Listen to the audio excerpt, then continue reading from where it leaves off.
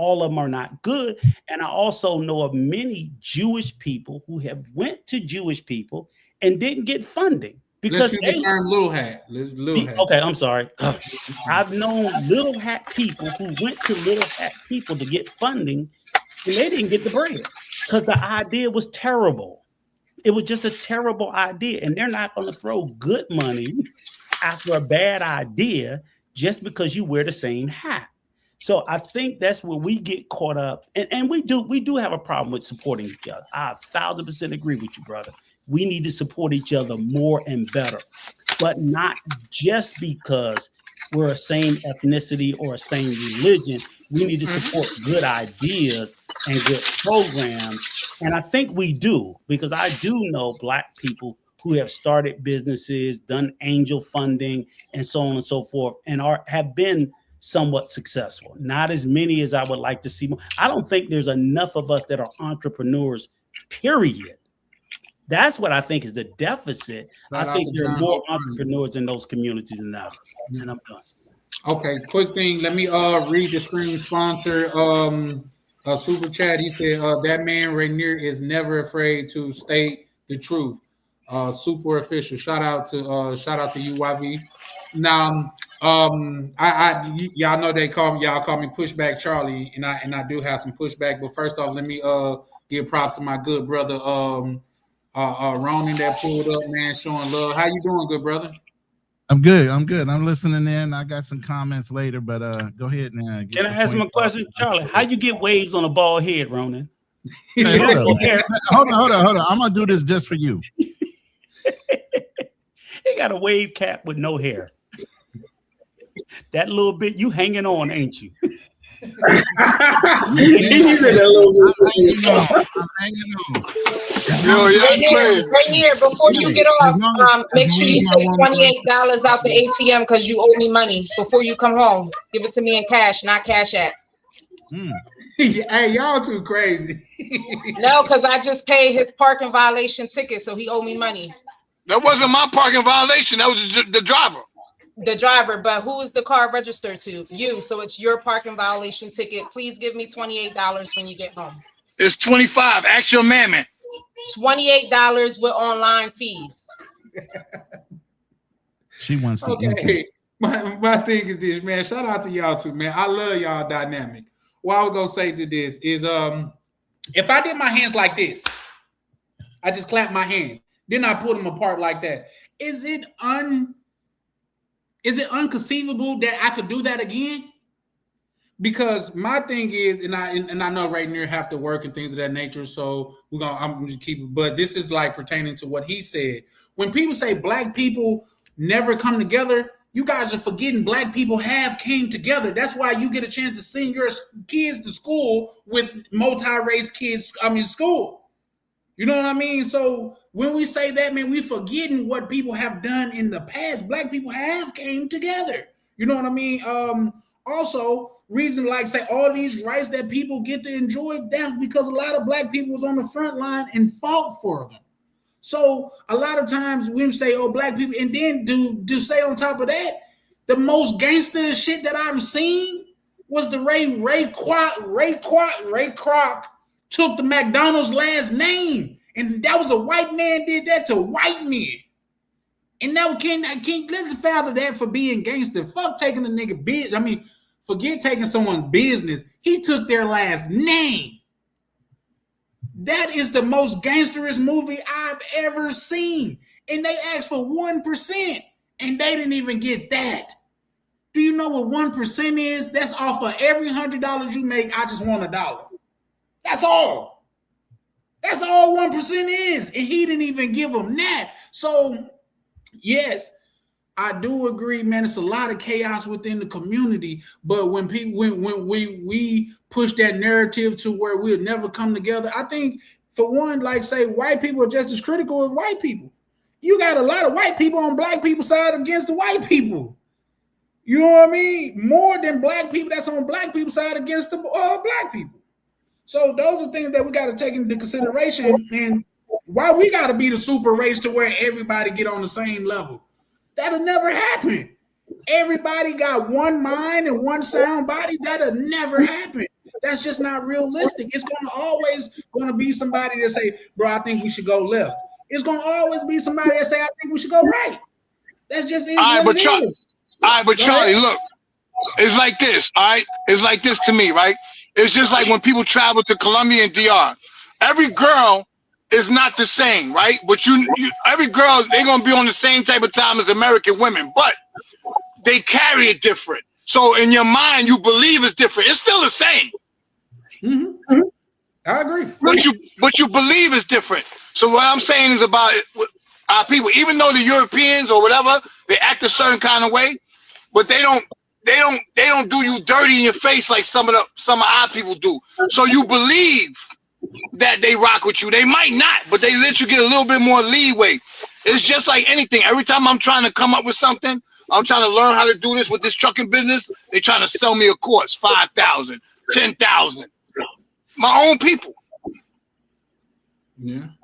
Yeah, they did. Our people, we always do a lot of that quick money grab stuff. We don't want to take our time to build and develop nowadays. The only time we do build and develop better than other communities, like when we're forced to. So like when you saw when we were like forced to, like, well, you read about it in history, or maybe you see small situations where Black people are forced to do the right thing. They know what to do, but we shouldn't have to be forced to, or it shouldn't be overt racism in order for us to be more together. Like Rainier's saying, like, you know, we should be more on code. Like, not everybody has to be going the right way, like you said, Charlie, but pick a way, stick to it, and like back it. Don't just be doing inappropriate stuff just to do inappropriate stuff just because you fun and games and entertainment. You know what I'm saying? Like, life is serious nowadays. It's 2026. And too many Black men and Black women are playing games out here. Like, now's not the time. And everybody else is kind of seeing that and trying to prepare for the future. And that's what we need to do. Yeah, I agree with that. But I forgot who I first heard this from, but I think it's to be true. The best thing that you could do for poor people is not be one of them. And yes, the ghetto thing is, the ghetto is a thing, but you know what the white people version of the ghetto is? The trailer parks. And those been around. Rainier, did you say that Europeans don't do you dirty in your face? But here's the thing. Now, as a Southerner, I would like to speak to especially that. I don't know if that's what he said. That's why I asked. I said they do you dirty. Everybody do each other dirty. I'm just trying to say they give you a little bit more leeway before they do it in your face, like another brother, like some of us do. It's like me on YouTube. I rock with y'all more YouTube brothers on YouTube because we got something in common than people I rock with on the street that I know since 5th grade. That's a fact. That is a fact. And I'm saying, like, how can you do that? How can I do that? How can I rock with brothers that I don't even know, and I feel like I know y'all brothers more than I know the people I grew up in 5th grade? Yeah. Explain that to me. Yeah, well, here's the thing. I would say this right fast, and then shout out to my good brother Black Cleaner just pulling up. I'm gonna say this right fast, and then I want to let brother Ronan get in because he always got some interesting insight. And my quick response to that is because your day 2 is always more cemented in than your day 1, and I'll tell you why. Your day 1 is proximity. Your day 1 is your best friend that you went to school with. He wasn't your best friend because y'all had similar interests. He was your best friend because y'all was in proximity. But over here, we get a chance that we come over here because we want to. We come over here because we are like-minded brothers. You see what I'm saying? Everybody is here because it's no proximity thing. We got brother Ronan, and goddamn it, he's in the Philippines. Goddamn it, Black Cleaners in Panama. Y'all on the East Coast. Uncle Rico, you in Chicago, right? DC. Oh, he in DC. My bad. I should have known that. He in DC. We all from everywhere, but we are like-minded people, and that's why we're here. Because day 2s a lot of times is more cemented than than day 1s. Because your day 1s is proximity. Like my best friend growing up, it wasn't because we had similar interests, it's because we was both poor and we stayed in the same neighborhood. You know what I mean? So there's that, man. Like I say, I I got more brothers that call from this community and check on me every day than everybody in my family put together in a week. In a week. And that's what I'm saying. That's what I'm saying. We just gotta be we just gotta understand this like-mindedness. You know what I mean? And the respect that I have for you guys is not the respect I'm just gonna give to somebody else just because they're black. Yeah, no, I feel you, and I agree with you. It's just like okay, like the brother was saying, buffoonery. Like, okay, he respects you as a man, but you was on that yacht with that buffoonery. That doesn't mean that you're a coon. That don't mean you a nut. That just means you like to live a certain kind of way, have a good time on certain times, and then you want to be back to who you are. That means you're still a great guy. Yeah, for sure. But some people will look at that as that's trash, and they want to define you off of that. Nah, that's not it. Yeah, for sure. I agree, but it just is what it is. Like, say, we can all look at the same crime and we'll all describe it differently. We can all look at the same movie and we'll all describe the movie differently. It's all in your point of view. It's all in how you look at it. You know what I mean? Because, like I said, and from seeing Skylar in real life, he was more of a laid back, like in his he was just just kicking it too. When you can see Skylar over there like kicking it by himself with nobody around him type shit. You know what I mean? Because he's an introvert, but still at the end of the day, 2 + 2, y'all still was all willing to do the same thing, get it popping, get it rocking, and take something down. Point blank, period. It don't matter how you call it. But Charlie, let me just ask a question. I don't think, and I just want to be clear, like when we say, and I get it, it sounds like it's a judgment discussion. The judgment doesn't come from what you do. The judgment comes from how we display. So even here in the States, and you'll agree with me, Rainier, right? If I see a woman walking down the street and she got a skirt with half her tail hanging out, everybody's going to have a judgment of her. But she could be no more of a promiscuous, loose woman than a woman with a dress down to her ankles. But looking at the two women, we're going to judge them differently, not because of their behavior, but because of their display. So Skylar could have been an introvert, but we know Skylar did not display that on his YouTube channel. He displayed the complete opposite. So that's what we have a problem. We have a problem with being judged when we do a whole lot of stuff to be judged for. We're putting ourselves out there for public, not to be judged for.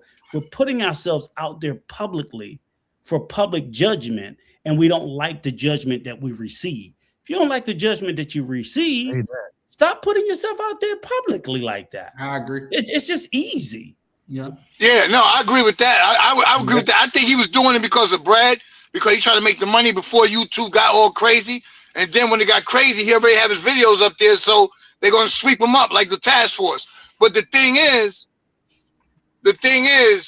that's what a lot of the people of his audience wanted to see. Because if they wanted to see him talk about, when he be talking about his stocks or whatever, they're going to watch it for a little bit and then it's going to be gone. Agreed. So he was just trying to gravitate to the people. A lot of people are slave to the algorithm. I was watching a shout out to the Flyboy Way, and that was one of the things that he talked about was how you have a lot of people out here who, you know, they put out content, and within the content that they're putting out is what the chat is wanting, or what everybody is telling them, versus putting out a story that's going to outlast them. You know, he talked about what is called evergreen content. And I like that word because he was saying, you know, the content that he has created, because he's been on there ever since 2006. I mean, he has some of what everybody wants, but it's content that's going to outlast him. And that's the thing that YouTube wants. They want, you know, content that is evergreen versus what the chat wants. You know, and a lot of the people who are out here who are getting their pages swept up, it was because, as they said, this one is going viral. This is the one that's getting the most views. So this is the stuff that I need to put out there. And then, okay, but the stuff that is being put out there is going to be a lot of times against regulation. It's going to get the copyright strikes. And now that, this AI technology has been implemented in YouTube, that's what's really hitting everybody, that's getting everybody's page out there, because they have a detection system that can go through YouTube and sweep all of that and say, nah, this doesn't agree, and it's getting you out of there. Versus if you just wasn't worried about, the chat, and wasn't worrying about, trying to go viral, and just worrying about putting out a good story, then your stuff would be out there and would be outlasting. So let me ask you a question. How they skip Roberto versus the world? How they skip him? His worse than everybody. I was gonna say, do you think YouTube is picking and choosing when it comes to that? Do y'all know who Roberto versus the world is? Y'all know who that is? Yeah, they know. Why they ain't get him? I don't think anybody can answer. It's only a matter of time before they get him. If he's getting out content that is suggestive, then guess what? And all of a sudden, if something comes on with, and I like how he explained it, was that he said, okay, well, let's say that something has been going beneath the radar, and then all of a sudden, okay, there is somebody that complains one time about Alberto against the world's. They're gonna review his whole YouTube page, and then all of his content, if it has been against what the guidelines are or against that wall, they're gonna sweep it out of there. So it could just be a matter of time before they get them. Let me ask a question. So like even you, Charlie, Ronan, and I think Misha, you got a channel. Here's the funny thing about it. There's a thing called TOS. Anybody know what TOS is? Terms of service. I'm pretty sure all of you guys, when you signed up and created your page, ain't nobody read them 29 pages of blah, blah, blah, blah, blah, blah, blah, legal jargon. No. Nobody reads that stuff. Nope. They can delete your channel for anything that they, and not only is the term of services very extensive, very legalese, very detailed, they update it periodically, and they don't have to notify you, because when you sign off, they do. They send you a notice of terms of change. They do send you sign off to the terms of services, and you sign off to that as they update them. Whether or not they notify you, you agree to it. Anytime you violate it, that gives them the right to delete it. That's the hidden part. We don't read well, we don't read often, and we certainly don't read legalese. Right. What Vet Club said is true. After I said, what about Roberto's world, and are they picking and choosing? What he said in the comment, now I have to think about that, which is very true what he said, because Roberto's world is crazy content, and me and Rainier know that because we watch him. But I haven't seen Roberto's world saying where to buy it at. I haven't seen him on his YouTube saying come here for it. He's just having fun with the people, the type of girls that we like to have fun with. So he's not advertising, oh, well, you buy it for this much, or oh, I'm going to bend her over on this couch tonight, or things in that nature. Roberto versus the world don't do that. So he does do it when he be in the bed with the girls and talking about this and that. Last night you had this one, I had that one. He do it. He does that, yeah. And then when he come with the money, he says, I paid for everything. I paid for all these women, and I paid for the Brazil mansion in Brazil, the villa. So he's saying it. He's definitely saying it. He might be skirting the line, but it may just be a matter of time too. To be honest with you, I just think it's a matter of time. I don't think this first sweep is the last sweep. I think there'll be more. Oh, no. Agree. Oh, yeah. Agree. There'll be more. You guys hold on 1 second. Let me get this out. Or Tam, shout out to you, Tam. How you doing, baby? You got that's the only reason why I came up to give YB his wish. Oh, okay. You want to read that for him, baby? Yeah. He's way more than Giamo, so I don't know how he escaped. Y'all ready? Yep. You want to you want to read this stream sponsor comment, love? Sure. Okay. Blacks were perfect before LBJ. For those who don't know, that's Lyndon Baines Johnson. He was a president. He strategized our mindset so we could never organize economically. This mindset needs to be fleshed out. Is it possible? Yeah, for many, but not all, in my opinion. Like I Who said, did you say was worse than Giamo? He said, like they were saying in Roberto's world. It's way worse. Roberto versus the world. So Roberto has an OnlyFans? I don't know if he does, but he got a Patreon. He got Patreon. But does he have an OnlyFans? Because Giamo has an OnlyFans. I don't know. But people Patreons be like OnlyFans as well. No. Giamo has a Patreon and OnlyFans. Giamo is shooting soft porn. Giamo is shooting. He just has an Instagram. Let's use the term corn. Let's use the term corn. Giamo is shooting corn. And that's why I asked you, because I'm like, are you certain? Because he is the only person I've seen that has taken it to the corn level. Sorry about that, Charlie, but it just like, I'm like, I've seen Roberto. Giamo was next level. And if Roberto is, then I would be surprised. But Giamo was Patreon, OnlyFans, corn. Okay, I got you. And that's like the other tall guy. What's the tall guy that does YouTube, babe?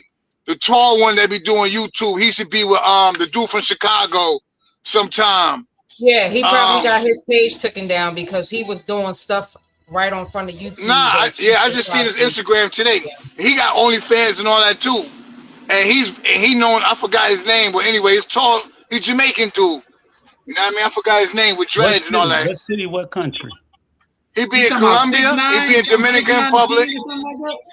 Yeah, he got like small little dreads, and he's really tall and dark skinned, and he's always. Pab used to be with him. Pab used to be with him all the time when he's in DR and all that.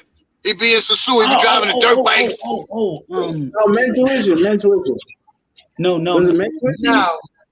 No, not I forget his name, but he even recorded the girls doing the funny stuff right all on the camera and everything. Like his YouTube is crazy. That's why I said his YouTube picking and choosing, because I think I know who you're talking about, but I don't think he's.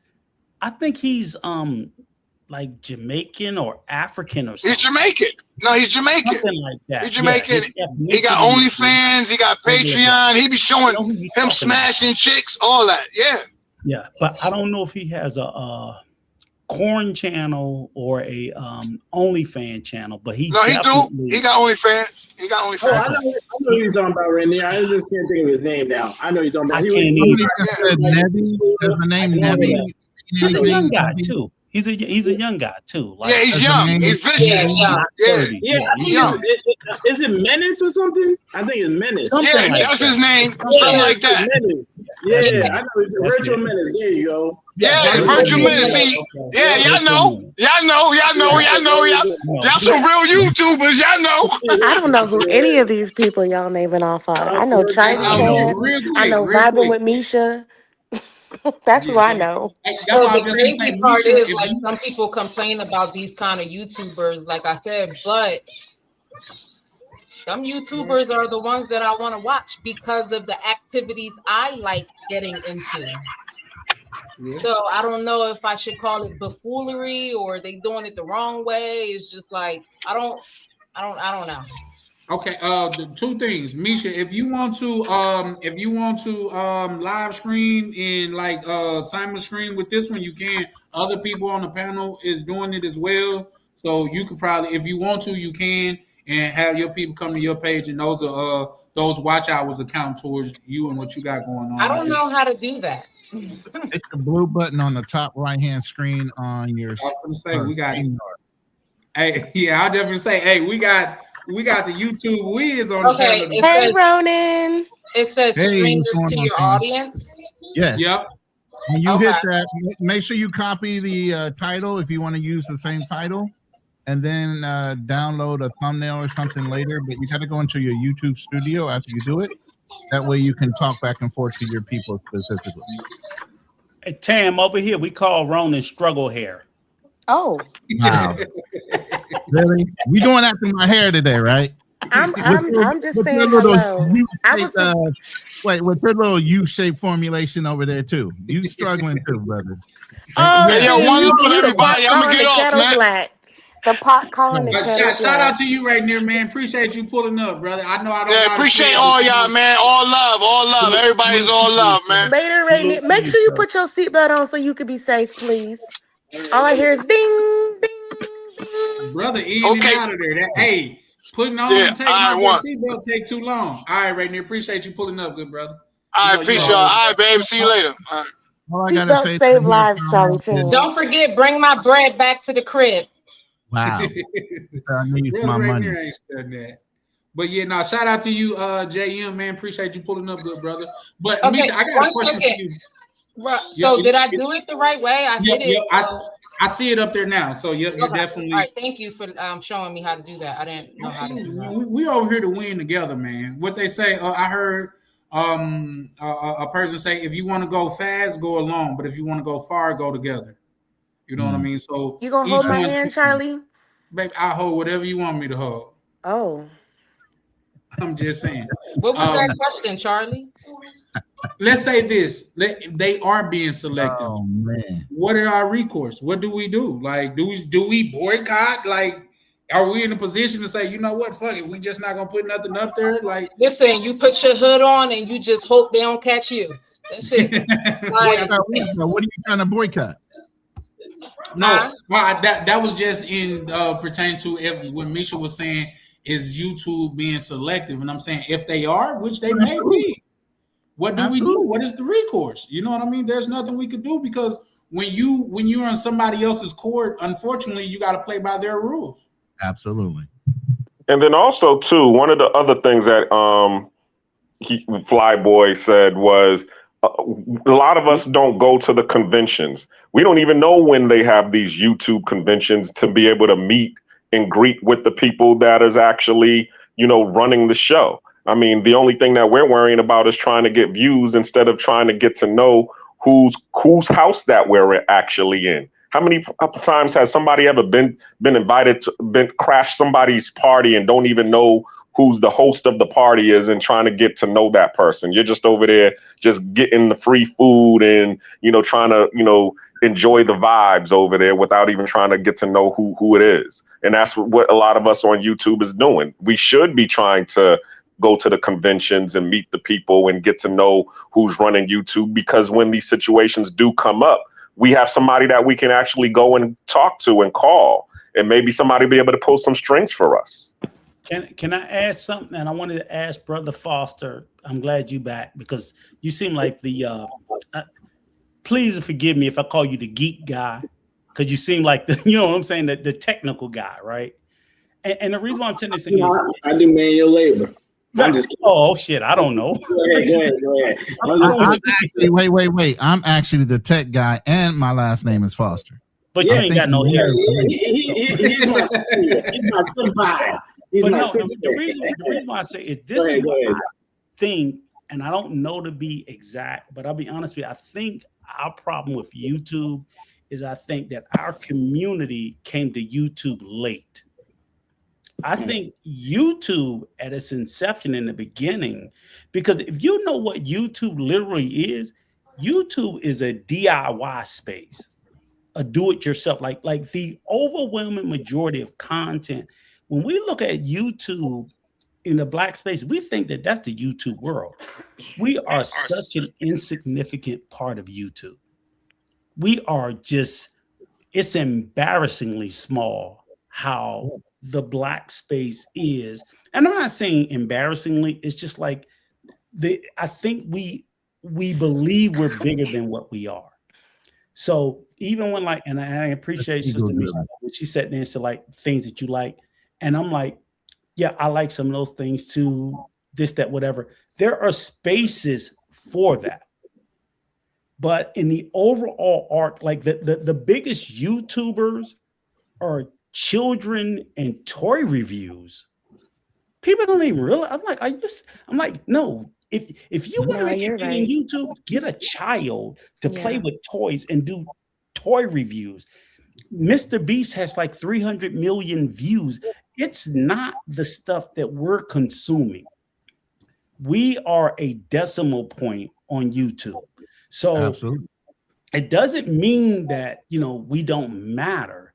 It means we don't matter in the way that we think we do. So in other words, when I'm criticizing a YouTuber, you can't go, oh, well, I'm like, no, you're insignificant. You should be able to change your behavior because you're not even affecting YouTube's bottom line, but what you are doing is you're affecting the image of the community. So that's what I'm concerned about. I'm not concerned about YouTube's bottom line. I'm concerned about the image of the community. That's what you're affecting. Because I could be, Casanat, I show speed is not affecting YouTube's bottom line, but they could do something that can affect the Black community. And that's what I'm trying to hold us responsible for, myself, everybody else. And I'm not saying that, no, I can fix it, but I'm saying stop adding harm to it unnecessarily for a dollar, for coin that's not going to last you later. That's I can agree with that. Oh, real quick before anybody go next, Tam, you want to read that comment from YV? Yeah, but first I want to say somebody said Floyd liked toys too. Anyway. Oh, come on. Okay, let me find it. Where's he at? It's right, it's YouTube. I know, but it's too little. I'm old. I can't see. YouTube, our employer, has a microscope on Black shenanigans. We can't do nothing about it but start our own tube. And then he has another one. Even I Show Speed has to walk a straight line. Well, Uncle Rico, since you addressed the statements you were saying to me, I guess I'll respond. I think going with what he's saying too, I think when it comes to our money, that's why it's important for us to financially support reasonable Black projects, like projects that look like they make sense by people who have a good reputation, because we'll give our money away to people that will make us feel good, like pastors, hustlers, sweet talkers, but it might be some Black, I guess as you call me, the geek, you called my namesake here, my sensei here. If we have a little project and we need just a little bit of money, like let's say we just need a couple $1,000, it's stressful for us to get it, and we have a nice detailed plan. We worked long hours, and they give us, well, you should just do it yourself. Why are you out here begging me? What am I gonna get if I give you this little $1,000? Am I gonna have ownership share? And you have a plan like, well, I'm not giving out ownership share. I'm giving out this. Well, I want to own a profit percentage. Where's the money when I'm getting paid? All these details, they got a darn PhD in it. They're a darn sophisticated investor. They're not even a retail investor no more. They darn sophisticated all of a sudden. I'm like, dang, where is this vocabulary, this vernacular, this lexicon? Where did that come from? Like all of a sudden, I'm like, where did you get your education from? Harvard or something? Harvard? You got a PhD in economics from Harvard all of a sudden? So that's how it comes across to me. What do you say? I didn't want to cut you off. Business, Wharton School of Business. All of them come out with master's degrees and shit. I know exactly. As soon as you present a reasonable project, it's like you present a reasonable project. So we have a big issue in our community with that. You trying to ask for money. They feel like you're trying to hustle them, but they're giving the money to the hustlers. They're like to the churches, to the schemers and scammers, the quick money places. Like we can't delay our gratification. That's one of our big issues. Because if I say, okay, I can build a YouTube, but it's going to take me a couple years and I'm going to need this amount of millions of dollars. Will my community primarily support that? Of course, outside investors are going to come in, but am I going to have y'all support? That's the issue. We don't support financially our own unless we're forced to. Like we can look at the boycotts that were done. That's when we were financially supporting stuff. That's when we kind of were together, right? That's when like the marriage rate, all this other stuff has an effect in different areas of activity.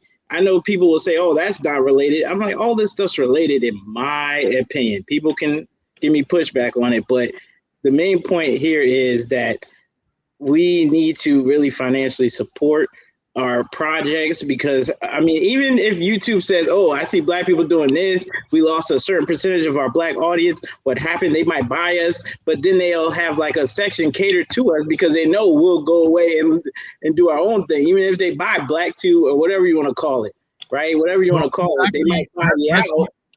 Well, let's use the real word. There's actually a YouTube right now. It's not YouTube. It's funded by Isaac Hayes Jr. and it's called Fanbase. Oh, Fanbase. So okay. There's a black YouTube similar product out there owned by black people. He silently has been funding it. You can actually still buy in right now, like $300 and some dollars, you know, and I think he has right now about $7 million funded towards the project. And it's already been running indirectly for the last 2.5, 3 years. So there are spaces out there. Then you can start your own website, you know, that houses YouTube and different things like that, or has that video capability. So there are people out there doing it. It's the fact that we don't look. That is very true, Ronan, because I follow the Homies Hub, and he creates his own websites and things in that nature. He also helped Skylar create his own website. So that is very true. I've have always silently and publicly supported the Homies Hub as one of our future YouTubers that puts out positive or straight information. He doesn't lie. Whether he mongers, whether he's doing whatever, he doesn't lie about what he does. He does actually tell the truth. Right. Not about everything. Here goes. This is what I want to say in regard to. He's gotten better. We all getting better, but this is what I want to say in relation to what Malik just said. When you think about, like, say, Don Pebbles or even Reginald F. Lewis, like, if you haven't read his book, one of his books is his book is Why Should White Guys Have All the Fun? And when they was trying to put him in like top black entrepreneurs of the year, he said, I don't want that. He said, I'm a top entrepreneur of the year. Don't put me in a category to where it's gonna put down what I accomplished. Yeah. Separate the overall achievement. I'm sorry, go ahead. Oh, we were just saying that devalues it when you like put in the like category like, oh, it's just the black, but he's not beating the whites, you know? Right. Or that's what he said. He said, I'm top in all levels, not just white. So when you do things like that, that's just like I told a guy that was standing outside of the store. He was like, do you got an extra dollar? I told him, bro, I ain't never seen an extra dollar in my life. I don't know what an extra dollar look like. Is it the same color as a regular dollar? Like, because if that's the case, I'm mad at everybody around me because I'd rather pay my rent with extra dollars. I've never seen an extra dollar.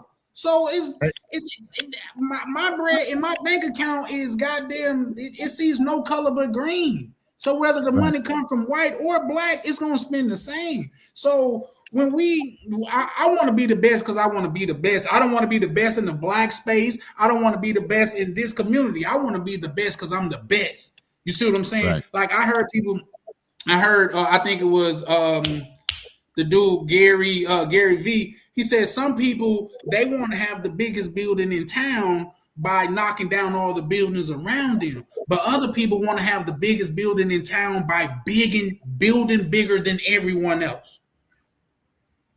One of them where you just putting in the work. And that's where I'm coming from. I just want to put in the work.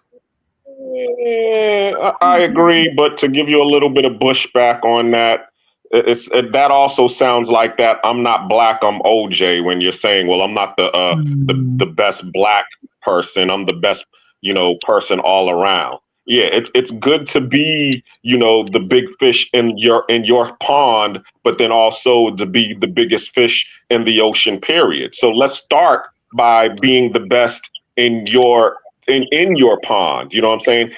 And galvanizing the support of your people first, and then going after the crossover appeal. That's how it's supposed to go. That's the formula. But to just try to denounce your people who will usually be your first supporters to try to go for the crossover appeal, that what's going to happen is you're going to get rid of your core supporters. Okay. I don't think he's saying not, like that. It's not denouncing your people, and it's not like putting down your core supporters. I will accept that when they got a Best White Man award.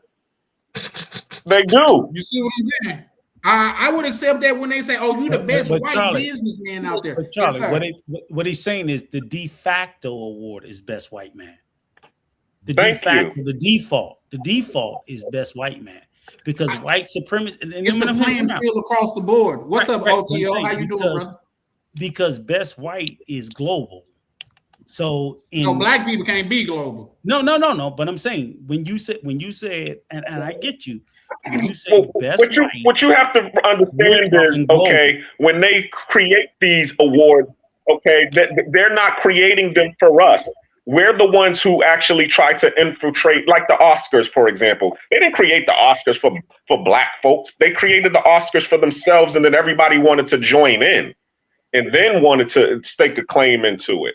So that's why, we're over here and we're saying, hey, it's good for us to be able to create something and galvanize the support of our people and delineate and then go after the crossover appeal. Not, okay, hey, I'm just, as you just said, when they have a best white person award, then that's when I'll be wanting to have that go on. No, the best white award is the award that they created for themselves and everybody wanted to join.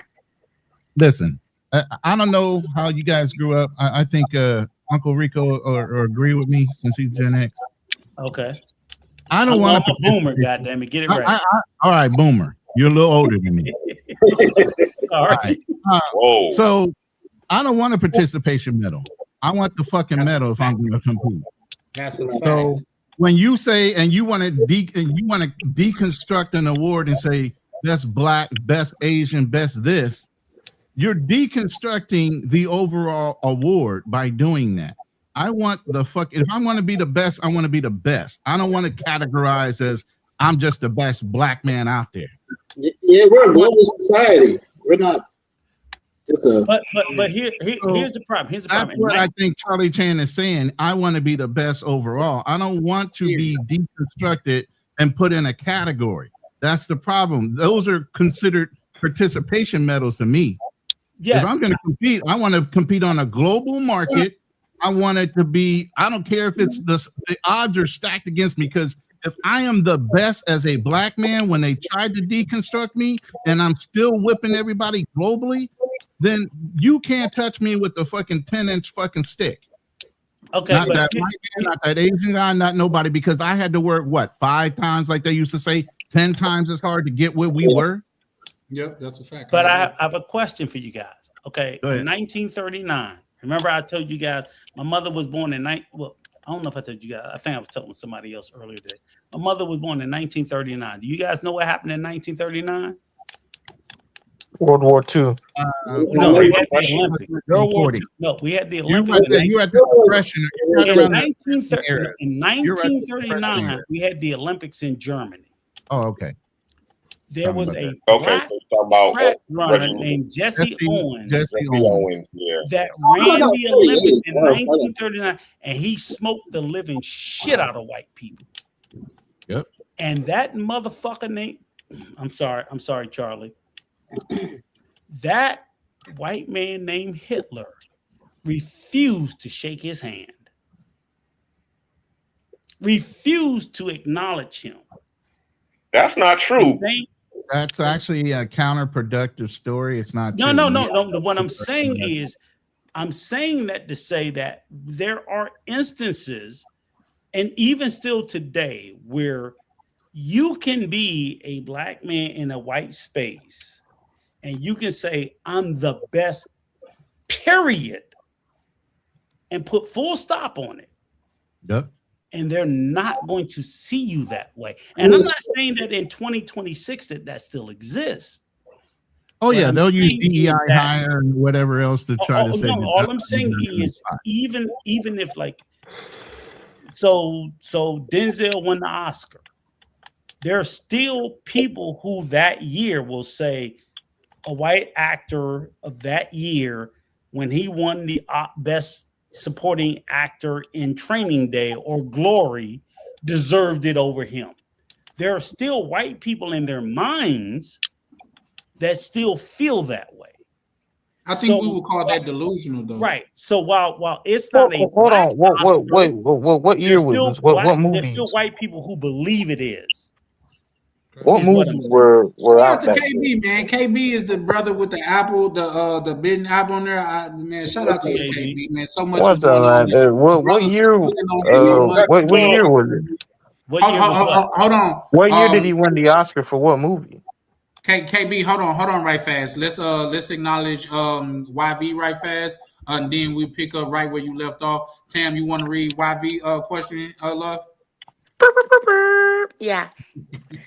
Hold on, let me find it because I'm old. Hold on. There you go. Question for the panel. Each person answer, please. Historically and presently, why are whites able to finesse blacks economically? Why? I'll go I first, I love the guess. tone of your voice, man. We're gonna double back to that, but like I just said, YV, I mean KB, you can ask your question. Yeah. For the movie, I mean, it depends what year it was. Like, what year was it? Because there were some years where there 1989 was and some crazy 2001. movies. Huh? 1989 and 2001. Denzel Washington I won don't the. know, dude. I'm There were telling some you, good ask me. movies in Right? Okay. 1989. I'm just asking. I'm answering your question. He won Best Supporting Actor for Glory in 1989 and Best Actor for Training Day in 2001. So that's all I'm doing is just answering the question you asked. PNC, what it do, brother?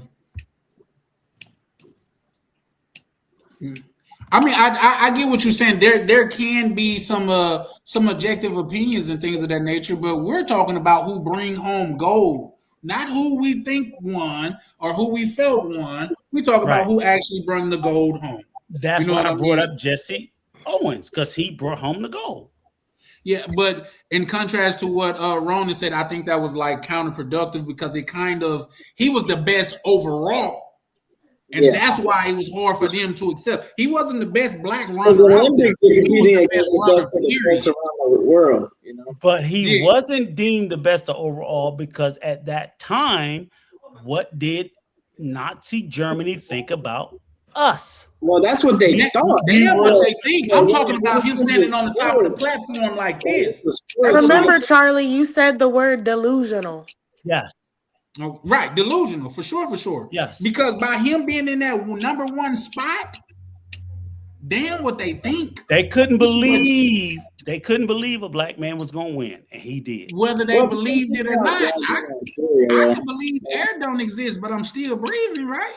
I agree. But that's with why you. he's saying that they were basically delusional because they didn't want to believe that he was the best overall, even though he Until he was. won. Exactly, I agree. Now, get into YV question is what do you say? How do white people because in my opinion, like say we allow ourselves to participate in their system that they build, and we haven't built systems for ourselves. And that's just my quick, honest answer right there. Anybody else want to chime in on that? I agree, Charlie. I was going to say something like that, something equivalent to something like that. Yeah. I agree too, but I also want to add the fact of, when the white people were building equity, we were still trying to fight for equality. So factor that on top of that. And then he says I'm just saying when we were still trying to fight for equality when they were already building equity. So we're still behind. That's why we're still behind. On top of that, when someone does get ahead, crabs in a barrel.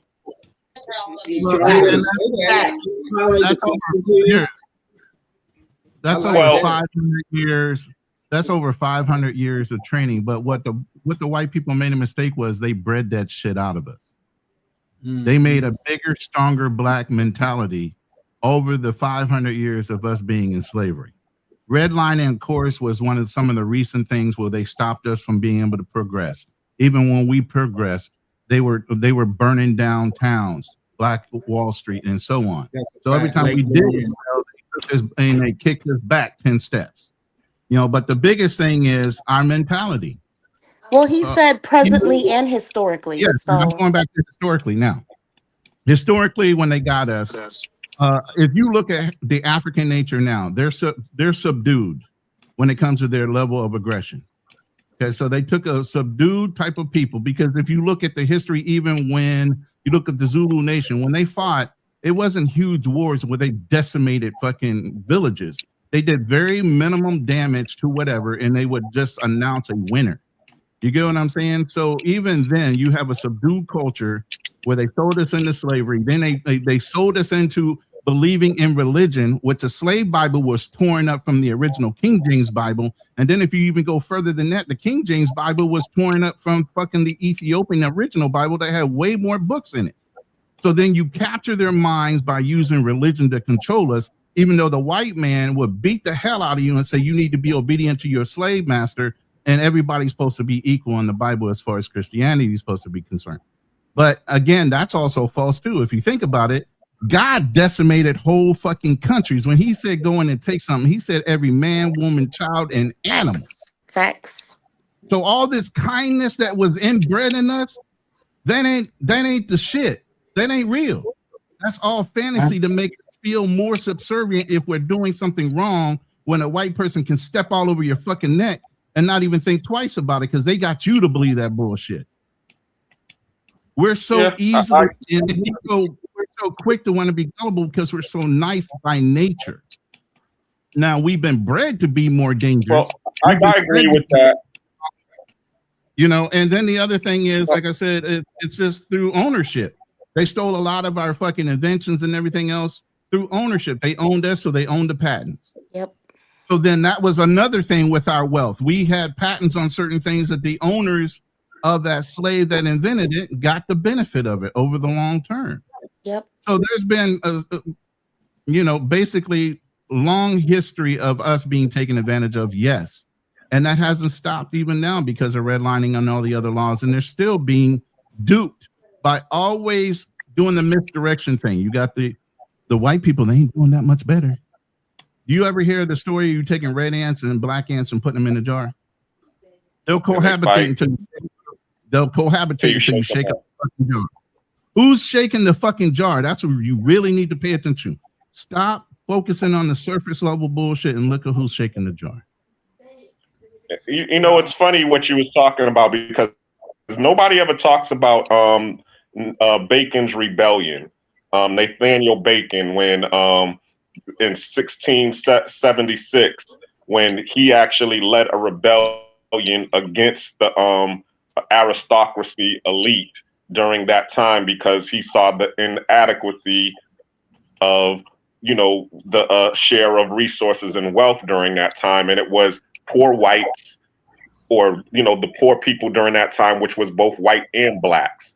And that's when the aristocracy said to themselves, we will never let that happen again. And then that's when the invention of the white race actually came, because the term white wasn't around during that time. It was after that when they saw that these poor white people got together with the poor black people and said, yo, we need those rich people over there. Those people are the problems. We need to come together and go against them.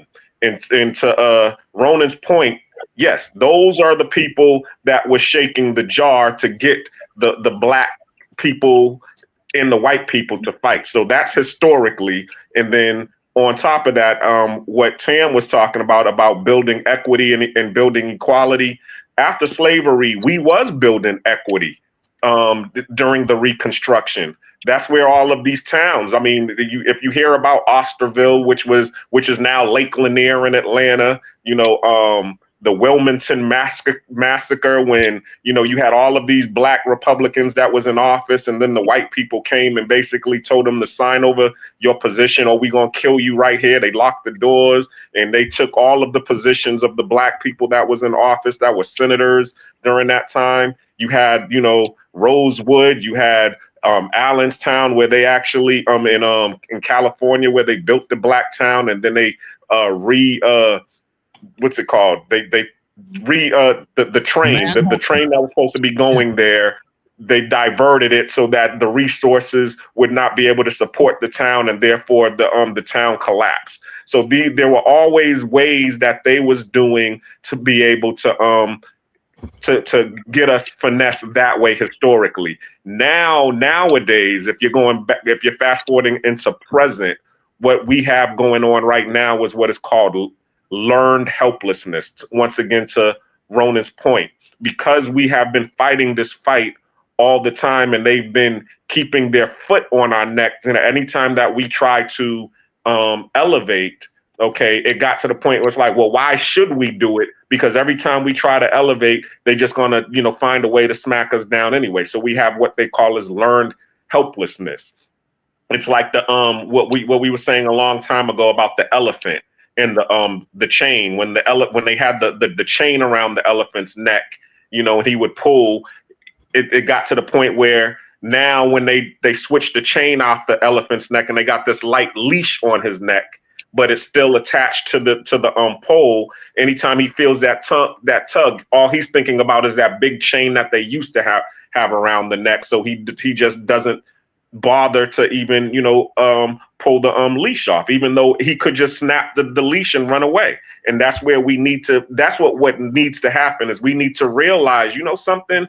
We don't got that big chain around our neck no more. We got this light ass leash that we can just snatch right off of the pole and go and do what the hell we want to do and get out of learned helplessness. I don't think we can. But with that being said, OT been on the panel for a while and he haven't had a chance to chime in though. What's up, good brother OT? You got anything? Oh wait, happy Martin Luther King Day. Yeah, I forgot. Yeah, it's tomorrow. Yep, that's a fact. Yep. Shout outs to Martin Luther King. I think he has a valuable lesson. It's about the content of the character, not the skin. That's how I roll in all things. Because at the same time, we can go back to history, but I'd rather not do that and stay just grounded in today. But if I do brief on it a little bit, there was all types of white people that helped us, white people that didn't. So to just say white people, it just doesn't really make sense. It's not according to American history. A lot of white people died on the front lines, died in Civil War, whether they agreed or disagreed. It's just a lot of stuff. It's very contentious. But what I would say is nothing's stopping nobody today. I have to speak through the panel and then just to anybody who's listening. There's nothing that could stop you. I'm the top 1% in the globe, and that's included in the United States of America. And it was really just me doing a lot of work with myself. It was a lot of people who looked like me who said I couldn't do certain things because of white supremacy. And because of a bunch of other things. It's not like that was the only thing. I would also say my time in the military has taught me the world is what it is. And no group of people anywhere in the world is perfect. And starting from a position that, man, when I get something, people try to destroy me, of course. There's other people trying to get the number one spot. That's reality. So you have to have a level of maturity when you're dealing with just life. And I think a lot of people have just been maybe conditioned or educated to be immature about their perspectives on the world. Everybody's trying to be top dog. No one's going to let you feel comfortable, not even your own people or people with outside your ranks. Hence why they say all people of skin folk ain't kinfolk. Why? Because they can have a different idea. They could want to enslave you. They could want to put you in chains. So just something as superficial as a skin color is not going to get the job done. You have to find those who are like-minded and rolling on the same covenant. And so my perspective is if young brothers really listening, I'll tell you this. Not a damn thing is stopping you. And it's not about being an exception to the rule. It's about turning the rule or the exception into the rule. And there's only some makers that make it happen. So shout outs to the people that understand. Yeah, you got to exploit the rules now. And that's the whole thing, like I was saying with baby boomers, myself, and maybe even Charlie Chan and the cleaner. We didn't get one second. How old are y'all? I don't know. Maybe 40. What are you, 40 something? Oh, okay, yeah, I'm 41, but everybody be like, say it's another Okay, brother. shout out. He's like 65. And he like, if you grew up like me, and Charlie, you old. No, I'm just Good kidding. Lord. Yeah, you owe to some of these guys. Listen, let me let you know.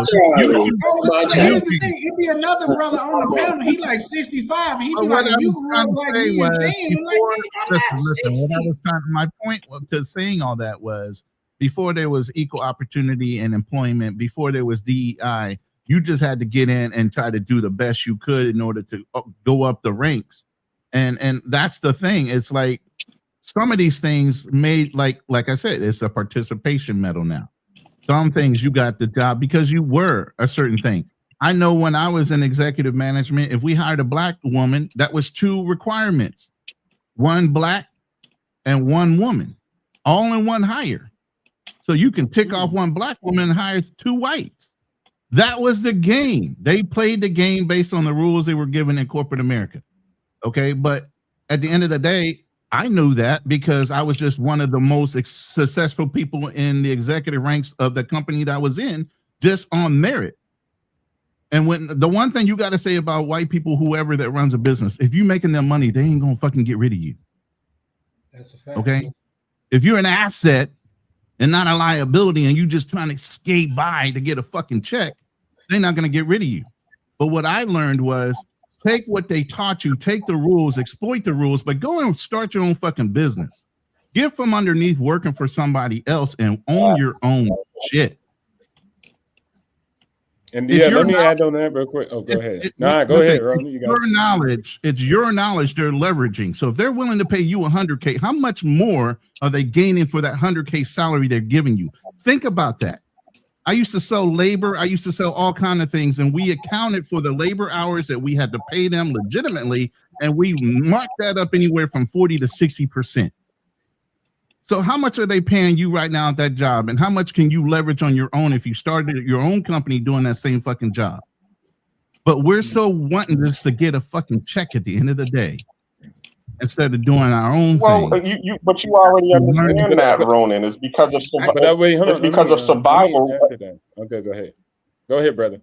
Before you start, and say, guys, if we could watch the vulgarity a little bit, I know we all passionate here, but that's that military thing. But O2O was next, cleaner. And my bad. Let the brother go. He wanted to say something. Go ahead. All right. No, I was just saying the whole thing about the paycheck is because they're on a survival mentality. I mean, I remember before I started my business, okay, and I was working for, Serve Pro and all of these people, I would be scared because I have it wasn't until I owned my own condo and I didn't have a mortgage to pay for because my house was paid for cash that I wasn't afraid of not getting a paycheck. Because I knew that, okay, if I didn't get a paycheck this month, I would not be homeless. But most people, because they have these bills and these expenses every month, they don't want to go and go for self because they're afraid that they're not going to be able to meet the monthly quota and they're going to get kicked out or they're going to go hungry. But go ahead. That's all I wanted to. That's some survival mentality. I land there. Hopefully the brothers or even sisters that hear me, I'm going to say this quite clear. I don't give a damn how they feel, think, believe, and hear. At the end of the day, I compete. I compete all day, every day. And I compete with all men and all women that actually want to fight me in an open battlefield. I remember at one point I was on a stream and a white guy, you could say he was racist, but it's irrelevant. But he said, well, yeah, you could be the top 1%. You got this money, but you still a ninja. You know what he really said. And I said, yeah, that's cool. That's what you're supposed to say, right? Because you come from George Washington and I come from slaves, but I could feed generations you can't see your family. So I know why you got that mad. I know why you angry. You're supposed to lean on your color. You ain't got nothing else to actually stand you up. So I don't care for that. So when people say, well, somebody don't like you, somebody feel this type of way, I don't care. What can they do about me? And it's nothing. That's the type of energy I get with. That's why I got the top 1 spot. Now, if it come to Elon Musk or something, he got me. But if it come to most commanders, it really ain't nothing. Most white people are also busted and disgusted and ain't got nothing to actually stand on neither. They're not their ancestors. They not no George Washington. They none of that. They overweight, they out of shape, and they obese, and they barely making by. So what do I care? How they feel, what they think, and what they believe. It's about out here going to get it. And just to destroy that, white people ain't Thanos in America. They're getting landslided by Asian Americans, period. Wealth in all categories. And Asians are living comfortably in comparison. So y'all talking about the whites like they got the top spot on lock. They don't. It's a couple of them really outperforming, but the rest of them are in trailer parks or barely making it by. So at the end of the day, stop allowing these dudes to live rent-free up in your head and go get it. Marcus Garvey tried to tell y'all people, but I guess you still don't understand. But that's cool. It's your hold life. on now. You can do whatever you want. Go, KB. Fun fact: there's more white people on welfare than black people. You have the floor, KB. Right, Yeah, exactly. no, I don't disagree, but well, let me give you an example. Right, two examples. Right. So if we look at, I know how much I make, but I make in the 80s. If I, for example, if I put my age right onto the Census Bureau, I go to the Census Bureau, I put my age, right? Amongst my age, I'm in the top 90th percentile. Amongst all people in America, I'm in the 70th percentile, 75th, about there. Amongst only white people, I'm in the 60th percentile. Amongst black people, I'm in the 95th percentile. Amongst black people that are my age, I'm in the 97th, 98th percentile.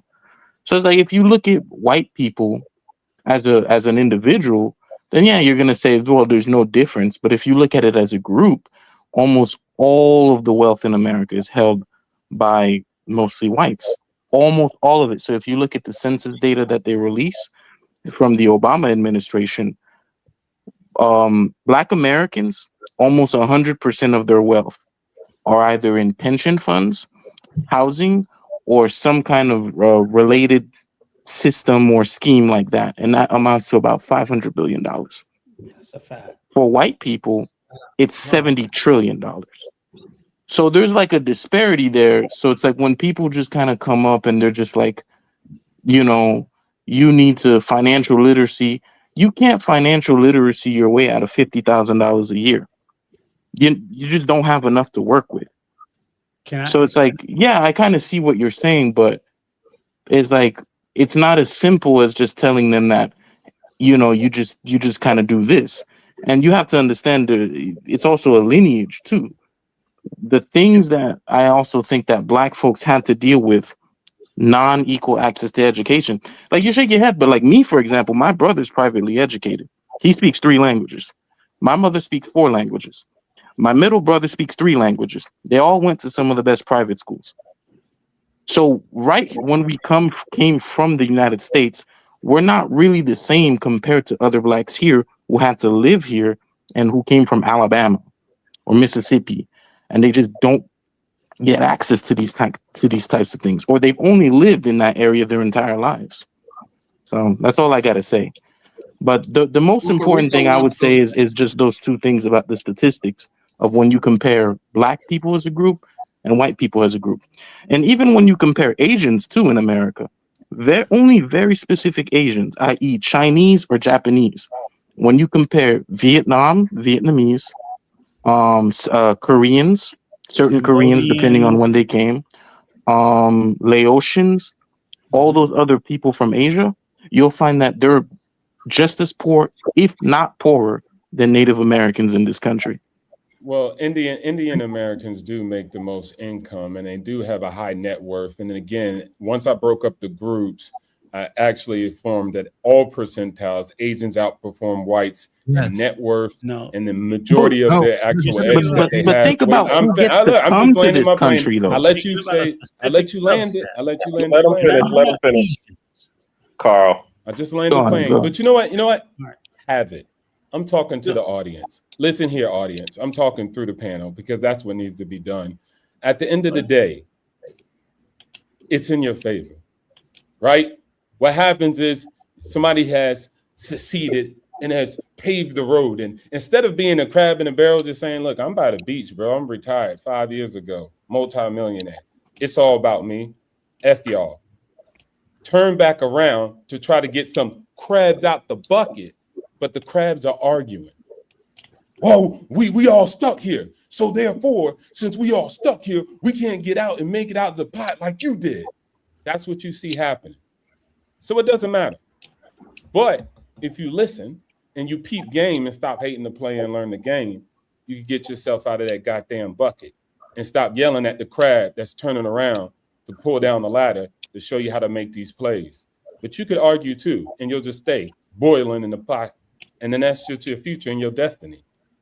That's all I got to say about that. Yeah, stupid crab. Let me hold the dollar, Nobody OT. said stupid crab. It is what it is. It's your choice. No, I'm saying you said turn around, look at the crab. So I'm saying, yeah, don't look at the crab and be like, you stupid crab. Go do something about it. Can I have I'm a agreeing moment? with you. Yeah, All yeah. I want to say is for the brother, but I want to let Charlie. the only thing I will say is again, it's disappointing to me that one we and again I like brother OTO, but to Asian to a subset of Asian is disingenuous. We know that. That does not cover the range of Asian in America, because as the brother said before, there are large groups of Asians in America that are not doing nowhere near as well as you may be talking about Indian Americans or whatever. I don't care. I don't care what group there are, but it's like it's the same thing with the Nigerian argument out of Africa, where they'll say Nigerians are doing better. I'm like, but you're ignoring all the other Africans that come out of Africa. You're dismissing them. Hold on, I gotta add one more thing too. It's to benefit your point. I'm not trying to interrupt, Go but ahead. it's important that people kind of understand this too, because I'm an immigrant. I came here about 10, 15 years ago, right? Peppers. So the types of people that you normally see in the United States, don't think that just because you see this Haitian doing dishes, at a restaurant, they're just your regular, Joe Schmo.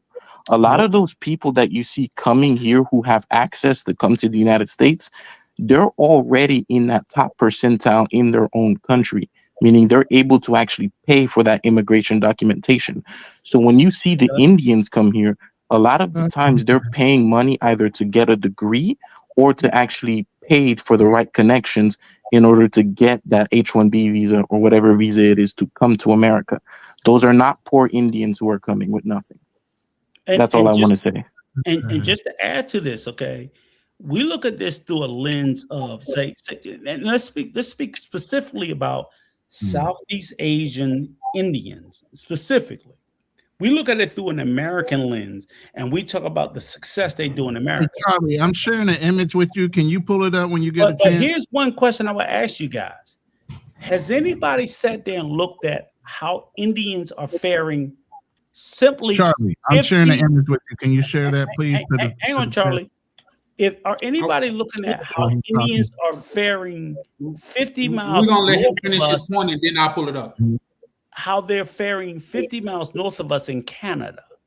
Because in Canada, there's a completely different story being told about Indian Americans, where Canada is being flooded with Indian Americans. It's completely different story. Uncle Rico, my story to tell. And what I wanted to get to was when you talked about the entrepreneurship, right? And we talked about why certain groups are doing better as entrepreneurs up globally, worldwide, in all countries. Approximately less than 10% of people are entrepreneurs. So this look it up. Anybody want to look it up? Look it up. Look up the data. Don't believe me. And what I'm sitting there saying is this nonsense that people are telling that, yes, there are these success stories of entrepreneurs, and people can come up with all this anecdotal evidence, and I can't dispute it. But I'm saying statistically, show me where statistically like 80-90% of Indians or Asians are coming into America and they're being entrepreneurs, as opposed to they're working in the system or living off the government dole. We just went through this crap with the Somalis and so on and so forth, right?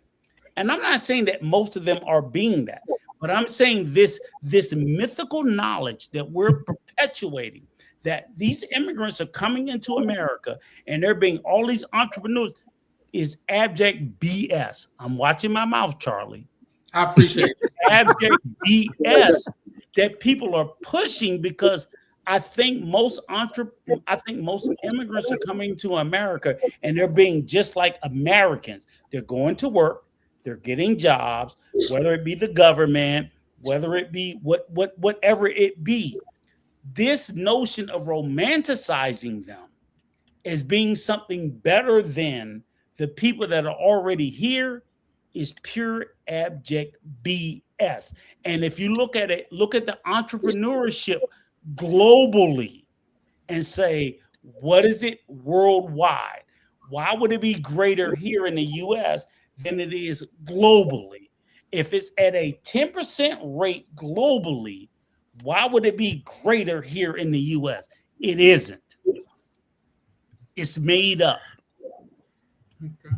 Okay, put that on the screen. But I did have a question for you, Uncle Rico, because I didn't want to. I don't like to do statistics, but my thing is, okay, when you start looking at, for example, the Indians, and you start going around and you start seeing all of these Red Roof Inns and all of these different hotels, and you see who the owner is, and it's a Patel, or I can go to. Or I can go to any gas station in any area, and more than likely, especially in the black neighborhood, if I go into any gas station, chances are the gas station is going to be run by an Arab, or even here, like I'm in Panama. In Panama, the majority of the convenience stores here are owned by the Chinese. They call them. They don't even call them convenience stores. They just call them chingo in the hood. I was in the hood in Panama, and there was a convenience store, and it had bars on the windows, and there was an old dirty Chinese person up in there, like, what you want? And I'm sitting here like, see, and that's what, and I'm saying, why can't us as black people as a group do that? Where they know, okay, these black people over here, they're running this, they're controlling this market, like the Indians controlling the hair market. I mean, the Chinese controlling the hair market, stuff like that. So that's my question. Answer your question. Okay, guys, we gotta. I think hold up. Let me answer, and I'm gonna let you come right behind. Yep, Ronnie been waiting for his slide to be shown for a minute. Because half of your questions are going to be answered with this slide. Okay. Let me get the slide up. And I can explain it. Ronnie been waiting to put the slide up for a while, so allow Ron the floor. Him and his receding hairline. Hey, you need to stop. You need to stop. You need to stop that, man. You the pot and he the kettle. This is the median age by ethnic group in the United States. Okay? So let's look at this. By stereotype, which you just brought up, Cleaner, all these different races are associated to certain types of businesses, how they come into the country, they stay in their own communities, and they do their own thing. A lot of these top agencies, a lot of these top countries that come in and start earning income are coming in under STEMs. They're getting the high-paying electronic and computer jobs and doing the things that they need to do for infrastructure. And the electronic field is why they're making as much money. There's not as many, like Uncle Rico says, so the income looks higher because there's not that many per household per capita in the United States. But they're still doing it smarter. I always used to say, work smarter, not harder.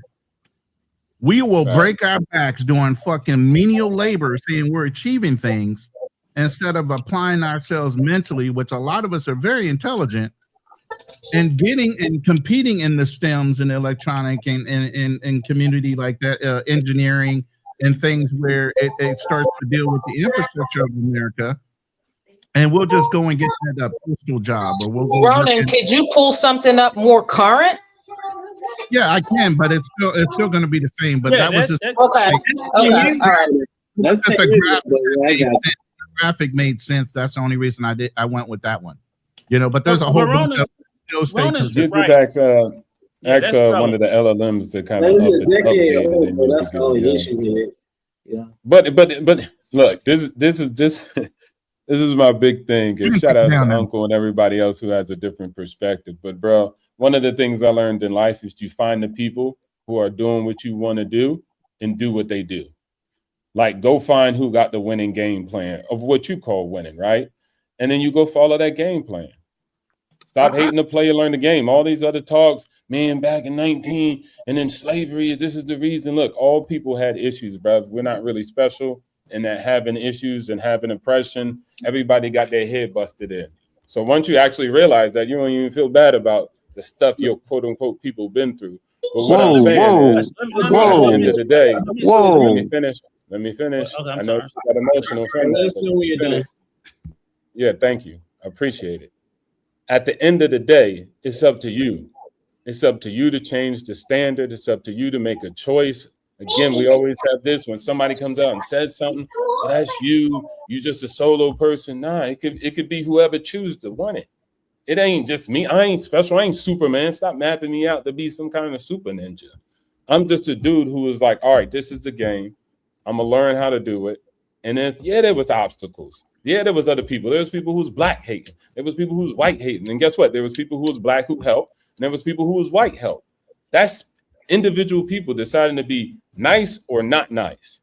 But the opportunity is there. The more time you spend in the basement talking about that, all that other stuff, instead of spending time on STEM, instead of spending time on AI, instead of spending time on robotics, instead of spending time on financial literacy, it's what R was just saying. It's about working smarter, not harder. Now, you can work hard and smart and truly exponentially grow. But at the end of the day, that's just my play. Listen to all the other stories. Hope that all the people in black, you force them all to open up businesses and trade money with you, then go ahead and try to do that. But at the end of the day, I lead by example. That's all I know. I agree. I agree. I'm about to be the Postmaster General. Watch. Hey, shout out to that. Hey, Ronan, did you still want your chart up? I had to go handle something right fast. Did you still want your chart up? Switch the chart. I just came up with one for 2023. And that's by a black media company, so they ain't gonna lie. Blackdemographics.com. Yeah, it's all about the same. Okay. But Ronan, let me ask OTO a question. If you're saying the only thing that matters is to follow the same playbook, if I run the same playbook with lesser players, why the fuck can I expect the same results? Language. That's crazy. So in other words, if you got the Super Bowl champion, because I'm looking like it's football, you got these studs, not football, and you ran. Let me finish. Because I'll let you finish. You ran the play with these studs. You got Tom Brady. You got Gronkowski. You got all these Super Bowl players that were successful. Now I run it with a bunch of bums. The same playbook that they ran. Why the fuck can't I win the championship? You're gonna look at me like because you got bums. So it doesn't equate to be the same just because you have the same playbook. You said you would watch what they did, but if I don't have the same team that they got, I'm not going to get the same results. I'll go to a different team then. Yeah, exactly. I'm going to a different team if I want to see better results. But I'm not. And not only that, I start drafting. Wait, you asked the question. No matter what you just asked the question. Playbook look like. All right, bet. Got you. You asked the question, and again, why you listen? All right, let me go to your level and do it in basketball or football because that's where you're coming at it with, right? Wait. How did you get your team? That. No, I said that's what he said it as. That's not disrespect. Yeah, but you said go to your level. That's go to your level. Yeah, level doesn't mean lower. I'm gonna rock with me. He's just meeting him where he's at. Okay, let's go with it. Bro, I just told Uncle Krusty, bro, watch your language, there's brother, no offense. Because he cursed. I don't have no offense. It's not between me and him. We know what we're doing.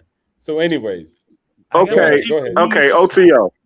OTO. No, go Okay, ahead, Uncle let me Krusty. I can't do both of you. can I I can't ask do this Uncle question? Krusty and you at the same time, my guy. Yeah, we gotta do it one at a time, Okay. guys. He's got to No, answer. I just Go want to ahead, say Uncle. this because No, you look, can we use saying one thing. I'm this in a same conversation with analogy for Uncle. your. No, I was just saying you can Bruh, use this you're same throwing two analogy because I just analogies at went me through at the. once. No, I'm not. I'm going to give you the same. I'm just going to I'm just going to put it in a different way because I'm actually experiencing the same situation, but it was in real All right, go estate. ahead. I just finished renovating my condo that I'm trying to rent out. Now I tried to help my people. Okay, I wanted all black contractors. I wanted, as he said, to help me do this thing so I could get it rented out. But the same thing happened. I got every time that I would hire somebody that was black, they would be wanting to overcharge and overpromise and underdeliver to the point where it got to the point where I was like, something, you all are draining my money on this thing, and I need to hurry up and get this thing renovated. So what did I do? I hired some Caribbeans and I hired some Spanish people to come, and they undercharged and they over delivered. So, I mean, I understand what he's saying. It's like you want to be able to come and have the finished product and say, yes, this was a black operation or a black project that we completed together as a group and be able to and give the accolades to us. But what happens is we get everybody with that individualistic mindset and saying, nah, I'm trying to get rich off of this project. I'm going to milk this project for whatever it's worth. And then nobody wins. Okay. Before you answer that, OTO,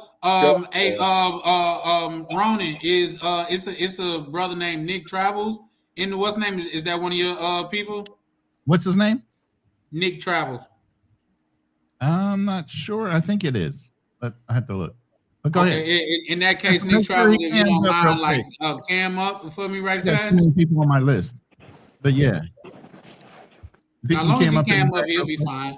Nick Travels, you don't have to cam up? Just cam up real quick so we can see your face, and then you can come back. You don't have to. Oh, okay. I see you, good brother. All right.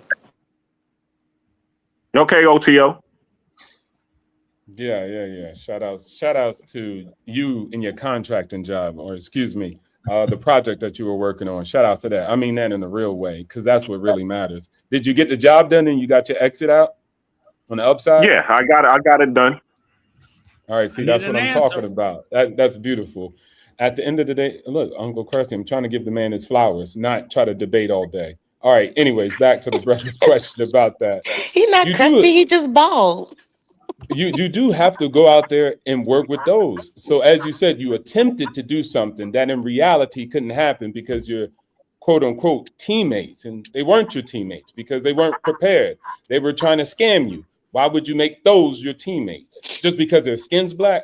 You have to be smarter than that as a man who's in charge of that asset. You go and find the people that are going to work for you and work with you in an actual good way. Now, I'll give you an example of that. In music, do we see other groups of people doing all the singing and dancing? No. But who owns it? A different group of people who look different. Why? Because they don't need to do the singing and dancing. They work with other black people who will do the singing and dancing in order to get the job done. So in that job with your construction, you are the one that was the architect of it. You decided to go get contractors that work for you in consignment. And then you find the ones that line up with you. At the end of the day, you own it. It's a black project, brother, because you own it. It's not about who builds it. It's not about who put this there. You own the entire project. Now what? You know what you can do? Once you continue to make money, you can start to vertically integrate and build out your own construction company with other people that you could do consignment with that look like you, and then sponsor them. Maybe you can give them a seed money on a young brother who wants to build a construction company, but you have to go find that brother. You have to go find that individual. Right now, I have a young black man who's one of my mentees, and he's out doing redevelopments, and I'm his investor. But before, when I attempted to go and find somebody, I ran into the same problems. So it was my imperative to make money, continue to make money, and then find the individual through even YouTube. That's where I found him at. And he was really a good, genuine, honorable stand-up guy. And then through him, I invested in him, and he was able to start becoming a developer in his community and building back the block stronger. That's how you have to do it. But sometimes you'll go out in the marketplace and those people won't be there. But that's not the end of the battle. It's just a battle lost, but the war is still waging on. So shout out to you for exiting successfully and continue to find people that are going to do it. Maybe go to bigger pockets and you'll find black people in bigger pockets that will probably be closer to what you want, because that is a group in the network of real estaters. Yeah, shout out to Bigger Pockets. Who Bigger Pockets is I think it's the largest real estate community in the United States, maybe even the world, but there's a lot of game over there. What I will say to this, and then Uncle Rico, we're gonna give you the floor. No matter what content creator you guys are watching this on, make sure you drop a like and a subscribe, man. Like, people on here like dropping gems and giving you this good gem, man, and they're not asking nothing but a like and subscribe, which is a very modest price to pay, man. Uncle Rico, is your floor. Let me say this. Shout out to you, OTO, brother. I love you. You know I fuck with you. Sorry. I mess with you. I'm working on it. You can't help yourself. So I'm not really. I see you trying, brother. I'm working on it. I'll speak slower. And I love it because you definitely answered his question. But what I noticed was you skipped over mine. You completely re-asked the question because the other brother stepped on your question to tell you the truth. He was trying to answer. No. He didn't step on my question. He skipped over my question to go to his because his was easier to answer. Because again, I sat there and said, you gave me the Super Bowl answer for how your team won the Super Bowl, and I asked you, when my team ain't the Super Bowl team, and you gave me your same playbook, why does your playbook work with a lesser team? And you completely ignored that. That's why Misha says she's changing teams. You're telling me how your playbook. Y'all stop trying to help him. Believe me, he don't need no help. Because I said, and he agreed to it. I said that I was going to a different team. Right. So if your playbook should work for when you got Tom Brady and Randy Moss and you got all these all-star players on your team, give me your playbook when it's me and Ronan with Ronan snatchback ponytail fading. Oh, okay. Because Ronan going bald and Charlie can't see. I ain't got no shame. And Charlie can't see. Else, right? You got us on your roster. Tell me how you gonna win the Super Bowl with us. You ain't gonna win the Super Bowl with us. Wait, hold on. Wait, the reality he got run-on questions. He has a run-on sentence. So no, the reality is I'm on Misha's team. No, because this is the thing. It's not a run-on sentence. Y'all giving them an out. The out is that if in fact what you're saying it holds true, it should hold true whether you have an all-star team or whether you have me, Charlie, or Ronan. Explain to me how that works. Okay, I'm gonna walk you through this. Okay, get your paper out so you can take notes. All right, take this walk with me. First of all, talk to me nice and like a man. You know why? Because at the end of the day, the first brother asked the question. I said, please don't ask that question. I need to answer your question. Then he asked it. So his was more recently. So I addressed it, right? So boom, I had that. I'm not hiding from you. We always have conversations. So now it's time for us to get busy and do this work. You got your pen and pad out, your iPad and everything. Put out the AI too, so it can actually jot this down, because I know you're slow with the pen. Now, at the end of the day, that is my life. I had to learn that brick by brick, because what happened is I got into real estate when I was just working. I was a worker. I wasn't that entrepreneur, so I'm not selling that neither. I was just a worker working at a good job, right? Mad respects for the company that hired me. Mad complaining. One day I just said to myself, man, my grandma owns this property and she don't even know what a deed is. She couldn't even read the deed. I was sitting in the house with my family, just right there. Nobody knew what a family deed was. My great grandfather had went to World War in order to get that. and we didn't know nothing about it. And all these educated people, allegedly, just my sister really, didn't even know how to read the deed. And this is probably the most valuable asset. So I took it that day and was disgusted and said, never again. So I decided to figure out real estate. Shout outs to Google and YouTube that taught me everything I needed to know. Now watch this. When I went, you know how we are. When I went and I started making moves and I started learning, I was like, you know what? Let me get my family involved. My family loves me. We all Black. I can make this work. And every day, I threw one-on-one consultations with my family, showing them everything. I had PowerPoints, my homie. Rule Slide number 1 through 3, 10. never sell your family. Come on. And not only that, my close friends too, because I was like, I grew up with them. I already got my team. Can't do that so either. let me go ahead and work with them, right? Let me go ahead and push them in my direction. Guess what?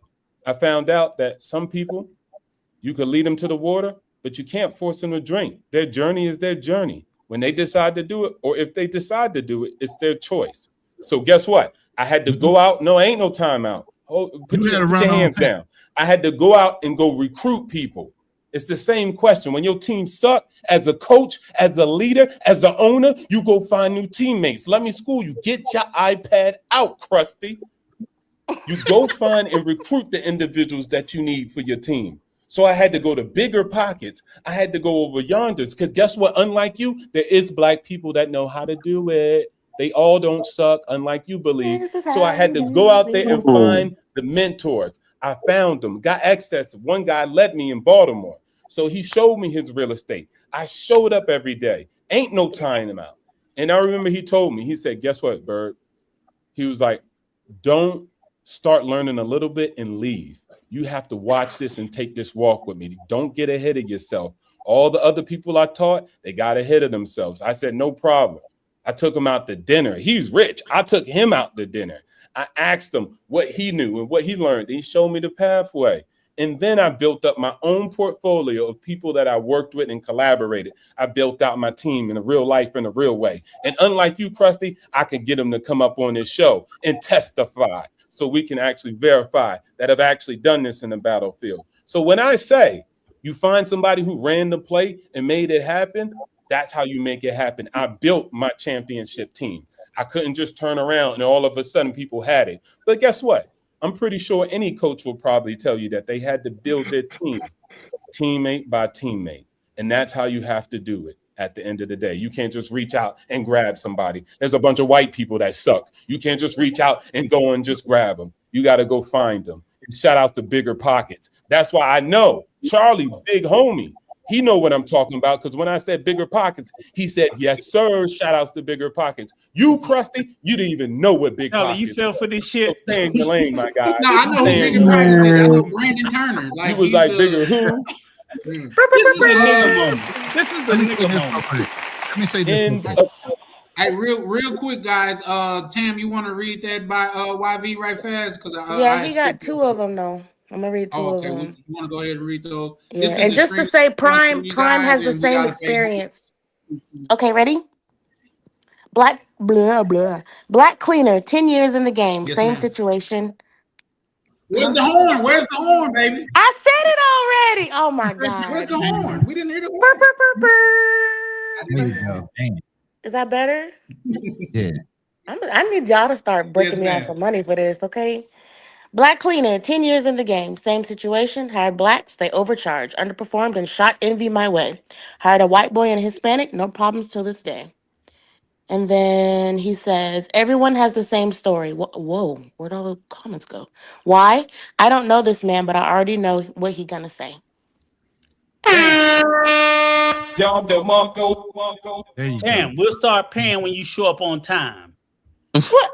First of all, I got a life, so and who I work for, I show up when I'm done. Thank you. Let me say this real quick. And we'll start paying when you show up on time. Let me say this real quick, because this has been since I came on the show. I never really got to address everything we're talking about, and happens to be that half of the things we talked about we kind of touched on. You know, you guys say you can't take all your friends with you, but you got to keep some of your friends with you. Some of your friends are loyal just because you're friends with them. Some of the friends you met in the hood were trauma bonded to you because of your fucking environment. So then you got rooms like this where you find common interests and commonality with people that you like. They are the people you can grow with. Those are the people that you might move further than maybe your initial childhood friend. And maybe that person you met that have commonality believe in you enough that they'll do more than a person you've known all your life. Because y'all have the same understanding. But let me continue. Go ahead, and then, like we talked about, you can't take and you can't sell your family. Can't sell your friends. Why? Because they're so close to you. It's like, oh, this is just something else you're into. Let's see how you can't sell anybody until you're successful at it. Then they're going to come and ask you, but you never sell a friend. You never sell a family member because they're not going to believe you. Why? Because they saw you fucking grow up. They think of you less than you think of yourself and your potential, even though they know you. So even in the property in his own house. Even in the sales game, I always used to tell people, you know how people used to say, well, I got into sales, or I went into this business, and they wanted my top 50 people that I knew in my family. They wanted to sell your friends. You never closed your friends. They sold your friends and took away your warm fucking market. But you could have never done that because they don't trust you like they would trust that fucking stranger. And they're your fucking family. They're your fucking friends. That's the way it works. You got to work so much harder to excel in front of your friends and family to where they have to come and ask you, how did you do that? Then they might just listen. They might just listen, but half the time they won't even listen then. They'll want cut corners and everything else. And then we got into the black businesses and all this other stuff. Even when you start a black business and they see it successful, the first thing they're going to come and do and tell you how you're doing it wrong. They're going to want a discount. They're going to want something from you for nothing. They're going to take advantage of every situation and every fucking life lesson you learned. They're going to want a fucking discount for it. You guys ever heard of the story where this ship had broken down? It was a huge ship. And the owner had called in so many different people to try to fix this ship, the engine itself. You know, and spent thousands of dollars trying to do it, hundreds of thousands, literally. He gets one guy that had almost 40 years experience in dealing with this particular engine. He comes in, looks at the engine, sizes it up. One little minor adjustment. You know what the invoice was? $40,000. You know what the owner said? Well, you were only here for 15 minutes. He said it was 15 minutes after 40 years of fucking experiences while you're paying that $40,000. Everybody wants you to discount what you fucking know because they feel like they got an angle on you. They don't think you are worth what you feel like you're worth and what you justify yourself as being worth. Understand that. So while we're sitting here talking about the black community doesn't do this, nobody respects anybody, especially in our own community, which is sad. But then you have to look at it. Even though you have black patrons and you're running a black business, are you doing right by them? Or are you thinking less than? But if a white man walked in that office or if a white woman walked into your business and wanted their hair done, are you going to treat them a little bit differently because you feel like they're going to pay you just a little bit more? How are you really shining on the people in your own community versus somebody that's outside of your community? I feel like these are closing arguments. No, I'm just saying. No, it's just the way you're talking. It sounds like it's closing. It's soothing. I agree. There was something that has been, you guys had talked about it and you talked past it, and I never got my opportunity to even address those things. But like I said, we had talked about it over a period of this conversation. These are first minute notes. I never got to say anything. And we actually literally hit some of these points. So that's why it sounds like that. I'm kind of wrapping that up so we can push forward. It sounded really good. That's why I was like, Appreciate that. Thank you. Go ahead. I'm done. Go ahead, Uncle Rico. Well, I mean, it's just like it's just so much stuff. It's just crazy. Again, and again, like I said, OTO, no issues with you, brother. I rock with you, just that whatever. But I just think that like a lot of the statements that have been said have been problematic up until this point, you know, from a black perspective, from a entrepreneur perspective. You know, I just think that like a lot of things are thrown out and it's said like, oh, okay. I hate it's like everything's created like black victimhood. like, just black people are crying and complaining, or even if it's not black people, right? Let's pretend it's not black people. It's poor people, because I always think of things in poor people's frame of mind. And when I think of things in poor people's frame of mind, that's also black people, because I know globally, black people are at the bottom of the socioeconomic scale. I don't give a fuck what country you're in. You can go to Latin America, you can go to Africa, you can go to North America, you can go to Asia America. The darker the people are, you're the further. You can go to India. Black people in India are at the fucking bottom. I'm sorry, Charlie Chan, I apologize for my language, but that's the reality. Anti-blackness is a global thing. I'm just saying, when I speak of it, that's always my perspective, that anti-blackness is a global thing. And you know that, OTO, being in Asia, anti-blackness, meaning the darker you are in Asia, the worse your situation is, for whatever reason. It just is. And anybody that sits there and tell me objectively, oh, it doesn't matter, I see as very disingenuous. I see as being very dishonest. I'm like, I'm not saying that, my wife's Salvadorian. Okay. So I'm sitting there saying, is like, I know I walk in spaces where anti-blackness exists, but I don't deny that it exists. I don't go like, oh, it doesn't happen. No, I don't care. In America, it exists. In the DR, where I'm having my retirement home, it exists. Everywhere in Europe, when I go to Europe, it exists. Anti-blackness exists. And I will never deny that. And I have a problem when people who look like me deny its existence. I'm not saying I'm going to fix it, or I'm going to fight it, or I'm going to correct it. I'm just saying, and that's the problem right there. But no, what you just said. Hold on. Let me make this point.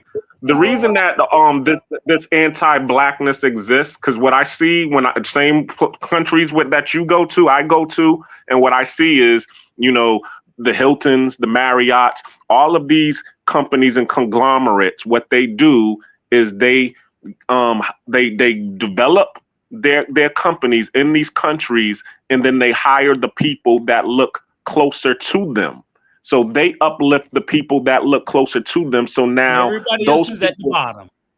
Exactly. But you have us as black people who can do the same thing. We can go into these same countries and develop businesses in real estate, and then hire the people that look like us and give them jobs. I mean, that's what I see when I'm here in Panama. I mean, it might be on a smaller scale, but it's still being done. The only black owned and operated sports bar here in Panama is ran by a FBA. I know people they don't like that word, but yeah, he's a black American, and and the people that he's hired are black Panamanians and black Colombians, and so that's what we need to be doing. We need to be doing the same thing. Those who have followed, as OTO said, follow the same blueprint. Follow the same book. And watch this. Listen, Uncle Rico, don't move the market. Let me finish on your first point before you try to make another one. I don't believe that it's a racism thing when it comes to black on a global scale. It's a colorism problem, and it has to deal with colonizing. Okay, when you have been colonized by Spaniards, and then you have a belief that lighter is better, and if you work out in the fields, that's still the same thing here in the Philippines. And you got the whole fucking Aboriginal fucking crest here in the Philippines called the Eta people. They're the most Aboriginal people in the whole fucking globe, even more Aboriginal than the ones down in Australia, and they're black with curly hair. Okay, so let me finish my point first before you interject. So what I say is it's colorism. It's not a black issue. They don't have a problem with black people. They have a colorism problem with being light because the colonizers that came there were light. And they think because they have been conquered by them, sometimes they want to dye their skin. and they don't want to look like they're worker bees that worked out on the fucking rice paddies. In Asia, at least, they dye their skin for that. Let me know when you They finish. don't look I like they're of a higher class. I want to It's a rebut. class When he's thing. done, I got a couple comments that I need to have read. Yeah, Okay. 0202. But there's a classism thing that goes on in a lot of countries. It's not about race. It's a No, I think it classism is thing. about race. I'll No, disagree, but go ahead. it's not. It is not, because they don't know about. Let's put it this way: you can't establish society on racism when the society was already established before racism was even a global thing. I They disagree, conquered but go ahead. people. They conquered people. Yes, there were warring nations against warring nations, and when they took them in as slaves or concubines or whatever the fuck it was. Okay, go ahead. But Go you ahead, can't say there's a slavism thing in the Philippines because they were never considered slaves. There wasn't a slave issue here. It was a color fucking thing. No, Here. but I'll push back against that. But then when the Americans came over, you had two colonizers. Let me say this specifically for the Philippines. You started off with Spaniards. With the Spanish-American War, the Buffalo Soldiers came in and helped win the war for the Americans. The Americans brought the fucking the Philippines from Spain after they won the war. Then you had the Americans with their fucking angle for racism and slavery, and they tried to do the same thing to the Philippines that they did to us in America. And you know who rose up and helped them fight? The Buffalo Soldiers that stayed here after the war was over. So our own black people have been here since the 1800s in the Philippines and rooted themselves here as well.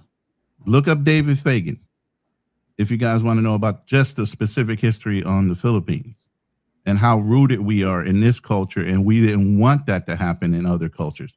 But there's always a colorism problem in a lot of nations, Latin America too. Breed them, improve the race. All these things, Viva la Raza, whatever the fuck the term is down there. La raza. You know, they always want. La raza. There you go. So whatever that term is, it basically means that lighter is better. Improve the race. And that's through colonization of the Spaniards yet again. Mm-hmm. You got different colonizers that had different mentalities. Mm-hmm. So it's a colorism problem more than it's a racism problem. That's racism problem. Clear about that. It's not necessarily the same. But 020 or Charlie Chan, take it away. Yeah. No, we just got to read these comments right fast, and then 020 OTO, you go next. Tam, you want to read YV comments, baby? Yeah, sure. I kind of think when it comes to business, it's better to work with a race that's different than yours to mitigate any envy, sabotage. Facts. And then he says, everyone's getting on you, Mr. Krusty, about your potty mouth. So this ninja seriously has a potty mouth. And then he says, Mr. Pepper, stop commenting so I can be first place on the XP list, boss man. And then the laughing emoji. Shout out to everybody. And it's not that I want to censor anyone. It's just that I'm not even monetized yet. So I'm trying to get to there. So man, if we could just I got a potty mouth. I'm sorry. By the way, if you're in my room, subscribe to Charlie Chan TV. That's why I come on his channel a lot and I simulcast with him, trying to support a positive black media. So please, if you're in one of my rooms and you haven't subscribed to Charlie Chan TV, I'm going to drop his link in a minute. Please subscribe to his channel. Thank you. But go ahead. Then I won't have a job anymore when he gets monetized because he could just hit the button.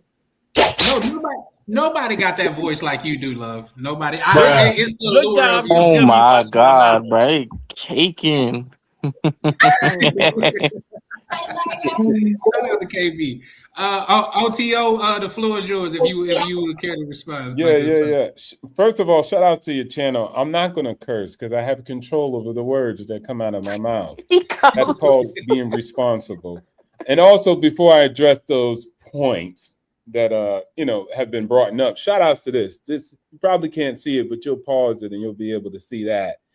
That right there is the development plan from the young brother that's black that I was telling you about, that he started developing in his own plan. And then what I also wanted to show, can you put that back up on the big screen? Because one, I'm handsome and I'm trying to show you the next one too. The next one is him right here. I'll make sure his wife is not in it. But him right here, he's opening that right there, right? And that's a cashier check right there. That cashier check was when he actually bought his first duplex. He moved in and his wife was like, what is this? And he said, you know how you have your degree up on the wall? She said, yeah, I got my degree. You know, I went to get my education. He said, this is when I bought our house and I made $1,000. We didn't spend no money, but we made money by purchasing this home. Because I showed him how to do it appropriately and how he structured his deal. So he was super excited for that. So I wanted to show that in real time. Presti, you talk a lot. Show something that you've done. Hold on. I gotta jump in because hold on. They be ganging up on my man. I agree with them a lot. Let me say my point. I'm about to just do this real quick, all right? And then you got it, my brother. First of all, issues. I've lived overseas, bruv. And I've seen Nigerians live over it and Asia and stuff. But when people address me, they're like, oh my gosh, you're American? So my skin is still black, but I come from America. So they see that differently than what they see when they see a black African. So it's not all cut and dry that it's just about your race and your color. And then I would say at one point, it's really not about being black. You know why?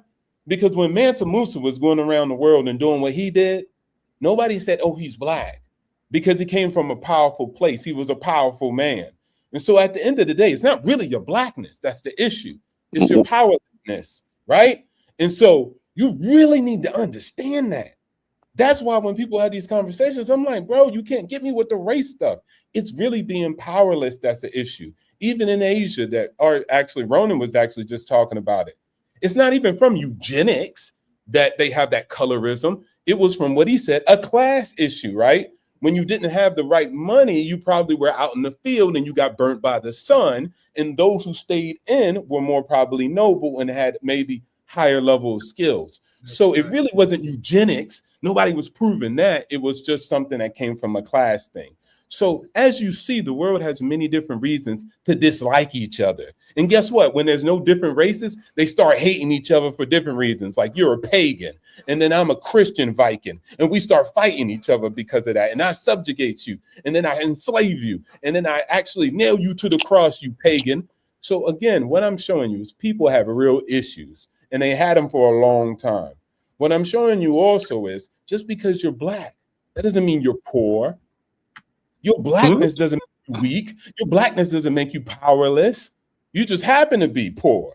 You just happen to be powerless. And you could do work and change that and be a powerful and a rich black man or woman. The power is yours and the choice is yours. Listen to old Krusty or actually create the life that you want here on earth. Okay. I'll rather choose. You next, and I'll answer after that. Go ahead. I can't agree with it because, okay, it's better if I tell a story like this, right? So back when I was in high school, you know, I was talking with one of my teachers and he's Columbia educated, very well educated man. And we were talking about the subject of, you know, some of these elite universities. And I said, you know, I really thought about maybe going to one. And he looked at me and he said, you know what, Carl, it's not that I don't think that you could make it. It's just that before you even step in on that campus, understand that 60% of the slots aren't going to you. They're to the legacy students. They're to the other students. It's not that you can't make it. It's just unlikely. And at the time, I wasn't really ready to hear that. You know, I thought to myself, I said, man, you know, I don't know what he's talking about. He doesn't know what he's talking about. He doesn't know me. I can do it. I can achieve it.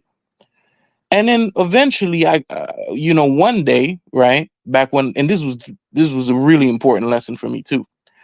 I was in this little science project. So when I was actually there, you know, part of the reason why I was there was because the school needed funding, and they were trying to get all the students to do this, so that they can get some funding for the school. It's a Title I school. It didn't have a lot of money. And then I met a girl there who was in 9th grade. And, you know, I'm talking to this girl. I'm like, wow, you know, that's really impressive what you did there. And she's like, yeah, you know, I know, you know, what ended up happening was my brother actually did this experiment in 7th grade. And I said to her, I said, well, this is a really impressive experiment. Like, how did you get the biological material? How did you do this? Because at the school that I go to, I can't do this type of experiment. They forbid it. They would actually, you know, this could really cause a lawsuit if you just use this type of stuff in the way that you did. And she's like, oh, don't worry. You know, I had my auntie who's from Columbia University, which she's a legacy at.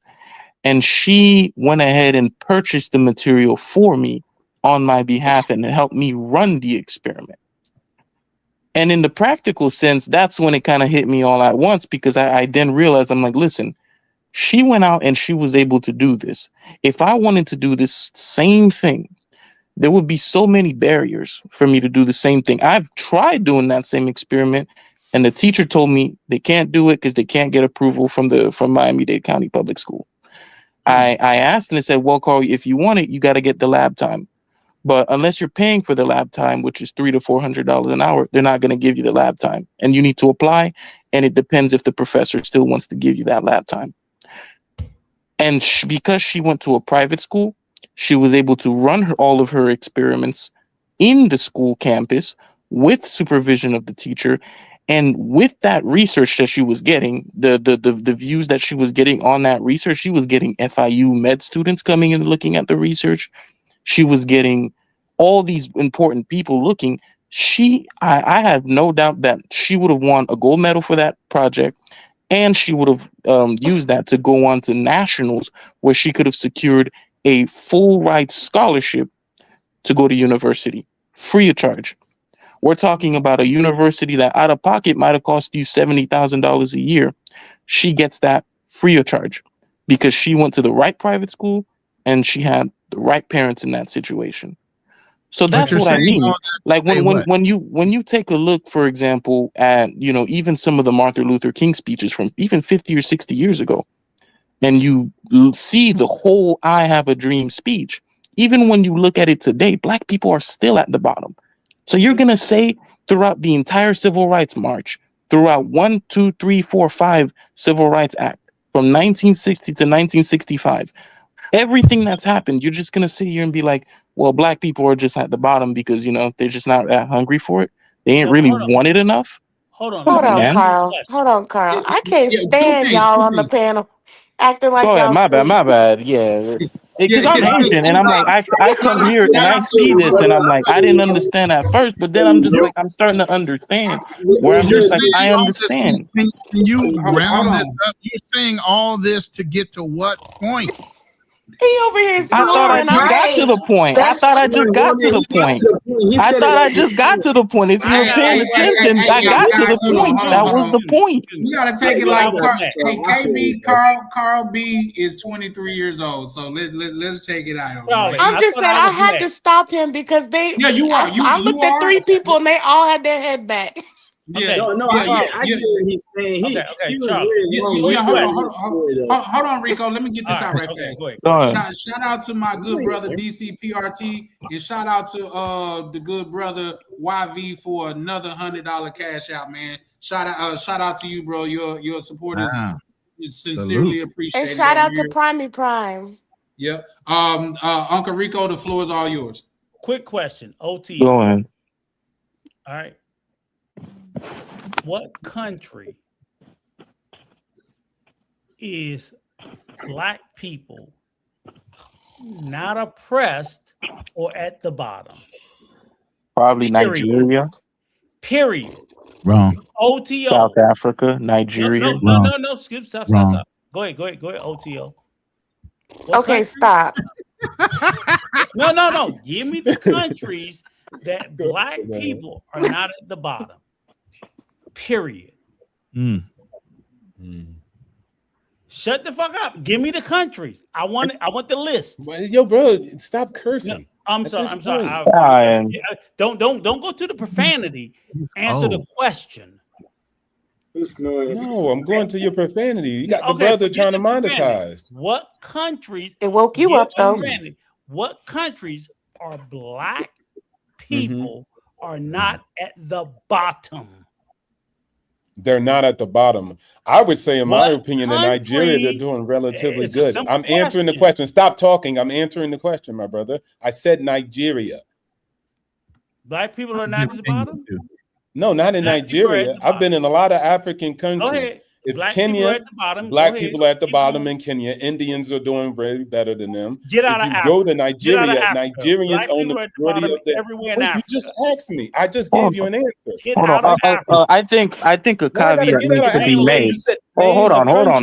hold on. You're A being caveat lazy. needs to be made because you have to yes, while black being people are lazy. doing well in those countries, No, you got to no. keep in They're mind at the, Not those. I even said e- one. even even in those Nigeria. That's countries, it. black even people are in, at for the bottom. example, South Africa, it has a One. long That's the history worst of bloody example. civil war. Who's It most? wasn't a Mandela served 20 years in order to Be quiet. Go ahead, man.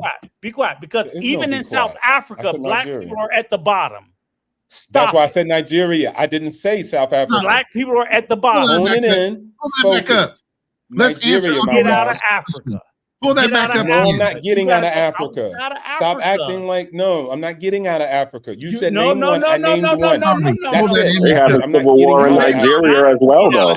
You I'm could not say getting out of Nigeria, but they Africa. still having civil wars in on. Nigeria. Of Hold course they're on. having issues. Just Everybody look has at the issues. screen Iran right has there. You issues. just answered your own question. Who's under them? Who's under black people in those countries? Black people. So get out of Africa. No. What? That's America on the screen. You said name one. You said name Ronan, one. That the one at the bottom. Bro, Stop. listen. Ronan, Listen. This Ronan. is how life works. Can I don't care about everybody your stop? scenario. Can everybody No, stop? not everybody stop. You asked the question, I'm gonna Can answer everybody it. stop? Let me, bro. You're Why you keep sitting asking there questions? staying in the continent of Africa saying Why that you keep there's asking anybody questions? below 'Cause- African black people. Yes, because we just showed in South Africa Who's they are. under Just black said in people Kenya in they Africa? are. Who? Stop talking. Stop talking. Okay. Read the screen. Jeez. Who? You're that old and you don't have any level of maturity. Have Okay, maturity. guys. Now I said we All right, go to we don't Kenya, gotta right? personally And if you attack go each to other. Let's Kenya, That's if you who. go to Kenya, it's a black country, but they're still at the bottom. So you don't have to just be in a place where it's not your country to be at the bottom. You could be at the bottom and another group could be on top of you. If you go to South Africa, it's mostly black people, but they're at the bottom. So it's not Who's about at being the the bottom? most. So when I said Nigeria, it's a good example because a lot of other countries in Africa, black they're people. mostly at the bottom of they're at the bottom of their own Nigerians country. are not black people. Bro, but are you not understanding? Listen, No, Kenya are is you a black not country. understanding? Listen. Kenya is a black country. It's mostly black And people, but they're Nigeria at is a black quiet, country. quiet. And Go they're underneath. They're at the bottom in Kenya. They're not at the top. Just because it's black, it doesn't put you at the top. Y'all Just because you're black in a being black confused, country, right? you're at the You see bottom. the gaslighting. No, There's no you're gaslighting. not I'm letting them answering your answer. question. You're not letting them listening. answer. You're not listening. Go ahead. Oh my gosh! You said name a black country first. That's the first thing you said. I said now black I named people. one. I said black people. Black people. Okay, there's black people in Nigeria. Okay, so again, let's start Kenya, over. Let's start over. Kenya, Yeah, Ask are we your talking about question. black or South black Africa. American or Name which? Hold on. Ask your Name question. a country that black people are not at the bottom. And I said, and this is why I said Nigeria. Black people. Because when Black people. they're black people, they're not black people. Nigerians are not black people. What the heck? Am I wilding out? Am I not understanding? No. this? I think what he's saying is like that's almost like a I got you on the simple. No, fact no, that it's not. I there's got black you. Listen, people at the top, listen, Charlie. there's black people at the bottom, Charlie, so there's only watch black this. Charlie, people there. Charlie, watch this. South Africa. Are black people at the top or the bottom? Bottom. Okay. In Kenya, it's black people at the top or the bottom? Bottom. Exactly. And Indians are at the top. So I'm giving you an example I said who's at the of where bottom. black people are not at the bottom. I said bottom. I'm giving you an example Name of where a they're country not that at the black bottom. people are And that's not Nigeria. at the bottom. Nigeria, they're not at the bottom. They're at the bottom in Nigeria. No, they're not. They own their own construction. They own their own oil production. The richest Nigerian in the world is a Nigerian from Nigeria. He does oil refinery. It's the only refinery in all of Africa. All of other African countries and all of other countries in the world don't have any refinery capability. The only black man that has it is a Nigerian in Nigeria. You're and not only that, arguing that Nigerians are not at the bottom of Nigeria. But Rico, you No, asked him they're a not. question. You're being No, you're disingenuous. I arguing. lived in No, Nigeria. no, I worked no, at the no, U.S. no, Embassy. no, No, no, they're no, not. no, I've no. seen a lot of You're not places gonna that get this they nigga. are. You're not gonna get this nigga now. Nigeria. You're Hold on, arguing. hold on. That's Black a people. double-edged question, though. Yeah, Exactly. like hold on. He is right in the sense that for Kenya and Nigeria, if you look at the richest and most powerful people, at least that are known By publicly, nationalities. they are black skinned. By nationality. But not in Kenya. No. In Hell, Kenya, not in yes. Kenya. Nationality. No, not in Kenya. No, sir. I lived in Kenya too. You No, sir. see how they Indians argue own it? Westland. Indians own, and no, I'm naming actually the But properties Charlie there in the Chan, districts in which they own and they all don't the Okay. argue that assets when it comes because to I've lived America. there. Unlike He ain't gonna you, argue you're that when just it comes speaking to on the America, internet. right? Miguel. You're just speaking on the When it internet. comes to America, we ain't crap. Wait. I'm Oh laughing my at God. Miguel. All right, you know what? I'm Watch not this. even Watch down this, with it. Especially when it Rusty. comes to I had How many one. words You're in a right. whoop chuck can a whoop chuck? Come on. Like, bro, you just want black people to be poor, broke, busted, and disgusted. No, that ain't your No. legacy. you want I black don't people care to be for poor that. black I men in don't care America, nothing for but that, when they're in bro. I Africa, don't care they're for rich. nothing about They that. kings in Africa. Okay, Hey, the white hey, man question, got guys. you, and I you got a losing all question. day, and you can never win. Okay, That's your Charlie's trying to lifestyle. talk. I have no problem with it. I got a question, guys. What is FLR? What is that? I'm sure Ronan could probably he know what that is. What Charlie is put 15 on it. FLR? Ronan, you know what that is? Ronan sleep. What is, I don't. Yeah, wake up early. I had to take a nap, man. Oh, that's a crypto. Okay. Hey, I suffer from PTSD. Y'all about to make me start taking my meds again, man. Take your meds. No, but look. Crypto. Oh, it's a crypto. It's a crypto. It's a crypto. Yep, I'm just looking at it now. Charlie, I'm about to head out. I gotta put my daughter to sleep and all that. I just want to say that I agree with OTO. If you want better, it don't matter the color of your skin. Put that work Let's in go. and go do better. I have a friend who's Hispanic and she's a school teacher. She's seen that home healthcare agencies were making money, millions. So then she went to Google and got the knowledge from Google and went and got her certifications.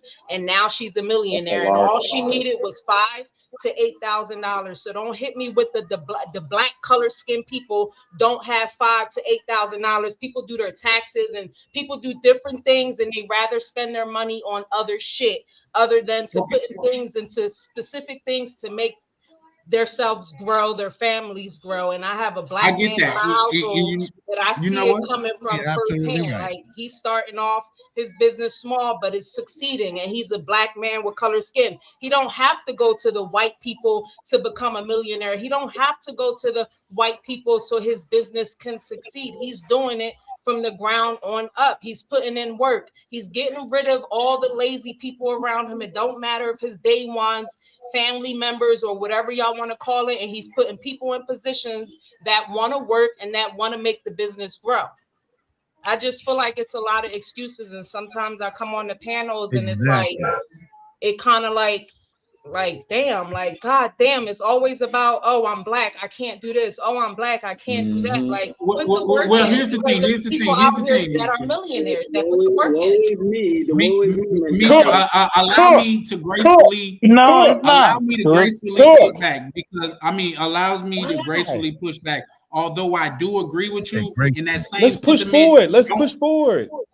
Let's stop pushing back, bro. Yeah, no, but at the same time. At the same time, let's do this. Let's do this though.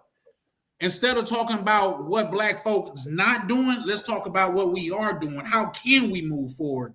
Opposed to just, black people will never do this. But when we put that knowledge out, they're still not listening to that. They still make excuses. How many times you made a lie and you put that information out and people just don't listen. That. I get what you're saying. But when you say they, you're speaking as if it's all black people. All right, not all, but most, and the majority wins, right? Because most white people are fucked up too. Can I say this real quick because it's so obvious? It's staring everybody in the face. About what everybody else is doing. That's moving goalposts. That's moving because you said, okay, that's them. I'm saying, well, if that's the case, stop goddamn harping on what black people are, the people that are not doing nothing. Stop harping on them and start building with the people that are. But let me say this real quick. That's what we're trying to put. That's how we're going to get into position if we surround ourselves with people who are doing shit.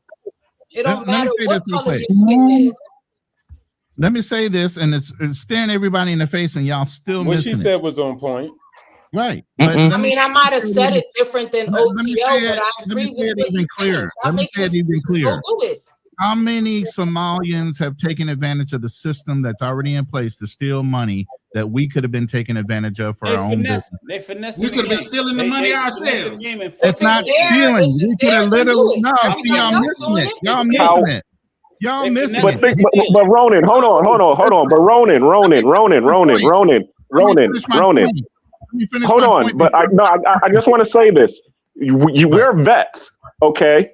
And how many of us were not knowing about how to get 100% disability or 80% disability? That information was shared with them about the child care hustle game. They did not share that game with us.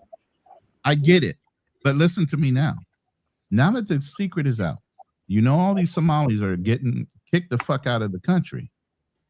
How many of y'all actually putting in applications to start your own fucking child care business? But the problem is legitimate ones, not stealing.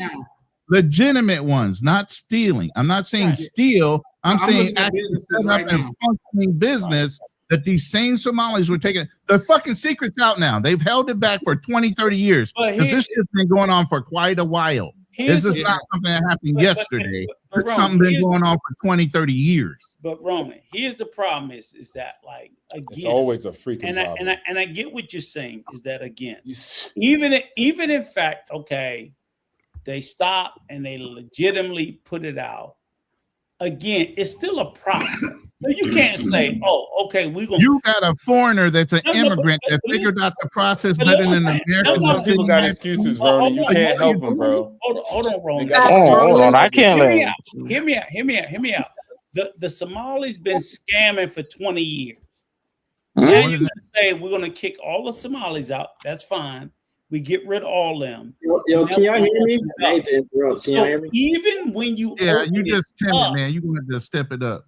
No, all I'm saying is that I was making sure because I was playing with my audio. What I'm saying is, even if you kick all the Somalis out and you open it up, and Nigerians, we're gonna open it up to regular white and black people. It's gonna take It's already open. You just need to fill in the blanks. But listen, what I'm saying, Ronan. Listen, these are people who have been blocked out of the system for 20 years. So now they're coming into the system. It's going to take them 2, 3. We have never been blocked. You might not have had the information, but hold on. I can't. Hold on now. Listen. If in fact, based on what they're saying in Minnesota, Somalis have had an $8 billion fucking scam. It's not only in Minnesota, it's Ohio, it's New Jersey. Like I said, this is a national thing. It is not one country anymore. Okay, but listen. If it's been a scam on the level that they describe, that means people have been blocked out of it. So once they get rid of them out of the system, it's going to take a period of time for new women to come into the system to replace them. We have to expect that to be normal. And especially we expecting people to come into the system, not to make up fucking kids, or I'm gonna make up 50 kids to come and stay in my daycare that don't exist. So we have to expect that actually did exist a process. Well, the key is that what's going to happen is that they're going to close the loophole and move the goalpost. That's really what's going to happen, and we're going to have to figure out what information and to be able to do the same, or as you said, to be able to get into that market again, because that was discovered, and they're gonna as I said, close that loophole and move the goalpost someplace else, and then they're going to allow another group of people to be able to take advantage of that. That's how they always do it. Hold on. I got to mention something to Ronan's point too, because I'm not going to sit here and say that black people can't take advantage of something like that, because I think they can. But you also have to consider too that I genuinely believe, or I genuinely think, based off of what has happened historically, because we had programs like that for black people. We had assistance programs in the form of damn it, I'm trying to remember it. It's public-private partnerships, all those types of things. And even with the institution of the Southern Strategy in the 70s, 80s, and 90s, a lot of the times when you hear the term, for example, welfare queens and Cadillac king, that comes directly from Reagan, one of the most popular presidents. And under his own administration, they implemented the Southern Strategy. And I really want people to kind of look into the Southern Strategy. And these people were actual racists, where what they would specifically say is that we can't say N-word, N-word, N-word, but what we can say is the word fiscal discipline. So in many ways, it's not that black people didn't want to take advantage of these programs that did exist, but there were very real barriers. I'm not saying that racism now is the same as racism back then, or that you cannot get ahead. But there's a reason that when you look at the black community, it's only $500 billion. And keep in mind, a lot of the wealth that is even in the black community right now only exists because the boomer generation and did a lot of the politics that needed to happen. For example, you had labor movements as well.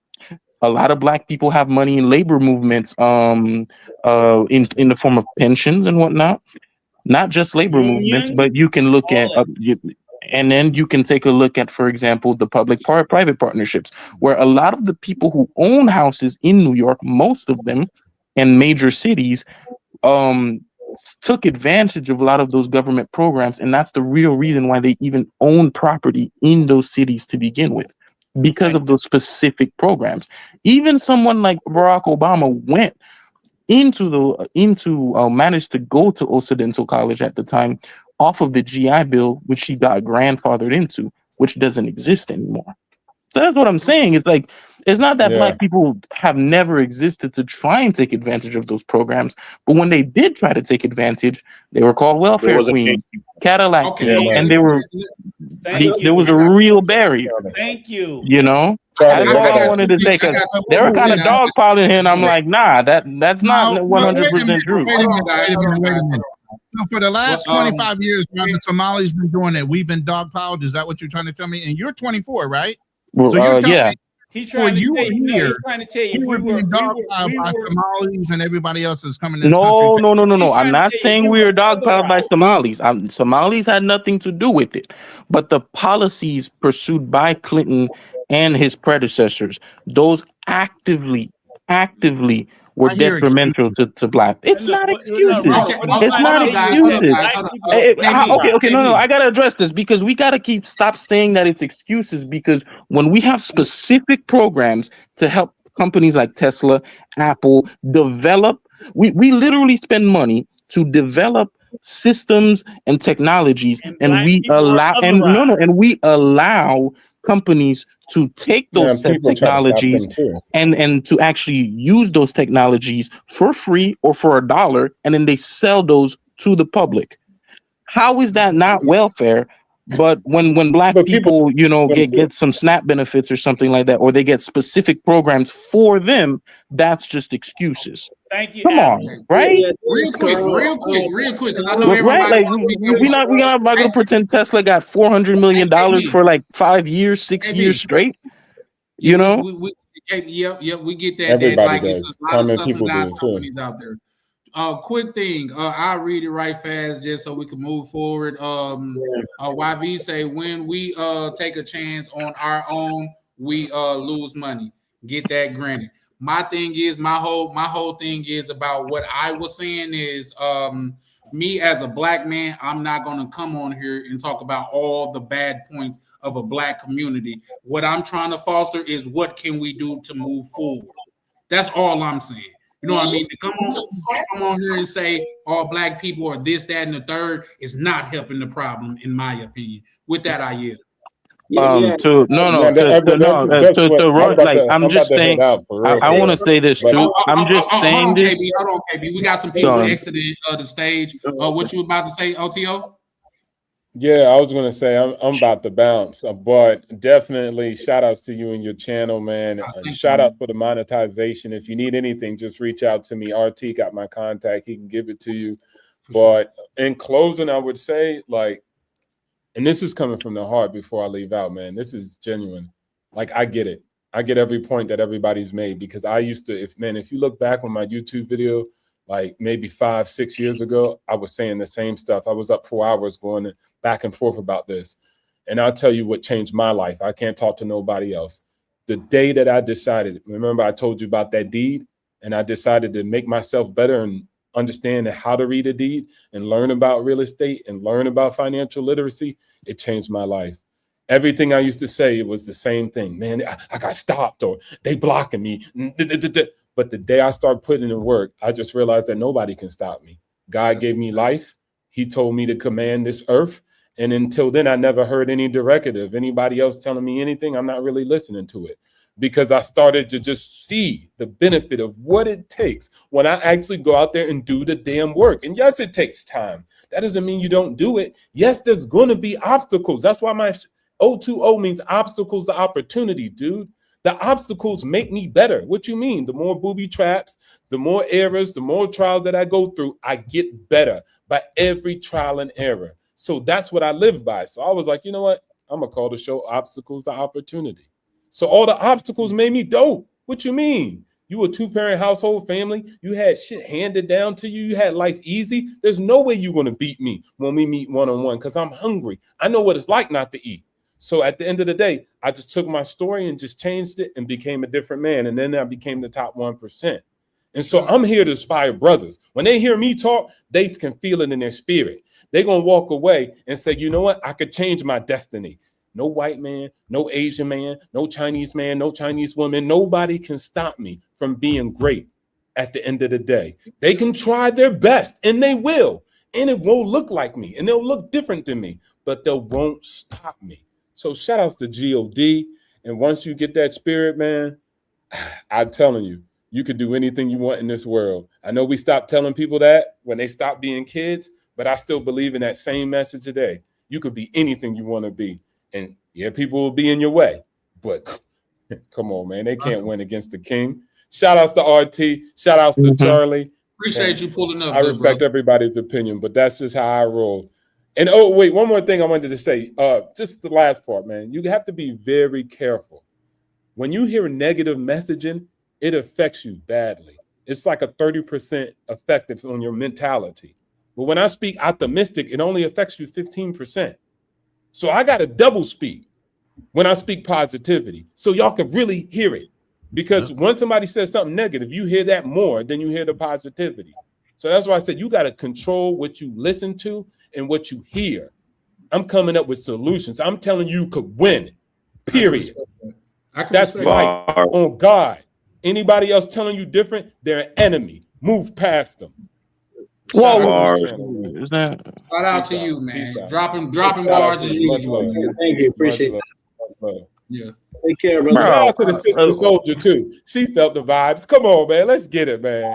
See, no excuses. No excuses. Get out there and go do what you got to do, and that's all I got to say. Stop being lazy. Shout out to the sister. Shout out to the sister. I agree with you too, bro. I do.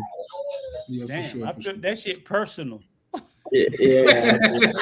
Well, okay. Well, here's the thing. Watch my language. Here's the thing. I got a question for. Yes, sir. I got a question for Misha and Uncle Rico, because you guys seem all right, because I gotta go. Okay, on two separate ends of the spectrum here. You're the lady. Yep. With that being said, with all of the negative stuff that we could say about the Black community, what do you have positive that you could add that the Black community could do to move forward? Not none of this be lazy, stop being lazy stuff, not anything anecdotal. I'm talking about something that is like what OTO was just saying, where he helped a young brother like go into real estate and things of that nature. Instead of complaining about the problem, how can you be a solution to the problem? He could go first because I gotta grab my daughter. But go ahead, go first, and I'll go right after you. Okay. So you want me to go first? Yes, sir. That's what she was just saying. She got a newborn. Okay. Yeah, no. I understand. And I definitely respect her for that situation. It's a tough question for me because I struggle with it. You know, the first thing off the top of my head is I would say nothing. And hold on. No, and you gotta let him finish, KB. No, I'm sorry, because there are things we can do, but go ahead. But you gotta let him. Let me finish, right? Okay. And I paused with it because I wasn't expecting the question. I would ask young men. So re-say the question again, Charlie. Okay. Because I want to give it the seriousness that it deserves. Yeah, you and Misha seem to be on two opposite ends of the spectrum. You know what I mean? Yeah. Just from my observation, you saying like all of these obstacles and things are in Black people's way, which there's at least there have been. There's no denying that. The history says agree with you there. But what can be done today? What can you bring to the table, or even in advice that move the community forward, opposed to just talking about all the obstacles that are in the way? Okay, boom, bam, damn. There you go. I'm glad you reframed it. Mm-hmm. All right, excellent. I got a fucking excellent answer. It goes back to the answer I gave you when I came in. Huh? No cursing, man. No cursing. Oh, I'm sorry. Thank you. Thank you for correcting me. Thank you. No. I appreciate that. I want everybody on this channel to smack me in the mouth and say, you little old B, you old dirty B. No, we too respectful. No. I want the disrespect to tell me when I'm being disrespectful. Right, for sure. That's what I'm saying. For sure. So what I'm saying is, when I came and I emailed you was, I want the authenticity. So when young men come into this space, I want them to be authentically honest about who they are. So if in fact your authenticity is that you're foul, you're this, that, whatever, and people call you out for it, I want you to deal with that and address that. What the hell are we talking about? KB, you got to let him finish, bro. Okay, because that wasn't me. Okay, that wasn't me. Then on the double down on that, you can't call him out for cursing and then curse. You curse, right? Exactly. What? But like, Dan, that's in the Bible. That's in the Bible. I'm just saying.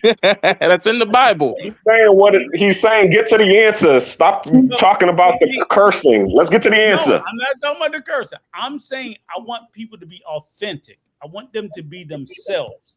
I want them to be truthful. So in other words, if in fact, I don't want somebody to pretend to be somebody that they're not. Just say who you are, be your authentic self. And if your authentic self is problematic and someone corrects you about it, you need to address that. You need to deal with who you are. So in other words, I'll come out and like my mouth is potty. People correct me about it, and I'm like, you know what? That's authentically who I am, and I need to deal with that. You're segueing. Whatever is problematic about you.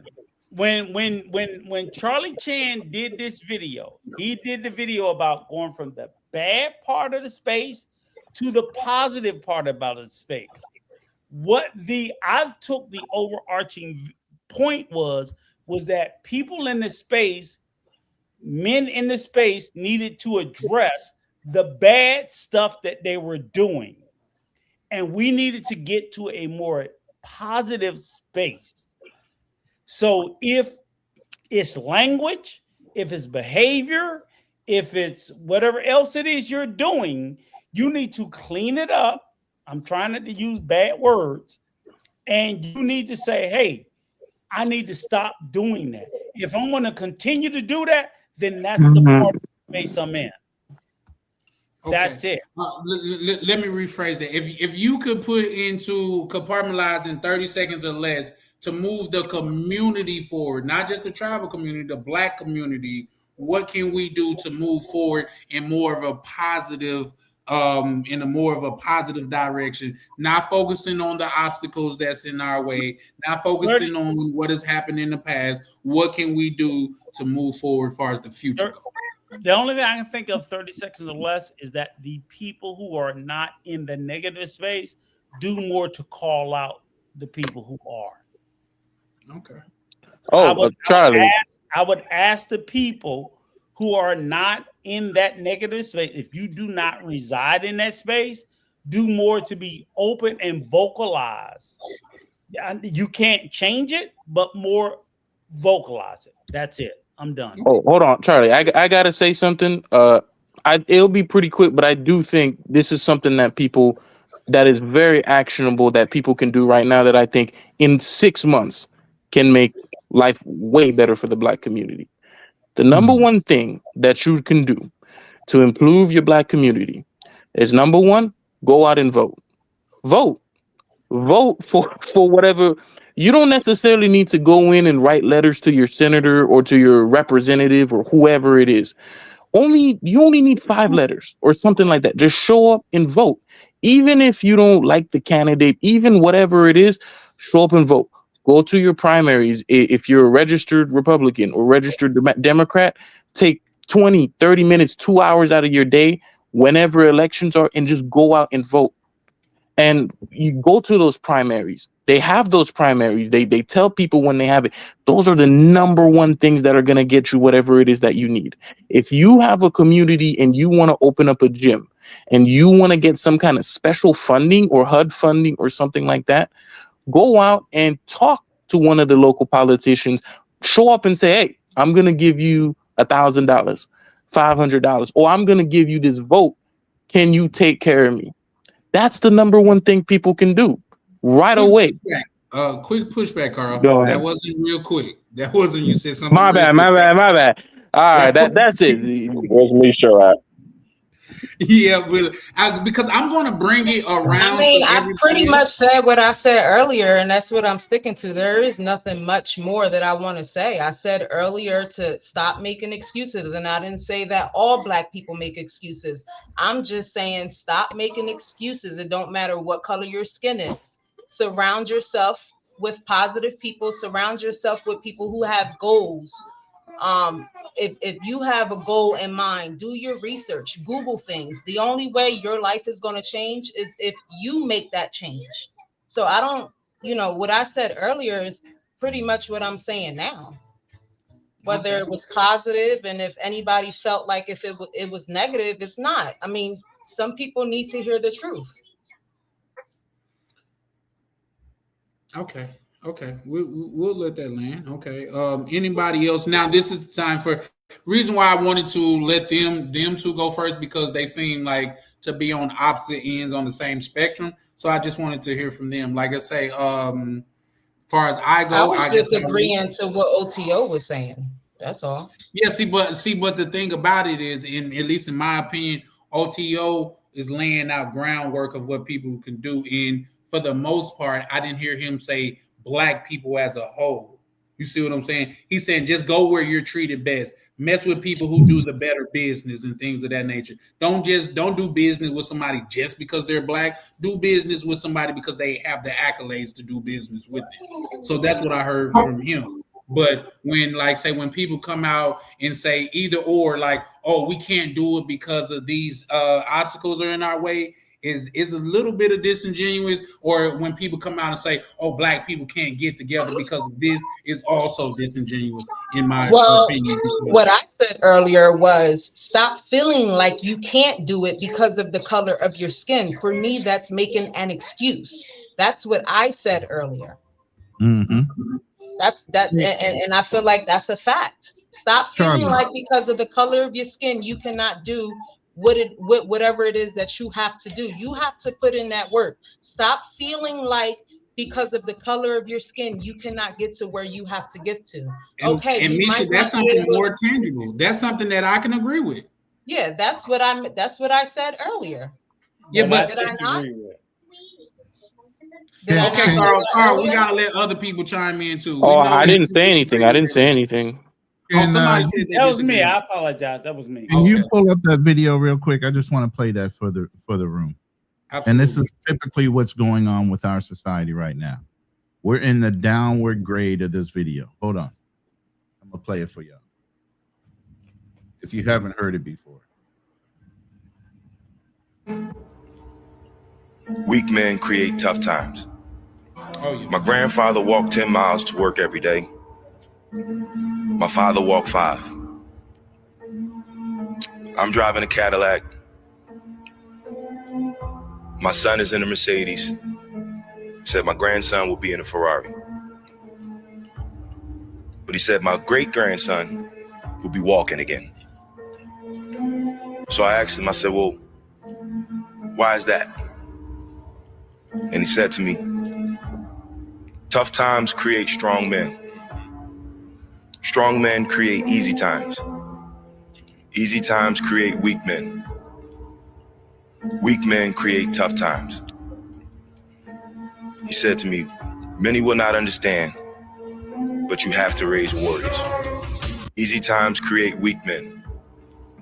Okay. Weak men. You can stop it. All right. Yeah, except for the Rockefellers, who are still in the Ferraris. But all right. Do you understand what that means? We're in a downward struggle from the baby boomers and pre-baby boomers to our generation, Generation X, to the generations on. We have made it to where it's been real cushy to come up. Now there's a level of expectation that goes on with these new generations that they don't understand they had to put in the work in order to grow as men, being successful, and other factors. So we're in a downward cycle right now, and it's going to take our community to commit to learning the new technologies that are coming out, STEMs, getting into AI, getting into the infrastructure that's going to grow into the future. You got these other communities coming into our country, getting into STEMs, becoming super successful, super fast. Why? Because they paid attention to the changing of the systems and the infrastructure that's needed for the future. So the thing is now educating our kids and getting our kids exposed to wanting to get into those areas. Stop pushing them to be basketball players. Stop pushing them just to be football players and all these other things, or a rapper or whatever with their talent. Yes, that's one thing. You need to expand their minds. I'm 58 years old and I'm doing AI. I just wrote a book on AI Filmmakers Playbook. At 58, I'm still learning newer technology where some people are stuck in a rut and they just feel like these are the only ways out for them.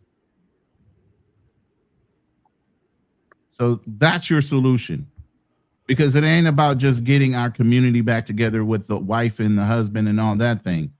Where are we pushing our kids to go towards? Are you letting them look up to these football players, these basketball players, these criminals and everything else, the rap songs, all this shit that's going on out there, lowering our morals and our ethics, these OnlyFans girls, these IG girls, all these things that are out there to fucking distract you from being in the place where you learn.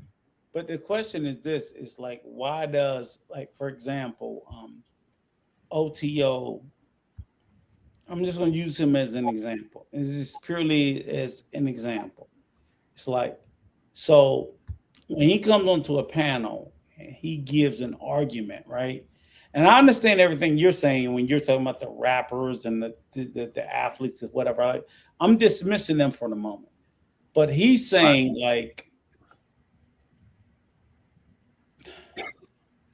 why is he being so dismissive again? When I stiffly ask him, like, why are black people at the bottom globally?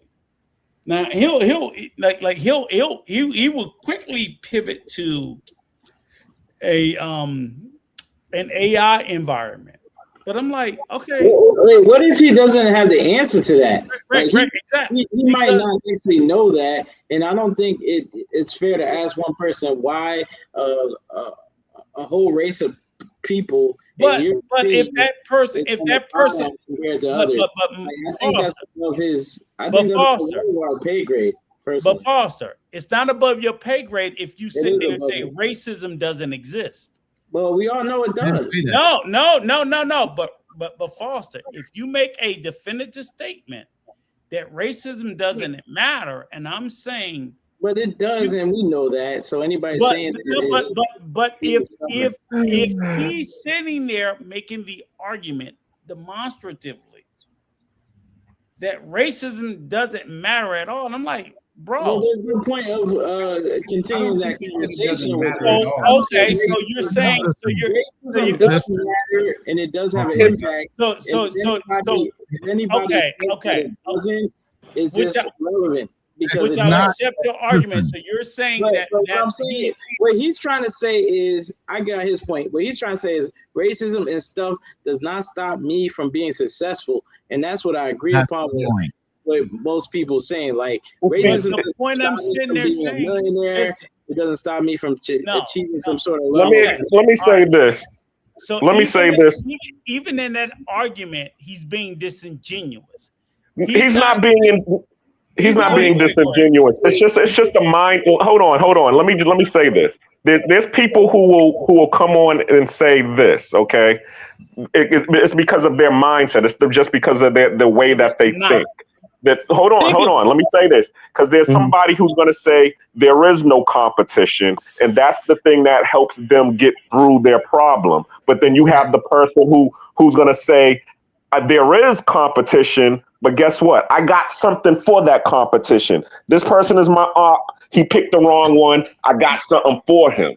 And that's what's going to help them get. See, you're the type of person who wants to see the problem, know the problem, understand the problem, and have the solution for the problem. But some people, they just want to totally eradicate the problem in their mind, and that's what helps them find the solution over it. So it's just really about a mindset thinking, or just a way of thinking. So hold on. I gotta mention this one thing. Because I think it's important, and you guys missed it. But it's very important, and we got to consider this too. He inherited the house. He didn't have to pay for it. Yes. And look, Apple. Hold on for a second. Oh, he's talking about Foster. Situation. No, Foster. I want you to hang on. Apple. Ain't nothing wrong with that, but I'm just saying. Hang on, Apple. Hang on. And Foster. This is the problem that I get with people like OTO, right? And I always tell them, it's like, look, for Black people, you have successful Negroes. And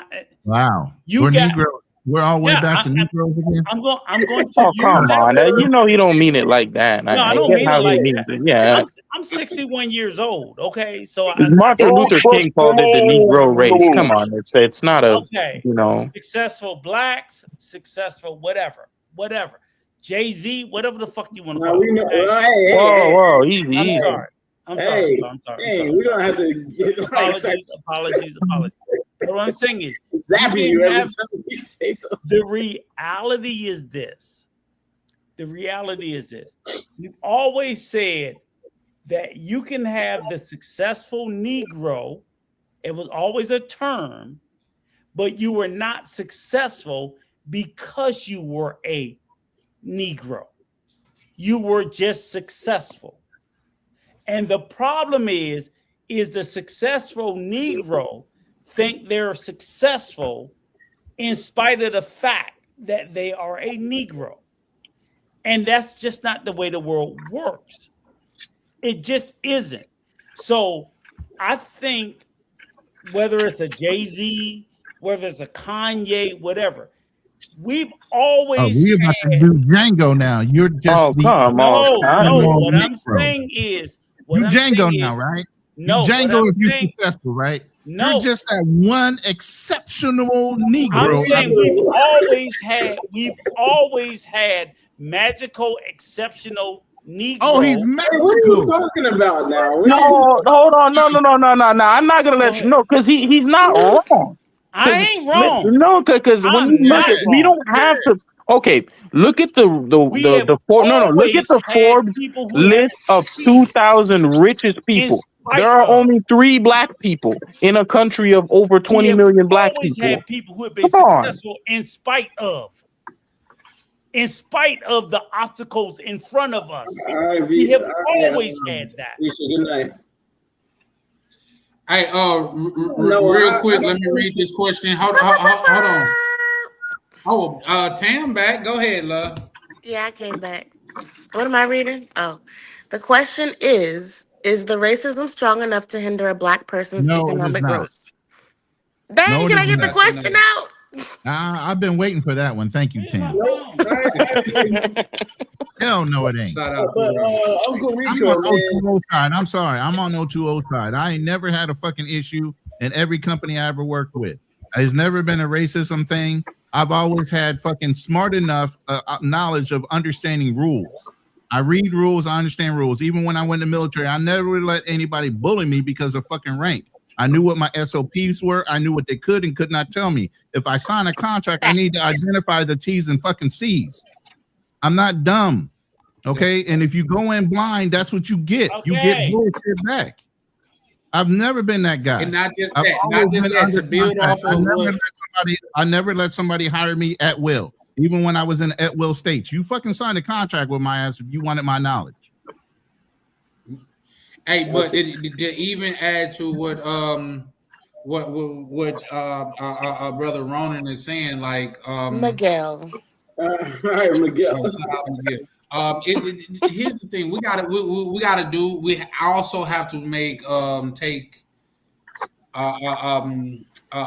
decision. We also have to take responsibility for our choices. You know what I mean? Just because everybody's going that way, don't necessarily mean that's the way that you need to go. As well as there's a difference between contributing factors and goddamn it, what's the other one? Goddamn it, determining factors. I could go into a bank and the person that's writing that loan may be racist, but it's just a contributing factor. You know why? Because there's thousands of banks out there. It's not a determining factor. I can always go to another bank. So and this is just where I have a problem. To where black people supposed to, a lot of black people feel like there's not supposed to be no obstacles. That's not realistic, bro. Life comes with obstacles. I don't even care if you white, black, or purple. Life is going to have obstacles. They may not be the same obstacles, but they're going to be obstacles. And to be honest, if being rich was easy, everybody would do it. It's called a barrier to entry. So it's either you're going to work to get over that barrier to get to the next side, or you're not. Life is full of winners and losers. Decide. And here's the biggest thing. What is our society based around? Money. I don't know any business owner that doesn't want to make money. If you're an asset versus a liability, if they know you're coming in with a gangbuster way of increasing their earning potential in that business, you're fucking hired. It doesn't, excuse my French, you're hired. Doesn't matter whether you got a degree, you don't got a degree. If you come in asking the right questions, you come in commanding the room, you come in exactly the way they want you to come in. It don't matter what your skin tone is. They're going to ignore everything else because they want what you got. You only have to be exceptional. That one exceptional Negro out of 50. There you go. Shout out to Right Near Cool back up, and shout why out is Miguel to on here? my good brother Miguel. Why How Miguel y'all on here? doing? Why can't he be on here, Tam? Because he's supposed to be in some deep, intense fellowship right now. Yeah. I didn't even realize I was on Misha's channel. Then I was like, wait a minute. I think Chan is hosting. My bad. I was drinking a little bit. But back to the earlier question. So I think the question was asked, how do we solve the problems for the community? So in order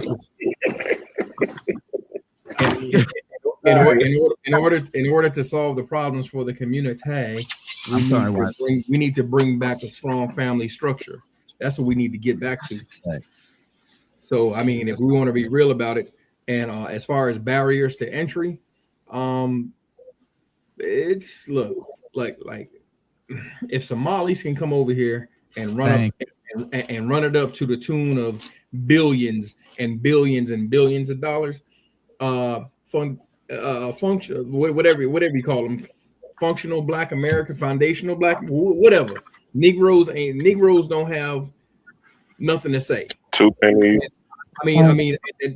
let's be 100. Like, let's be 100. And I'm not.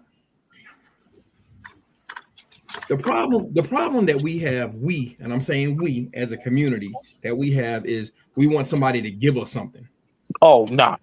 Come on. Bro, you had your chance. You had your chance. No. You had your chance. Let me finish. You had your chance. So let me finish. So Negroes want somebody to give us something. So you always hear Negroes talking about, oh, well, this and that, and the 40 acres and the mule and reparations and all. Bro, ain't nobody giving you nothing. What I always say is, you have got to learn the game that you're playing.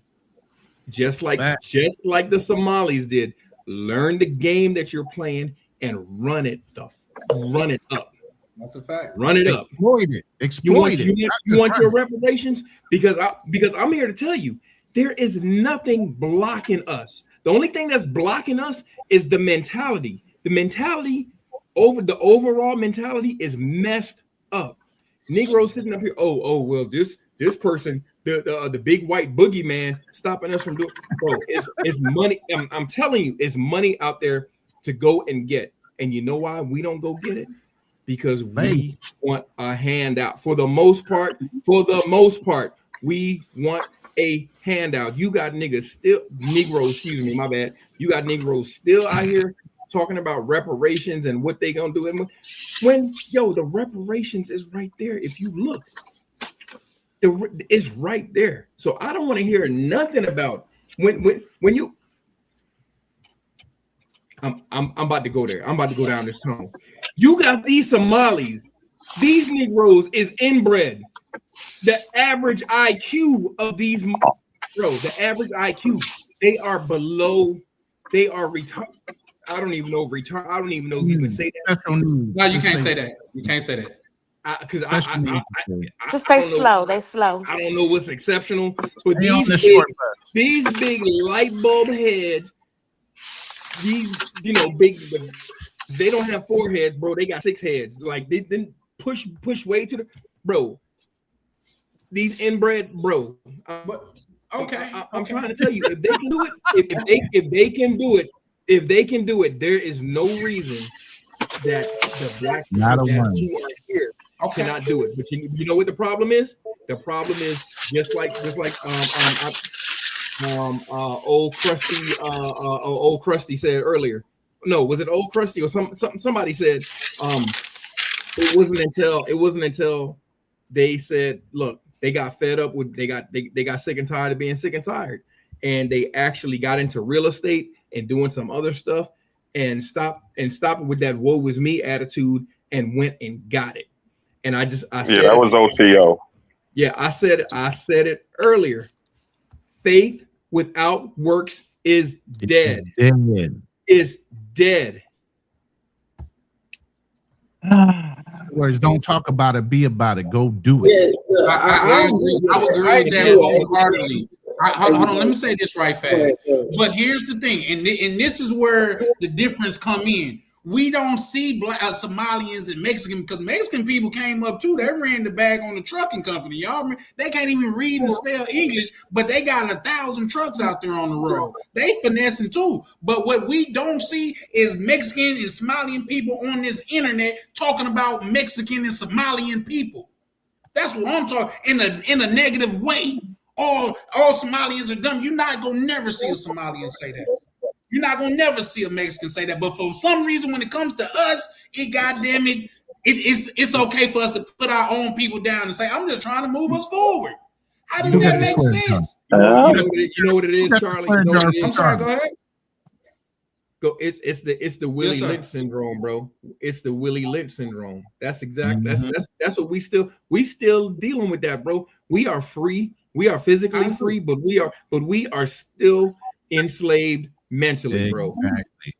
Hold on, Charlie. I gotta push back because I have Mexicans friends too, and the greatest saying they've had is Mexicans are the greatest enemy of other Mexicans. They talk shit about each other all the time. I've never seen it on the internet.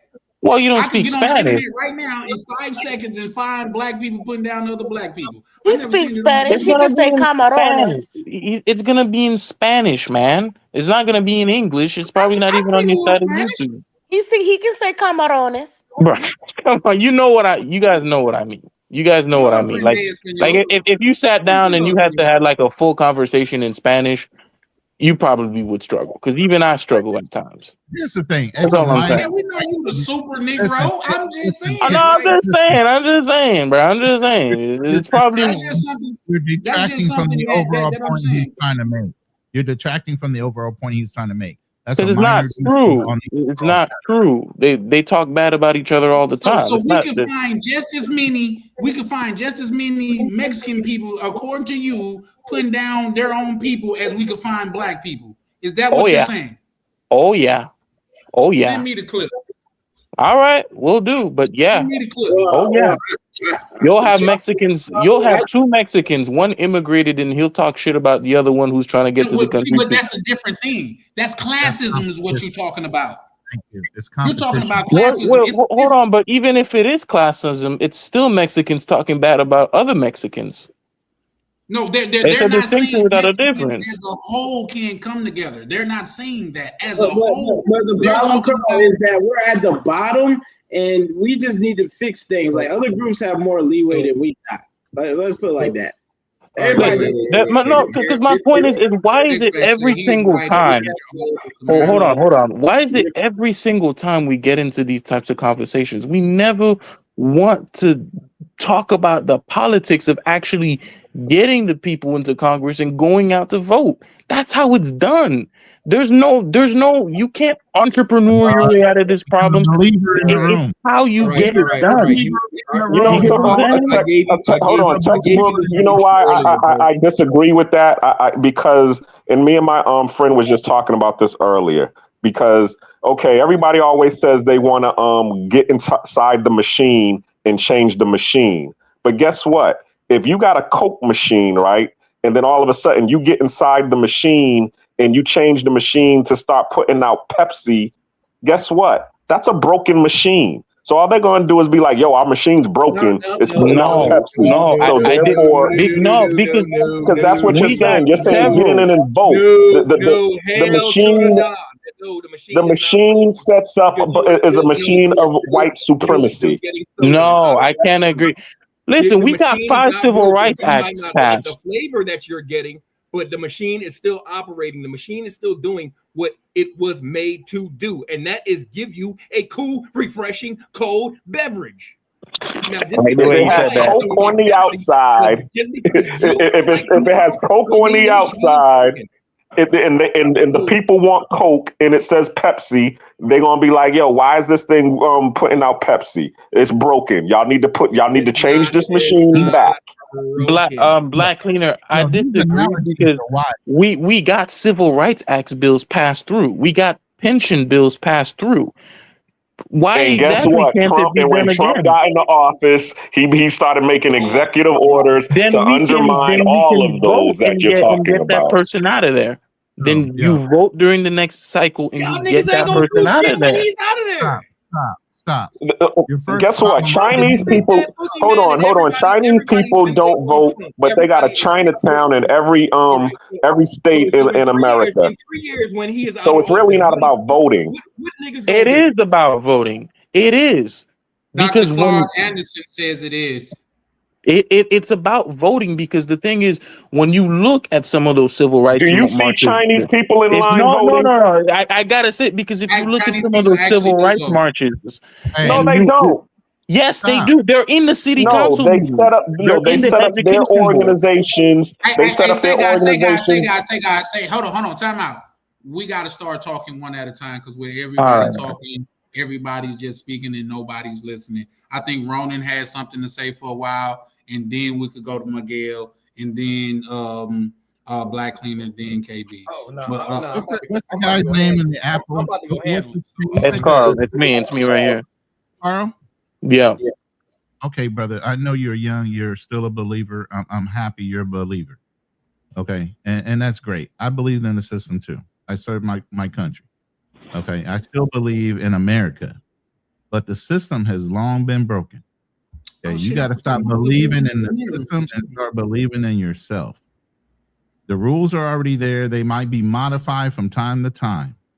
Okay, exploit the system as much as you can in a legal way of learning what the system and the rules are. Take advantage of those rules and make sure that you win at the end of the day. But it's on you. You got to stop believing in these politicians. They're paid. And the people that are paying them are paying both sides. The system has long been broken. The point is understand the rules of the system and start using them to your individual advantage. Nobody's going to come help you or save you, especially as a man. The system was built around helping women. You're a young man. You need to understand how the system works for your benefit as a man. That is a fact. Oh shit. This electric stuff and all that, forget about it. That's the game they get you to believe in. That's why they started the electoral college, because the popular vote don't fucking matter anymore. Excuse my French. Popular vote don't matter anymore. It's the electoral college that elects the president. And can that be fixed? Yeah, we just started learning about gerrymandering and moving the bar when it comes to what specific counties work in each individual state. Do you understand? Gerrymandering is how people get elected. Now, it has nothing to do with the popular vote. Ronan, I don't disagree with you. Like, but when we're talking about things, as a believer, you're worried about voting. It's not about voting. It's about understanding the systems that are in place, just like the Somalis and other people have come to understand, and utilizing that system to get yourself ahead in your family. Okay, stop worrying about the system that of voting, because that doesn't work anymore. We already know this. Okay, I'll respond to that. And here's the thing: if I talk about myself as an individual, right? Personally, if I were to, as an individual, I think the black community is doomed for several reasons, right? But if the question is, for example, what can the community do? Because before that, when you got to understand, gerrymandering as it is used to be way worse than what it currently is. It really was the case, say 60 years ago, that if you were black, you could not be elected to the House of Representatives. And, through politics, we managed, not we, but, those people back then, they managed to do the work in order to actually change that. And we have what we have here today. I'm not saying that it's completely fair or that it's even completely good. Blacks were House of Representatives for like a long time in Congress, by the way. So what you say? I didn't hear you. What did you say? I'm saying blacks were eligible to be House of Representatives. Black men were for a while. No. So okay, what I mean, I'm talking when we talk about jury. Go ahead. Let me clarify. Go ahead. Maybe clarify. What I mean by gerrymandering is redistricting. I'm aware. So let me an area so that the black people's vote is overwhelmed by the white people in that district based on population. Yeah. When there's certain key areas by population, that district should have counted more for the electoral college. That's the gerrymandering that I'm talking about, the redistricting of the power of the black vote. So to clarify what he's saying a little bit more, so let's say that you have a big district, right? And you have a district of 10 million black people and 20 million white people, and it's 5 districts. With gerrymandering, you can cut up the district in such a way where blacks are actually the minority in every single district, even if it's a neighborhood that is 100% black. So you can have one neighborhood and you cut the neighborhood in half. So one part is one part of a district and the other part is another part of a district. And it's supposed to serve to dilute the black vote such that you're looking at it too, you're making it difficult. What I'm saying is, and T-Mac just said it exactly the way I'm saying it. If you stop worrying about the belief in the system as far as voting and believe in improving yourselves, working the system to your family's benefit and your own benefit, stop worrying about the overall politics, because you can't control that. That's something that's outside of your realm of control. One vote is no longer going to count, because even with your one popular vote, the electoral college can change that around. So that's a system you cannot control. What you can control is yourself, what you do with your resources and how you gain and how you utilize the system that is in place. We are so worried about the politics of things when the people that are benefiting are the ones paying the politicians, and they're paying both sides. I gotta tell you, I fundamentally disagree. Because Okay. even when you take a look at groups like AARP, which is the largest lobbying group, which represents people 65 years old or older, a lot of those Medicare programs, SNAP benefits, and food programs, those members who pay into AARP, they get real benefits from that. Real benefits. They are Try to get rid of word that you Medicare said for. was they're Try to get paying. rid of They're Medicare for. utilizing their resources in order Yes, to get these but I'm benefits. saying groups of You people can understand the do baby that too. boomers is the largest group or genetic group of people that when they die, the whole level of wealth is going to transfer 2 generations lower. Gen X, we're not expecting anything. Hold up. Gen X is not expecting anything. We're not getting anything from the baby boomers. That's going to our grandchildren or our great-grandchildren. We're not going to see a dime of that. That's why we have been the way we have been this whole time. Okay, so we're not looking at the Medicare thing. That's not going to be around for a lot of us. Okay, but when they die off, you think the government's going to continue that program? That's not something you're going to be able to look forward to, Carl, especially at your age. Oh, of course. I don't disagree. But what I'm saying is that those people, I don't benefit. And actually, in many ways, what the AARP does is to my detriment, right? I lose sometimes based off of what they do because I don't need freaking medicine. I'm not 80. I don't really need, cancer appointments and things like that. But try to get rid of any of those benefits and see what happens to you at the Capitol. It's the same way where if you can have something like that, where you can actually create a party where you can get some of those things done through the politics. And listen, I'm not saying you have to go and you got to put on your hat and be, righteous all the time and march and protest on the street. All you got to do is just show up and just vote. You're just a believer. Show up and vote. He's a believer. Y'all hear this? Y'all seeing this? You're hearing him, and everybody says, "Man, you're gonna learn. You're just young right now." That's why I call him textbook. That's where the name comes from, because he's coming from the textbook, and that's all he can come off of is theory.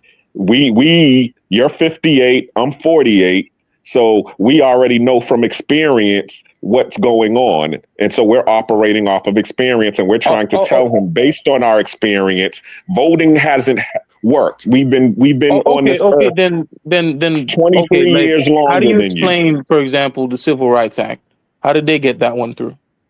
Getting hoses turned on them and dogs bitten and getting bitten by dogs. That's how they got the voting right. And then Martin Luther King getting assassinated, and then them burning every town down after him getting assassinated. That's how we got the Voting Rights Act. But what did people do even after that to actually maintain that and get a lot of those labor unions and things of that? Wait, let's stay on that point. So once we won those things, right? All the politicians had to do was change the rules of the fucking game. Excuse my French. All they had to do was change the rules. Instead of it being a popular vote, they brought out the Electoral College.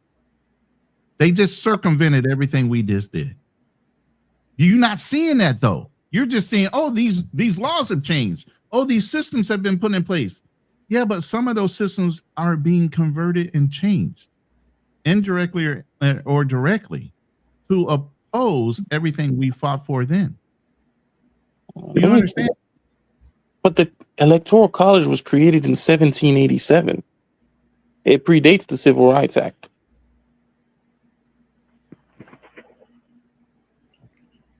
Real quick. YV say KB is KB is a gent. I used to think like him. He'll have to learn on his own as he get older. Shout out to KB. I think it's cool. That hopeful at a young age. Maybe we just some old dogs and we just lost. Charlie, it's not that I'm hopeful. We know. practically speaking, Charlie, I don't think there's really any hope for the black community. But if there were to be hope, this is the way to do it. That's spoken by a true that's immigrant. all.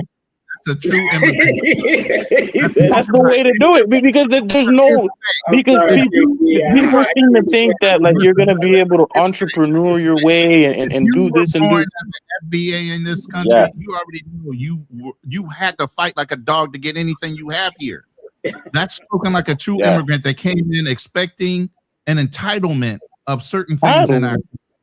Yes, your family has been entitled all this time that they got here, and that's the reason they got here is because of all the struggle all the FBAs had to do in order to set the system up for y'all to take advantage of it. So as an FBA, we already know we had grassroots had to fight out of everything we had to get into. But some of the people that come in and some of the older guys or some of the younger guys don't understand that you're gonna have to fight to get everything you got. You know what we say? I think we kind of missed the plot because what we were talking about specifically, and I said, if the black community, if there is any hope in that of rebuilding the black community or increasing black wealth, because I honestly think in about one generation, black wealth will be absolutely zeroed out. That's just a fact. If there is going to be any systemic change that people want to see by bloodshed, no, I'm not. Listen, I'm not just speaking out of my mouth. If you guys want, you can go to the U.S. Census data right there, and you can compare the black wealth and its composition compared to white wealth. Who is putting out the $500 billion that the motivation behind the information? History. The history is written by what? The ones that are winning. No, come on now. People's population accurate. But yet and still, black people as a whole have over $3 trillion worth of spending ability, but we're gonna dissipate somehow. No. Spending is different from wealth and assets. You gotta have the money to spend in order for it not to be effective. No, because an asset is anything like property or anything that entitles you to some kind of revenue or future cash flow or something like that. The majority of the black assets and wealth is held up in either housing or pension funds. And when those people die, it's either that they might have to liquidate those assets to pay off debt, like their housing, or what they're going to end up having to do is when they die anyways, the pension's gone. So all of that wealth, what you're going to find is that it's just going to dissipate. It's going to decrease, not increase. It's going to go to zero. I don't think. No, I mean, it's just going to be such a small sum. It's going to be insignificant. It's never gonna go to zero. Now, is it significant now? I mean, you tell me. Well, yeah, I mean, less significant. I think maybe instead of 500 billion, it'd only be 250 or 300. It's pretty significant. I don't think so. When black people's incomes have increased, their education is increasing, things are increasing on black people. Black people do their best work when they're gun to head, to be honest. I mean, who knows? They might overtake Hispanics. You know what I'm saying? I understand what you're saying. And also, but again, the pensions too for other groups. And black people have been dead for a lot of years. Do you understand? I'm a financial advisor. Do you understand that the three-legged stool has been broken for a lot of years? And that's why they put everybody in 401k plans. 401k plans were never meant to be stabilized retirement plans. Ask the guy that invented them, Ted Bennett. This is what I do. What you're talking about when it comes to pensions, companies have gotten people out of pensions because people have been living longer, and a pension plan doesn't end until you die. So what they did was they started pushing people into the 401k system, which are what? Mutual funds that are risked out on the open market, where you were guaranteed a paycheck out of a pension plan. This is all a farce. Of course, pension plans are cycling out because they're not renewing people into them. They're pushing you guys, the younger people, into 401k plans and offering you 6 and 12% matching. What happens when the market takes a dump? Your pension plan, or I'm sorry, your 401k plan takes a dump. A pension plan never. It's stabilized. You got a guaranteed paycheck every month, until you die. Well, and proof of that was when what happened in 2008 when the recession happened because of the housing and the market took. You know how people lost hundreds of thousands of dollars out of those mutual funds, those 401k plans. Ronan, So we already know about the pension plans. That's a non-factor. That's even a non-conversational point. That's what I'm saying. People on this panel, we old enough to understand. No, it's only a conversational point because that's where a lot of black wealth in the older generation is being held. You don't gotta take it from me. It's not me just saying it, it's the Census Bureau. Why would black wealth be held in a pension plan that does not carry over to their descendant? That's not black wealth. Because that was how the agreement was made back then. We're talking about older people, 75 plus. That's how they want you to age out, they want you to die. That has nothing to do with transfer of wealth. When a pension person that owns the pension dies, that's it. Nobody in the family gets here. But for the black people who currently hold it, it's still an asset. He's saying basically black people mostly are employees, and the only thing that we have of value is our 401k or the house that some of our grandparents bought. That's all that he's saying. What we talked about earlier with the history of redlining and Black Wall Street and some of the places you named as well, Cleaner. Mm-hmm. You know, he's not hearing all the other substantiated points of why black wealth isn't where it used to be and why we aren't at the level of our white counterparts because they kept on knocking us back down. Listen, I don't disagree about that. Because maybe we're losing the original point. The original point was that if it would be that there would be something to save the black community, as they would say, it would have to be a solution through politics. That's all I'm saying. It's never going to be a solution through politics. It's always going to be a solution through action. Exactly. And the action is politics resources. It's action. No, it's going to be on what you learn. It's going to be in STEMs. It's going to be in where you direct your kids to go into as far as earning potential. It's going to be in encouraging them to start their own businesses and not work for somebody else to grow their wealth and start your own dreams and work towards doing those things. It's called re-education in the way that we think as far as going and getting that postal job to guarantee a paycheck to bring home to support your kids instead of going out there and being an entrepreneur and starting your own businesses and running things to where you gain your own wealth and you hire the white people. Oh, guys, I gotta get out of here, but I appreciate the conversation. Shout out to you, Malik. Be sure to check out your channel, Ronan Black Cleaner. Chan, I see you creeping up on me, but you know I'm holding you down. Hey, next time, like we started cooking so much tonight to where we couldn't get into it, but we'll set it up. We'll set it up. Yeah. I'm on your heels though, brother. You only a couple subscribers ahead of me. I don't like you being on my neck like that. You know what? I think in the next 24 to 48 hours, I will overcome you. Maybe. I mean, I know how to come back. You know, I know how to come back. Hey, you know what? I tell you something we say down south. Sound good. Okay.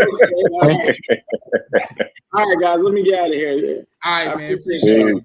Yeah, we're gonna be wrapping up in a minute, though. This has been a very interesting conversation. When I say the face of the community is getting a facelift, this is what I'm pertaining to, man. Like, instead of talking about women all the time, we're talking about how we could push this community forward. And of course, everyone is not going to agree, but the conversation do need to be had. Facts. Yep. KB, I don't know, man. You know what? Shout out to you, KB, and too, with much respect. But when I think about you, and you probably not even old enough to get this one, but I think of you a scrappy dude. You know what I mean? You Scooby Doo nephew. There's always one of you and me. He's scrappy dude, man, and like we get you, young brother, and we mess with you, and like we say, we can tell you an educated young brother and things of that nature. It's some things that those books is not going to teach you. You know what I mean? It's some things that just got to come with experience. It's some things that's just going to come with living. So, Charlie, check this out, Charlie. So, not long ago, it's been 2-3 years now, probably. I've been working all throughout college. I became an accountant. First year I became an accountant, I was making 65. Now I make about 83. When I look up my income, right now, I'm not saying I'm rich by any stretch of the imagination. I We don't know get it. how You well I'm didn't do doing. the chart earlier on this Right, live. right. So like we were talking about that, and I'm like, listen, when you look at my income and you put 23 years old, black, and at my income, I'm 98 percentile. I put my same income, right? And I put 23 white, same income, 75th percentile. If I compare it amongst all white people, 68th percentile. There's a You're systemic, being like, you get redundant what now. I'm saying? Ah, okay, Yeah, okay. yeah, I do. But what point are you trying to make by saying that again? Thank you. Did voting get you there? Yeah, in many ways, voting got me. Shit, You're being disingenuous no, now, it Carmen. did. Come on It now. did. Your It did. It did. Maybe it wasn't. No, because maybe it wasn't my effort, but I got Pell Grant. I got Pell Grant when I was going to school. That's the only reason why I managed to graduate without debt. Not only did I get Pell Grant, but I managed to study up, and I actually, through the state of Florida, I managed to get a scholarship through the state of Florida as well. Wait. Was that the country that did that? Or was that your own personal effort? No, I'm saying it wasn't. It was my own personal effort. Did the But country you put gotta it keep all it. in your brain, or But did no, you have to sit there and dedicate hours of studying and reading and listen, actually Ronan. Of that course, information? I had to dedicate time to study. Of course, One of your but senators come by the those house to make sure you programs. were studying? Did some of those sick mayors come by your house and make sure you were doing the homework that you needed to do? No. When did the politicians actually help you take those tests to get certified as a CPA? None of them did. But the government didn't also have to give me Pell Grant. It didn't also have to give me a scholarship either. That was already in place. The government had No, nothing. it was in place because were fought by other people. it was in place because people came in and they did the politics that was necessary in order to get that set up. Pell Grant and these types of things aren't for poor people. Was that done before and during your time of being on this No, earth? it wasn't. It wasn't done during my time. Of course not. And so the system was already there. What have they done for you lately? What you mean? Aside from allowing me to graduate without debt from college, that's a big thing. That system is already in place. They didn't allow you. The specific politicians that are in office right now did not help you do anything. They old as shit. A lot of them did, believe it or not. You know, Joe Biden was still in office. Joe Biden didn't help you study. Well, he didn't help with him there. Okay, and I have been a little. It's a little obtuse. Okay. Ronan, when Joe Biden was in office, Yeah, Joe Biden's old, but no, of course they didn't sit there and study with me. Still not catching on. Nah, he's not. No, here's the thing. I am catching on. I get what you're trying to say. This is the most dangerous thing, in my opinion. He is catching on. He know full well what you're saying, but I think, and this is with love, KB. His desire to be right is overriding everything. It ain't that. I promise it's not that, Charlie. The thing is that those programs that were put in place, the people who get to take advantage of the Pell Grant or get to go to school with the Pell Grant, they're not rich kids. They're not rich people. But the government said something like that to where I managed to benefit, even though, you know, I wasn't necessarily there to do the politics. And it's also about paying that forward too. You know, there's plenty of kids who got to eat off of the Pell Grant. Who do you think wasn't there in order to implement the Pell Grant? Who do you think did the politics for those Pell Grants that you're taking advantage of? To be honest with you, I'm not completely sure. I couldn't tell you off the top of my head, but I know it was done. I couldn't tell you exactly. Okay. Well, here's the thing, KB, man. Shout out to you, young brother. You are doing your thing, man. Kudos to you for that and things of that nature. I just I hope that you realize, like, say that whether you, like the gentleman just said, he didn't have money for college, so he went to the military and still got an engineering degree. Winners are going to win. You're going to find a way to win if that's what you decide to do, is win. You see what I'm saying? The military, in a way, is a program too for young men. Oh, it's a program too. It's a program too. By the way, let me tell you, the Pell Grant was established in 1972. Okay. So the politics were done by the baby boomers and Gen X. Shout out to Gear. Shout out to them. I'm Gen X. You're welcome. Thank you.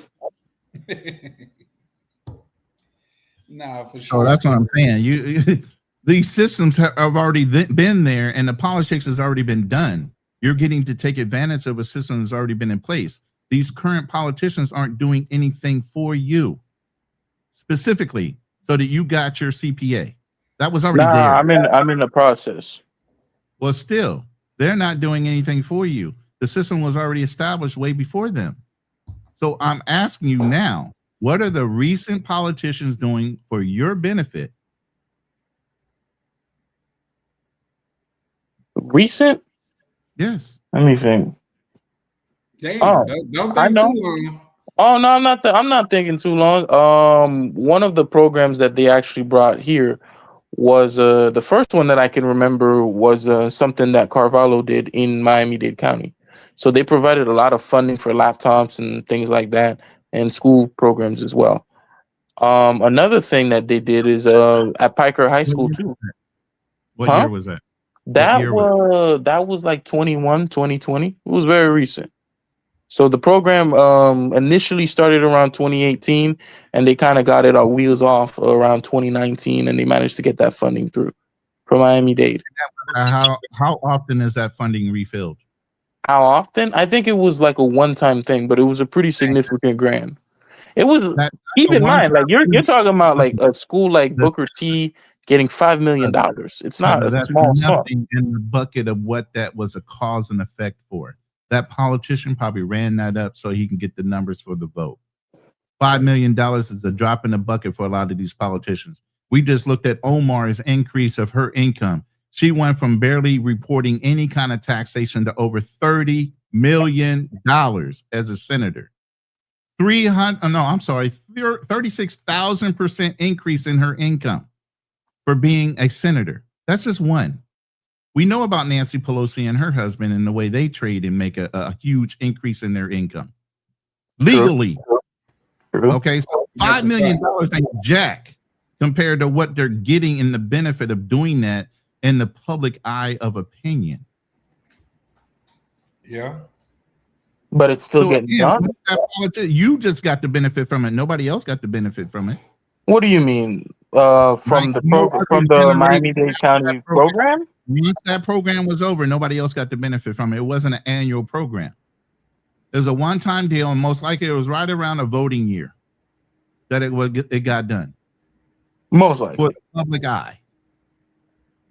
And so it's not a program that's repeated, so nobody else got the benefit from it from that year on. This is what I'm trying to tell you about the system that you believe so wholeheartedly into. And even with the known fraud that's going on in Somalia and Minnesota by the Somalians, do you know how many politicians are fighting against the full-blown investigation, the ouster of the governor, and so many other people? You know why? Because the Somalis are sitting there threatening, if you don't fight for us, we won't get you reelected.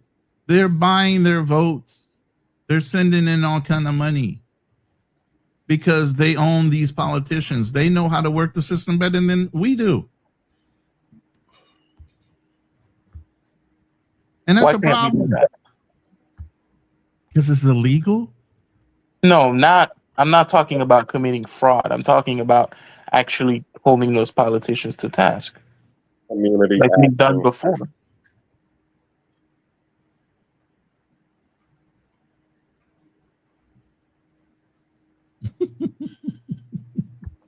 I'm glad you're a believer, young man, but you're going to have to realize that you need to look out for yourself and your family without breaking the law, because these politicians are not looking out for you. Of course, there are no politicians that really look out for us. But you just said by voting, it's going to change things. And yes, we've been because telling you for the last hour. Wait. We've been sitting here telling you for the last hour it's not about voting. And you just admitted saying it's not. Because let me.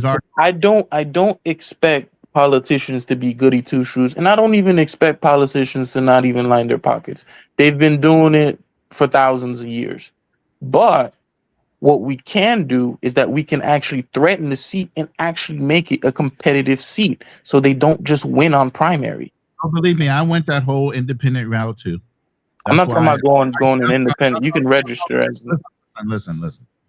I went from being a full-blown Republican to doing independent because of Ross Perot. That'll date me as far as how long back ago that I was voting. Ross Perot was going to run on the independent ticket because Patty Bush did not want to step out of the way on the Republican ticket, and he sure enough wasn't going to go Democrat. So he actually pushed the independent party into play, split the vote for the Republican Party so that Clinton could walk into office. Mm-hmm. Yeah, shout out to you. Mm-hmm. But yeah, I think we're gonna have to kind of land it there just because we got a lot of young brother to believe in what he believes in. I used to believe in Santa Claus too.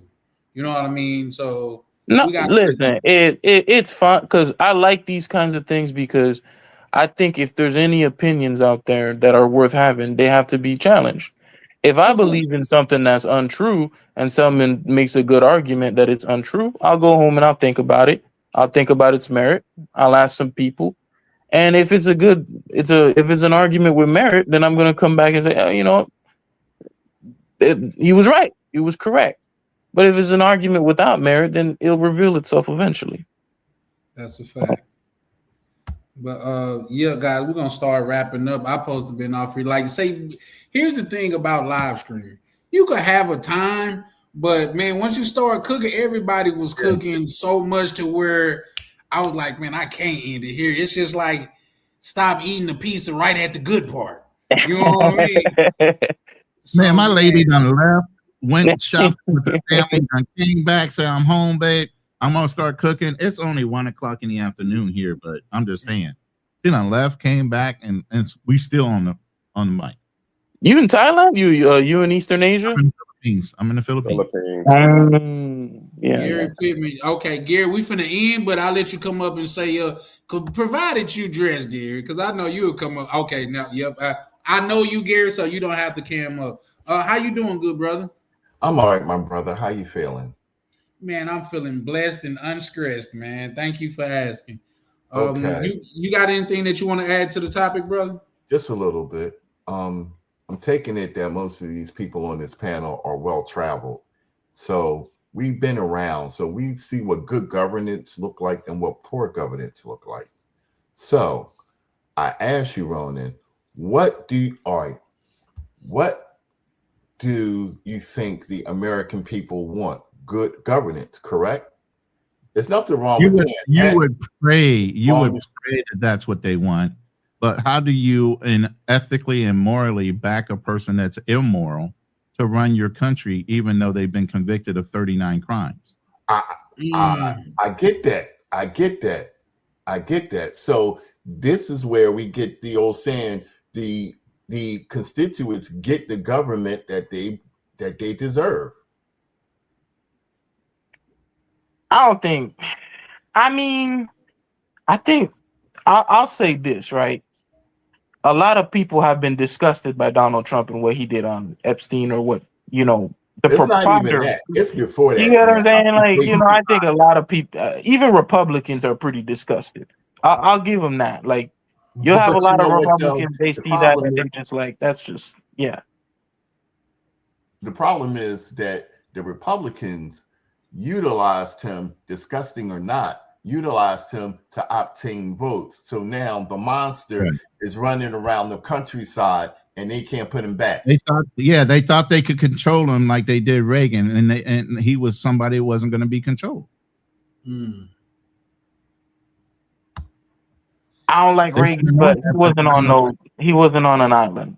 And the things that I've never heard anybody come up and say something about Reagan to the tune that, like, he went in to Miss USA pageant and then, like Miss USA.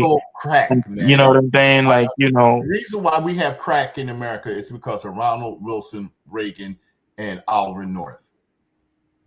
Yeah, that's true. That's true. So and then before he I'm did impartial that, that he Ali made had to take sure the fall he with the got good rid Marine. of all of, because you couldn't go in New York or Philadelphia without seeing a black business. He got rid of the small business loans for black independent business people. That's why you see a lot of these Asian and Dominican stores in the neighborhood, because the loans went to them, and they did not back black citizens.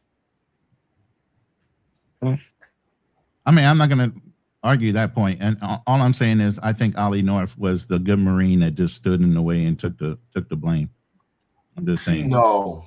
Yeah, we have that kind of mentality. I'm sorry, but not sorry.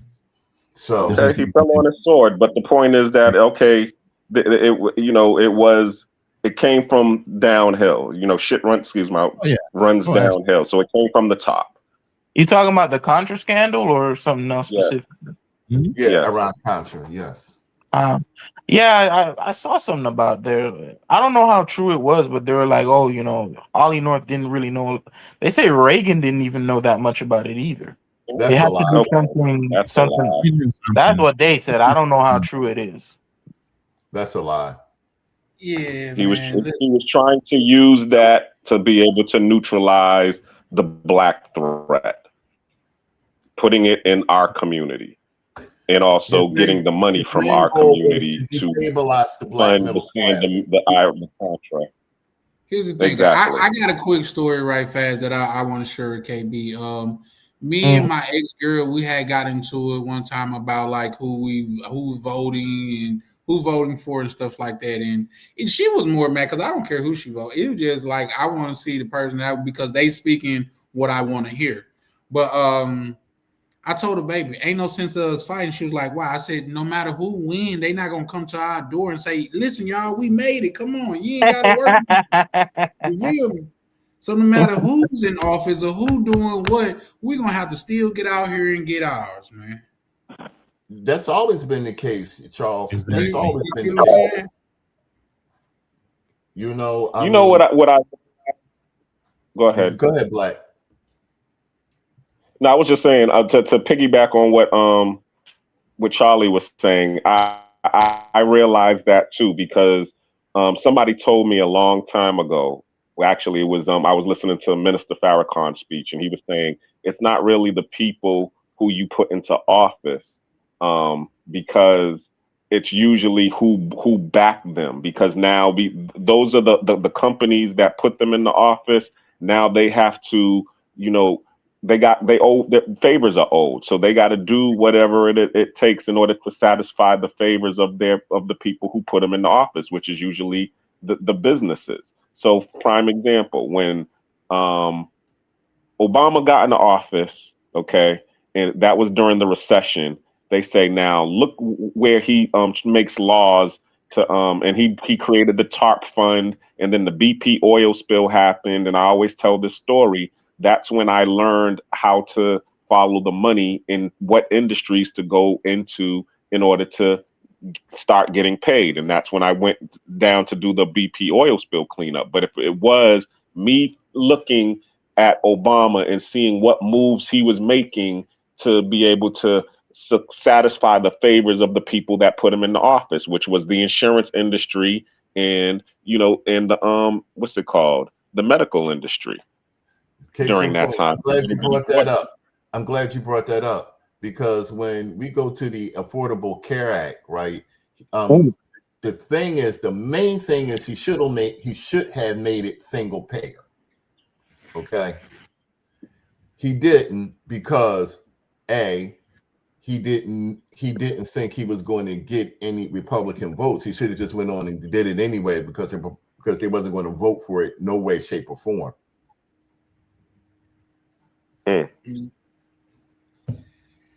Yeah, for sure. I feel you, Gary. But at the same time, like I say, man, I think as far as our community and things of our nature, our problems are more within. We got to clean house before we clean the street. You know what I mean? Like we gotta be, yes, sir. Charles, when you say that, Mitt Romney. Okay, America, right? Black people are more American than any people I know. We are more capitalist than any people I know. We will sell our brother for $14.99 if it's a profit. I don't even, me and my brother into it, and I wouldn't sell it. That's you. I mean, that's you. I know some real capitalists in our community. Yeah, I know. I also know some black dudes that told on their mother to stay out of jail. So yeah. So, but when you say we need to clean up our house, it's not like back in the 60s or the 70s, whereas, we're small enough and we're isolated enough where we could keep everything in house. We can't keep everything in house. Black people are not a monolith. Yeah. But I didn't want to say anything until I verified it, because I forget things with PTSD. But because I was in the health insurance industry when the Affordable Health Care Act came out. Okay. All right. And one of the biggest things that people have a misnomer of, even though they call it Obamacare, it was actually implemented 2 years earlier by Mitt Romney in Massachusetts. Right. And it was actually a bill that the Republicans were going to get behind. But once Obama became the president, all of a sudden they had a problem with it. Yeah, started talking down about the whole situation. And that's the big thing. The actual Republicans couldn't come with anything to fix Obamacare or what it should have been Romney care. It's because of the fact that they're the ones that came up with it. The Democrats got to take the benefit behind it. It was really a Republican bill. Yes, it was. And then I remember Mitt Romney during the debate saying what he had working in Massachusetts wasn't going to work everywhere else. And then Barack proves him wrong. Well, he knew it would, but he had to talk down to it in case he lost. Yeah. Yeah, but that's the whole thing. There's so many little nuances behind these different bills that get implemented and when they get implemented and who gets to take advantage of it. Sometimes bills take a year or two to implement. And by then, the next incoming president is sitting in office, who all of a sudden it becomes his win. I like to claw back on something that KB said. And when I went to college, just like you, bro, I got Pell Grants, I got Stafford loans, but also the Black business community and the Latino business community paid for 2 of my semesters. That's awesome. They did that. So yeah, there are other grants and things that you can get out on the city level besides for just a Pell Grant. You can get other opportunities within a lot of those grants have gone away. That's why the Black business community and the Hispanic business community had to step in, because after the Stafford loan and the Pell Grants, there weren't a lot of things left for people that are working or lower class. So they stepped in. Yep. But again, and the biggest thing, Gary, what can you say would be the biggest contributing factor for the Black community going forward when it comes to where we should focus our efforts? Again, we're not a monolith, but here's what I've seen in my lowly 55 plus years on this planet. Black people in America, we made a silent deal. And I think this must have happened during the 60s or 70s, where it's though they're like, okay, y'all not going to hire us, okay? You don't want us on your job sites, okay? So we'll work for the government. That was the silent, nod we had. We'll work for the government, and because the government is fair, the government got unions, and you're not going to turn me away because you have to have a certain amount of me on this site. That's what we made. That's the deal we made. And I don't think that, I know why we made that deal, because my parents worked for the government too. So I know why they made that deal, but that was a bad deal. So where should we be pointing our children to and our youth now What direction should they be focused on? STEM? Should they be focused on what? STEM, definitely. That's about it, because I'm quite sure everybody on this panel realized that America is really getting dumber. So, yeah, agree. Yeah. Agree. I can't have these types of conversations with my friends in my age group. Not really. you know, it's either that or going back to the blue collar trade skills. I was just finna say that, Gary. Facts. Something that's AI proof, internet proof. You know what I mean? Like you can't AI a plumber. You can't AI electrician. No, You look, know what I mean? Charlie. Yes, sir. I do firewalls for a living. I'm looking at my event horizon. Okay, I see my end. But you done had a damn good run, brother. I had a good run, you know, but I don't want to eat dog food in my 70s either, fam. That's why ownership is the key. You need to take the 80,000 or whatever that you're making and go buy something. That's all I did. I was able to buy something, rent it out, and now I'm and it's not. It doesn't even take that much. You know what I'm saying? To be able to take that. Black, you are absolutely correct, and I'm saying this to say it because I don't have those exact problems because I'm living over here in the DR and life is much more affordable. But I still go back and forth to you know, New York and Philly all the time, and it ain't pretty. It ain't pretty. If you was okay 2 years ago, you in a deuce. Things cost more. Life costs more. Yeah, that's a fact. The key is locking in because my brother, you know, I got a brother who's 66 years old, and he was fortunate enough to buy real estate in the 2000s when I got out of the military, and now while everybody else is over here struggling, you know, sleeping on each other's couches, or you know, they're in, you know, assisted living housing and stuff like that, and barely making it. You know, they either gotta pay for medicine or pay for food. He's doing all right because he has the real estate, and the real estate has appreciated. He's able to rent it out, so he's able to, you know, increase his rents. So these are it's the benefits of ownership. But if you've been renting all your life and holding a job, a 9 to 5 all your life, yeah, you're definitely going to be struggling because you don't control your rates and your wages. And ironically, too, Black Turner, what you're saying is exactly the reason why young people today can't afford housing too. They don't want to build. They can afford housing. It's just not in the inner cities. See, that's the key. Right, People want to live in metropolitan areas. That's where all the work is. All the work is online nowadays, brother. No, I mean, like if you're in a position where you have to go to work, you got to live somewhere where you can commute. Thank you. Yeah, you live.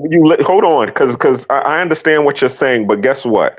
I've watched my supervisors, commute all an hour or an hour and a half away from where I lived in the city and worked in the city to come to the city. They would wake up at 4:30, 5 o'clock in the morning to get into the office around 6 o'clock so that they can start work at 8 o'clock. And they did that faithfully for 10 years or whatever. And then they saved their money, and then their properties appreciated. Then now guess what? What they do now is they sell their house for the equity. Okay. They go into a blighted community and buy it for pennies on the dollar. And now they're living back in the city, and they done gentrify in a newly gentrified neighborhood.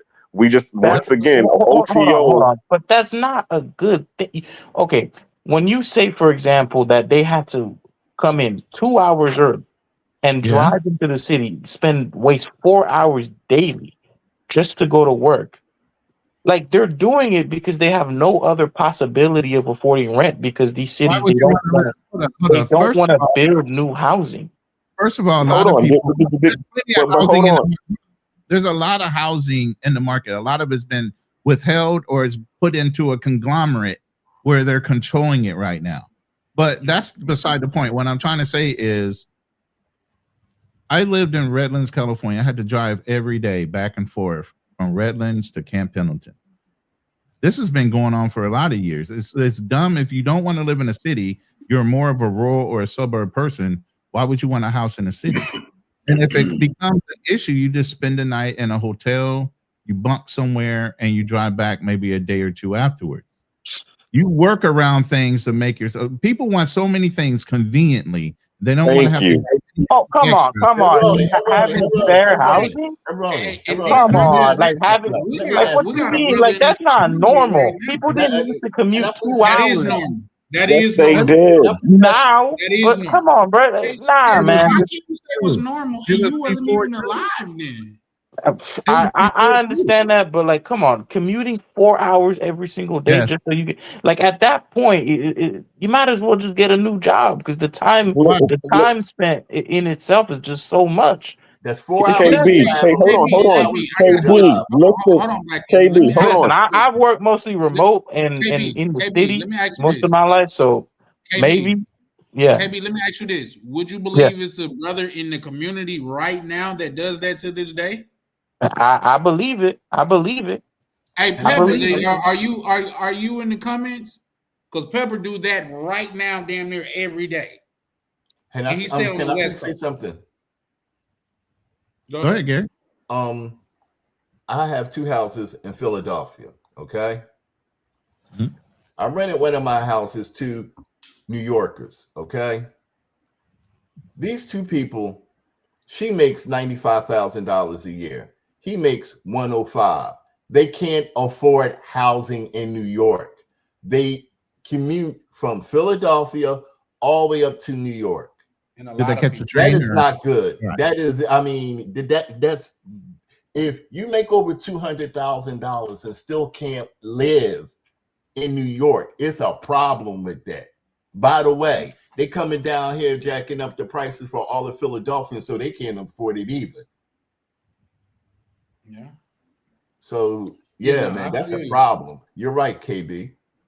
But also, too, what you have to understand this also, a lot of the commuters that was doing it, as I said, these were my supervisors. They were white. They owned their property. So this was only for a time limit. And guess what? Because they had a plan. And they implemented their plan. They know that they wasn't going to be doing this until they died. They knew that they was going to be doing it for about 4 or 5 years. After 4 or 5 years, the property value is going to increase. They could take the equity out, and now they can afford to buy something in the city. And that's what they did. They took the equity. They bought something in the city. They fixed it up. It looks as nice as what they had in the suburbs, and now they don't got to commute anymore. And matter of fact, they rent their house out to the people who can't afford to live in the city anymore. And now they're in the city. The people who can't afford to live in the city are now living in their house and commuting. You see how I'm saying? The cycle continues. That's a fact. So you just got to understand the plan and implement the plan. Yoga, you there? Yeah, I'm here, fellas. Can y'all hear me? Yep, loud and clear. How you doing? Oh, remarkable. How's everybody doing? Man, I like that. Remarkable. That's me in real life. Well, I see what y'all got on the screen out there about facelift. Is it a new image? Yes. When the hot meets the cold air up in the air, miles above the ground, they call it a thunderstorm, and it produces when that hot air hits that cold air, it produces thunder and rain and lightning, and we get a new growth, new life from that. And that's what has happened. Brothers have been out here traveling, and we've been hot, and that cold air came in with a lot of these dusties and busties, and guys literally just got out of jail, and they say, hey, I can get a passport, I can get cleared for the passport, and let me get out here and see, can I get some money online and all that? And boom, it has caused a thunderstorm and lightning, and here's the new growth. and the new growth is gonna bear fruits and seeds to nourish the young brothers that's gonna be getting out there traveling and make sure they got all their vitamins and minerals for this next leg of exploring and expeditions that we're gonna be taking. So I'm glad that the shakeup is here, so we can paint the new picture and we can dictate and write the narrative, which we're doing now, and that's why I clicked on the panel, land the plane there. That's what's up, man. Well, we actually about to get ready to wrap up, man. But I seen you in the coming up, bro. Had to I didn't see you a couple times on, I think it was Ronin Lives and things of that nature. So yeah, no, man. And what you just said was very elegantly put. It put me in the mind of, I'm in Minnesota right now, and I really don't mess with the cold, but it's some people out here that do. And I heard one gentleman elegantly put it. So he's like, when the winter come, it's like a reset for everything. You know what I mean? It's script everything bare, and when the snow leave, it's just like a new beginning, a new birth, and things of that nature. So yeah. Not only do I agree with what you said, man, I thoroughly dig it. Anybody want to add to that? Yeah, I haven't seen Ryoga Yoga in a minute because I remember when we was all on BMT's panel chopping it up. So it's great to see that you're still out in the YouTube streets. Well, yeah, I'm not actually in the YouTube. I don't have a YouTube, but I'm checking in and got my ear to the ground and behind the scenes on some things. But I've decided to, and I called people direct and told them, but I decided to not be on certain YouTube channels anymore. I don't even want to be involved with the YouTube channels. And Richard Mack, one of my guys, we had a conversation right before the New Year's, right before all this Floyd stuff hit, and he was like, "Wow, you said this yoga, and look at everything that failed." I was being real with him. I was like, me and Richie having a conversation. I was like, we talking from a business standpoint. I was like, really, what the bulk of y'all are doing is soft porn. Y'all funneling everything on YouTube. Hey, I'm out the country, and then from there, it's like go to my Patreon. I'll show y'all the real deal. Or YouTube can't show the women. So it's really a whole lot of guys that was ex-music people, ex-Hollywood people, some type of creative type of thing, rappers. And when this internet hit, it's like now it's like it's the new record label thing almost. Remember back in the 90s, everybody wanted to get a record, get signed. Now it's like my record label under the mattress. Yeah. It's kind of, and that's why I was talking to Richard. I was like, yeah. He was like, well, a lot of people like, why you ain't pulling the trigger? Why you don't do YouTube? I'm like, I ain't trying to diss others that did it. This is low bar, and it's low bar. Then it's controlled. The finances are controlled by other people, and then we calling it travel, but really it's soft pornography. They traveling, want to get pictures of the girls, and then stream you and say, go to my Patreon, go to this offsite, go to this dark website. And that's what we was even seeing with Floyd and all the and all his little crew and the Austin guys and all that, and the Skylar guys. That's what they really are. And we gotta just go and start pointing out and saying it. Hey, you ain't a traveler. You ain't a artsy guy. You ain't even creative. Ain't nothing creative about I can have a sneak camera or I can pay a pro and put on and do some soft porn and then funnel it to a age appropriate website. Let's use the term corn. Yeah. Let's say corn. Damn, look how much control YouTube got. They got y'all niggas. They got y'all saying corn instead of pornography. We can say the real word pornography is not vulgar. It's the English word. It's the pornography. Yeah, like we out here saying corn.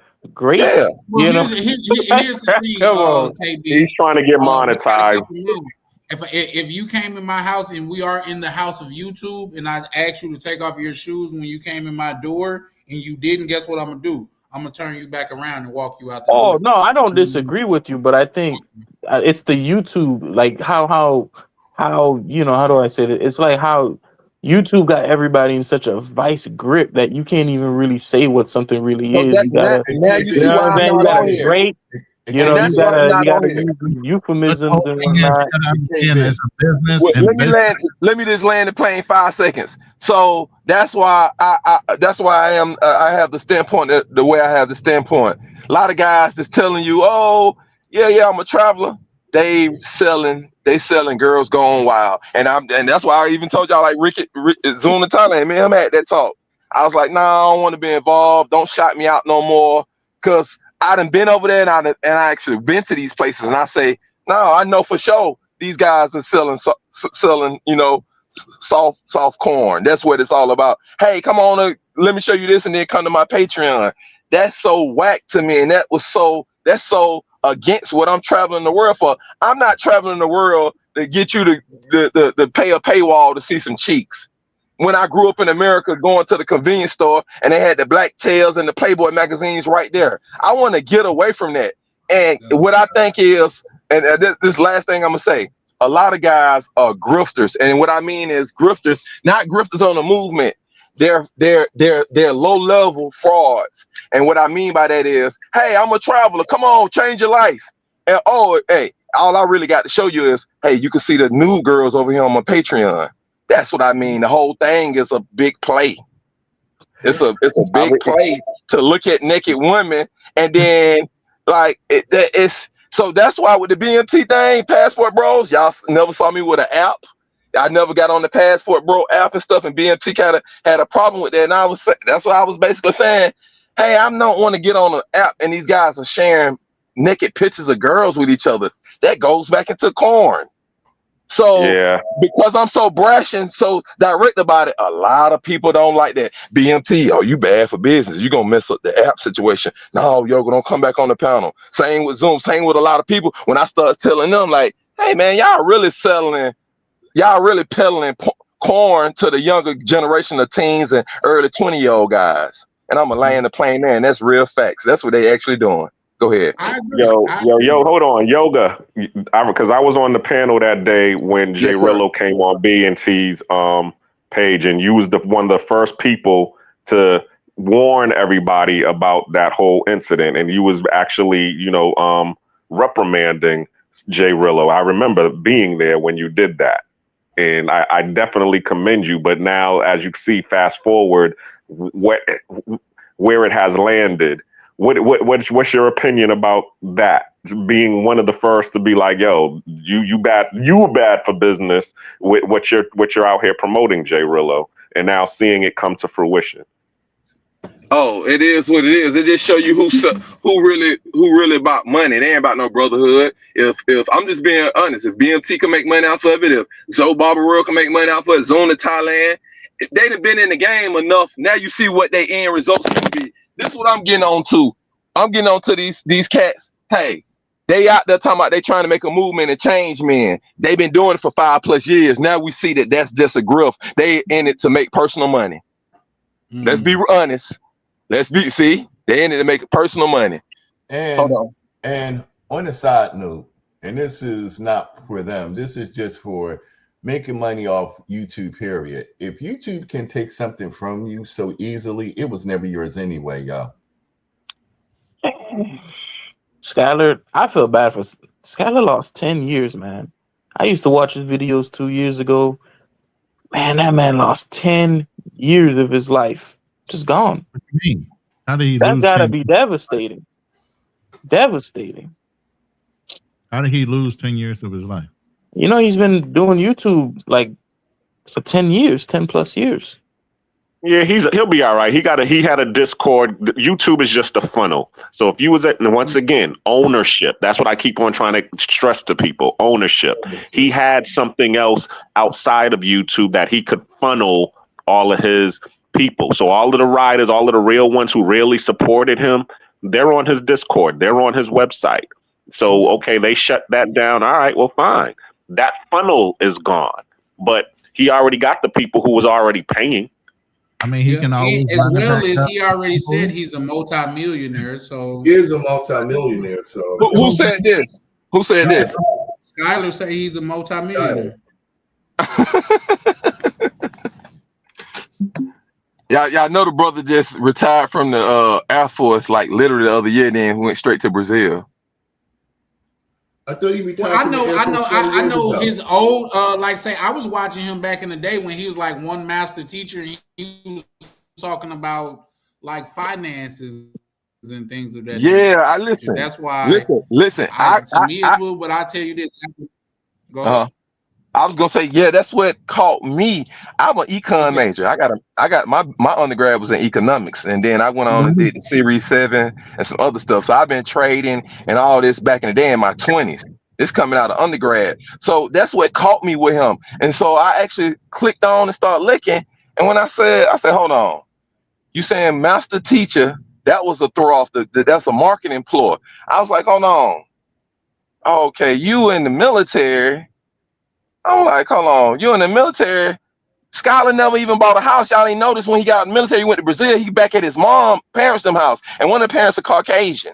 So I was like, hold on, brother, you talking about finance information, you ain't even never bought a house yet, and you been in the military, you ain't jump over no real hurdles. I'm not dissing nobody in the military, my uncle and brothers and fathers was, but the military is not a high bar to get into. They need a live body.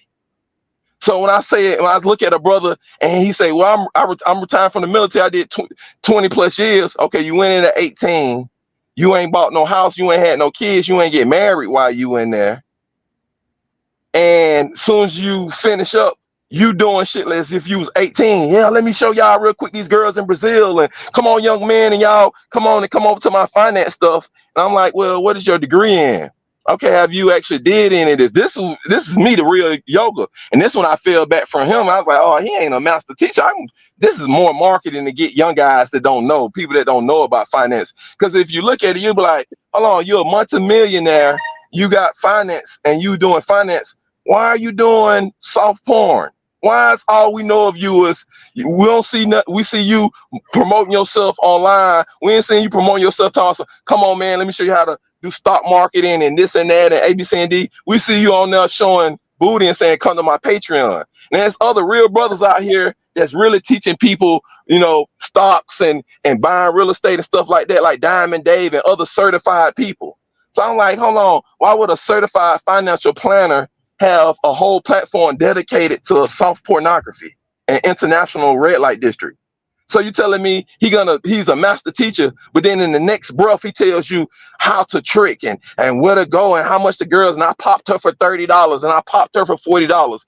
It don't add up with being a master teacher. Now I done went to Thailand and studied under the monks and them Muay people out there in Thailand. Y'all saw what I did. Those are real master teachers. I had real master teachers when I was at Fort Valley State, Morehouse School of Medicine, up at Fisk University, Emory University. I'd have been into karate classes in the United States. I done grew up playing football and went to Darrell Green cornerback camp.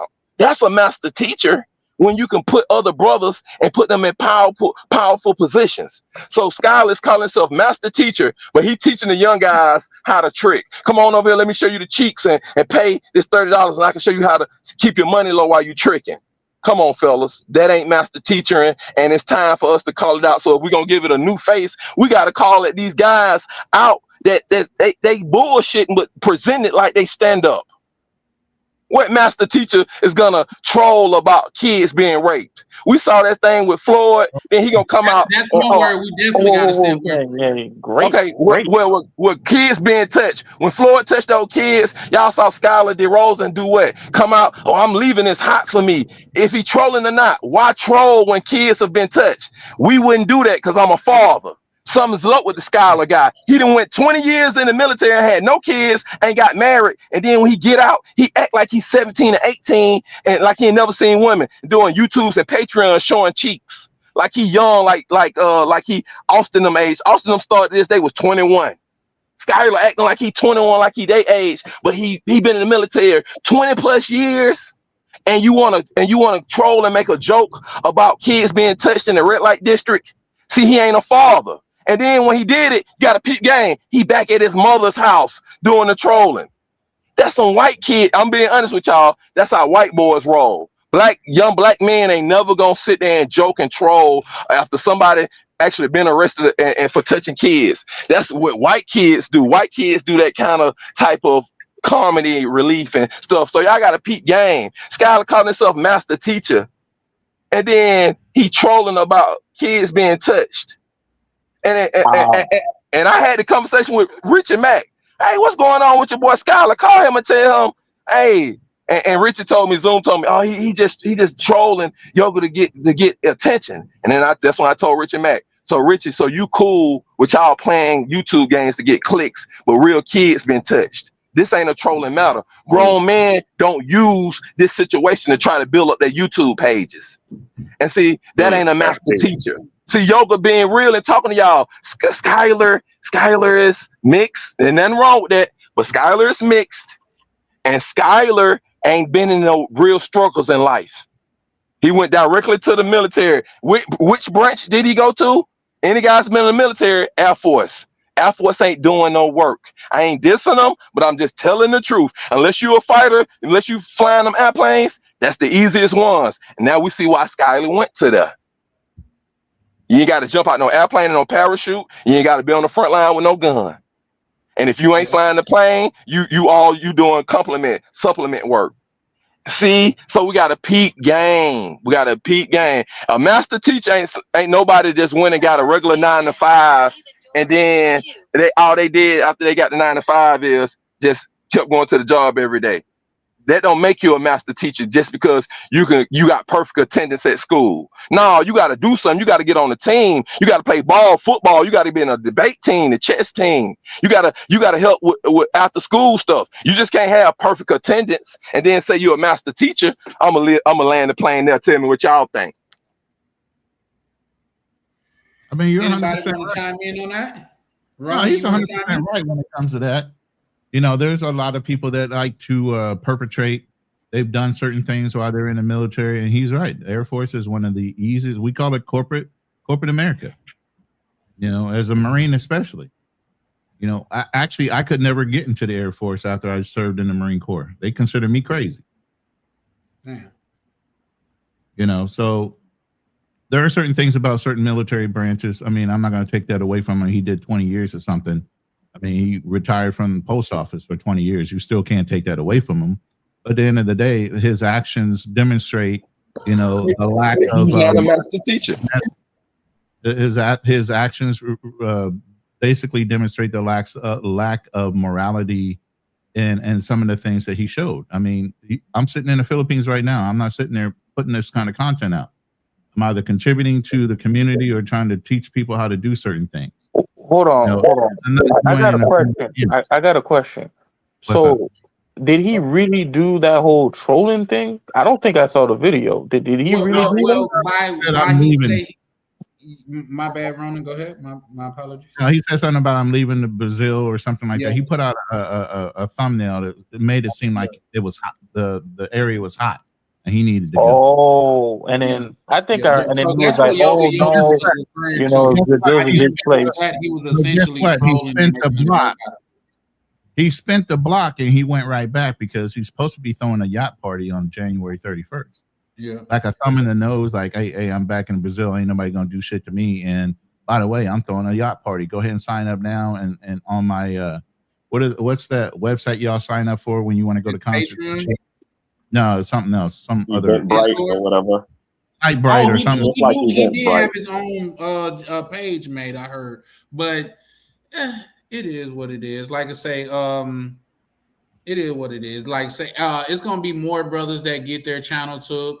I think, like I say, I think I could have seen other brothers get their channel took, and I wouldn't have been surprised. Giammo, I'm not surprised his channel got took. Because I'm not surprised his channel got taken down. Right. Yeah, I know what you're talking. Giammo was a clown since I've seen him from day one. I think I saw. Yeah, I think I saw one video about him going to Bogota, and he was talking about, oh, you know, Bogota is not really a passport bro destination. It's not set up like Medellin. I'm like, what's that supposed to mean? Oh, you're gonna need to know Spanish, you know, so it's not really set up. I'm like, well, it's a Spanish speaking country. What do you mean? Like, you're just gonna walk around without ever learning Spanish, and you're not gonna go to Bogota just because, you know, you know, it's not as easy as Medellin. Like, what is it that you mean? So I knew he was lame from day one. I'm like, bro, just Bro, you could look at his beard and you could tell he was Oh, lame. I'm glad you said the beard. That's what I was about to say. Yeah, man, you Hey, could hold look on, at his hold on. beard. This point something out, fellas. Y'all, if y'all notice, Giammo, look at his thumbnail. It's a picture from when he was like 16 years old. But if you notice, he almost 40 years old. He got a full beard and a mustache. He shaves like that on purpose to try to make himself look like he a teenager. And you gotta watch these guys. Miko Worldwide did the same thing. Y'all remember Miko Worldwide, right? And what happened with him? How they arrested him in Colombia for touching the kids, and he was in DR and all that. And he was on the run in Atlanta for touching kids. He did the same thing. Had the little dookie braids hanging from his head, like crisscross, like a little boy braid style, and cut his mustache and his beard. Giammo does the same thing.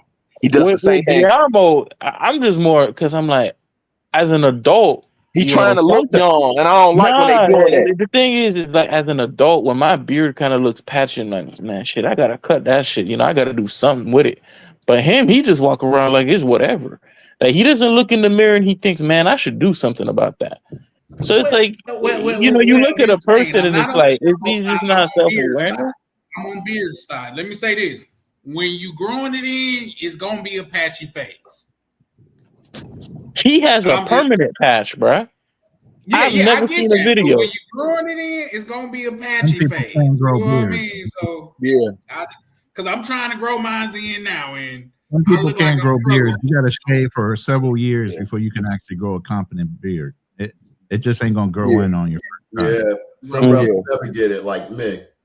So but that's why I say with the passport bros, you're right, because it's like I see the problem with the passport bro, and the reason why it's doomed in many ways is it's kind of like, okay, so you leave the country, right? You say these things about the country, granted, right? Like you may say you don't like the women here, you don't like this, you don't like that, but when you go overseas, I think you should make a genuine effort to assimilate.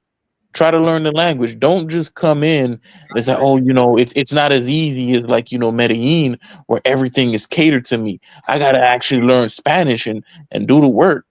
They're not trying to adjust to the country, brother. They're there to get footage for their pornography website. And they ain't saying that, but they saying everything else. I'm just being real. I'm just being real. Andre from Love Crossing Borders. No, he went there for the real thing. Richie Mack, pornography. Jamo, pornography. I'm just being real with y'all guys. KBS Travel, pornography. Hold on, let's keep going. Queese in the Streets, V Swells, the good. It's all about showing the girls. It's about the pornography. That's what it is, and they just using the cover of I'm traveling. Yeah. Check it out, brothers. If we was in our 20s, if we would have came out with these smartphones and this internet would have came out just 15 years before it did, while we was all in our 20s, cats would have been trying the same thing. Go up in the Magic City, go up in the strip club with the sneak glasses on and get pictures of the girl, and then try to put it on the Facebook and the social media to get money. It'll be the same thing. So they're not creative. They're not creative. It's a big rush to see who's gonna. They have a thirst, and they have a thirst, and they want to sell their thirst, and they feel like everybody else, and that's what's gonna sell. And it's basically have shown me who was kind of lame back in the States. I'm just being real. Once I actually met Richie Mack in real life, I'm like, okay, Richie Mack is 5 feet tall. No wonder he like that. Okay, he ain't getting played. And I'm just being honest. I played basketball in high school. Not saying that I'm tall. I'm not tall. I'm only 6'1". But I'm just showing you confidence. I'm only 6'1". Yeah. Confidence and swag. Right? I'm just showing who lack confidence and swag after I get out here and start traveling and see them in another country. And I can say, oh, man, no, you shouldn't be out here. You're the last person to be out here talking about you having problems online with American women, and that's the reason why you got to go across seas. That's a lie too. A lot of them saying, "Oh, the American woman ain't this and ain't that," and what they doing is they're looking for other disgruntled men or other young men that feel like that they're not winning. And that's the hook that they use to get you onto the thing. And that's what you hear Skyler and all of them talking. Like all the women are bad in the USA. Well, Austin, if all of the women are bad, you talking about your mother. She got blonde hair. She showed her body. She wearing tight clothes. She got her cleavage out, and she a single mom. But see, we act like it's something different. And then it's like, oh, I give these people respect since they got numbers. Man, they can click and make these numbers on this YouTube, and they can take the numbers away. They got all type of apps that make it seem like you got thousands of people watching, and then it look like you have none watching. So it's like it's damn near like a facade world, built on a facade world. It's like, yo, I'm really making money out here. I'm really making moves. And it's like, are you really making moves? Are you doing something in the real world? Or is this just something on the internet where it's numbers? Well, let's see you do some real world shit, and nothing happens in the real world. Not one. Listen, all them. I'm just showing y'all something. All them subscribers Richard Mack got. How many people came to the Zoom Thailand, the Zoom Fest? About 6 people. And he got 100,000 subscribers, but only 6 people show up in real life. To be fair, there are people with like 1 million TikToks, like legitimate 1 million, and they might throw an event and no one shows up. That's not super uncommon with like. Hold on, brother. Hold on, real quick, brother. You stopped me and you threw an air burger. You said, hold on, just to balance it off. And what you said didn't balance nothing. You threw an air burger. You actually confirmed what I was saying. That's what I'm saying. All these people with all these numbers on TikTok, that ain't nothing. It ain't nothing in real life because they can't get nobody to show up in real life. So you kind of sounded kind of off, even saying that, even interjecting, saying that, and with the way you interjected, I thought you was gonna come with something real. You came with confirming what I said. Yes, that's what I said. All these people with 1 million followers online, because it takes no effort to listen for free. It takes no effort to click a button with your phone when it's already right there in your pocket. So this is false. This is a false hype that we think that we really making some concrete moves, and we're not. That's what BMT found out. Hey, it's easy to get free likes and everybody listen to free on YouTube. Now, how many people actually went on and got accounts on the Passport Bros app? See, because that takes extra effort. You see? I mean, you're right. That's what I'm showing y'all. Like, let's not get overhyped with it. It's a lot of people that are homeless that sit back and watch us online. People at work. People don't got nothing going on in life. A lot of kids are watching this stuff. And then we think that these are real numbers. And then why you can't make no real moves in the real world? And then think about it. Who wants people to show up in the real world if all I've been showing you is soft pornography online? What type of guys are gonna show up if I do a real event in the real life? Floyd type of guys, Giammo type guys. You see? Yeah, exactly. And that's why I told Richard Mack and Zoom I'm gonna fall back, because I done went out here and started going to these events and meet up with these different, we call them, these content creators. And then I started saying, who are the people coming around them? Then I started saying it. The weirdos coming around all the content creators that show the soft porn stuff. Come to my Patreon to see the real girls. They got a whole lot of weird guys around them. That's who they're attracting. I'm gonna land it there. Yeah, that's true. Another thing I want to mention, Zoo, Hey, that I guys, cannot do. hold on, KB, I'm gonna let you land in a minute, but we finna have to be wrapping up in a minute. Like I say, this was supposed to be a 3-hour live, and we going on 6 hours, man. But like I say, when people start cooking, man, I don't have the heart to shut it down. You know what I mean? Thank you for letting me cook. It's the yoga effect. Yeah, you like say a lot of what you said, man, I have a problem disagreeing with, if I'm keeping it a buck, you know what I mean? But that's why I move the way that I move. That's why my titles are the way that they are, you know what I mean? Because I'm trying to build something genuine and things of that nature, and something that I've said, people that have been on my panel or been on my page before, I said, if you become the man where you stand, you will be the man where you land. You shouldn't have to travel across the world to be able to get women. If that's the case, you need to look inward. But with that, I yield. Go ahead, KB. Yeah, I agree, because one thing that's really not mentioned is just it's kind of like one of the problems with Passport Bros. Like, bro, they're always kind of like, bro, these women are feminine, submissive, or something. I'm like, which Latina are you talking about? Which ones are feminine, submissive? Like, you don't even understand half the things that they say. Like, some of these women are so scandalous. Like, they're talking about, oh, she's feminine and submissive, and she got a hand tattoo. She got a tattoo on her hand. She got a neck tattoo. Oh, man, she's so feminine and submissive. Yeah, she got a chest tattoo. You see the chest tattoo right there, and like so feminine and submissive. I'm like, bro, you have no idea what some of these women are doing or like what they're doing behind your back. I have too many stories.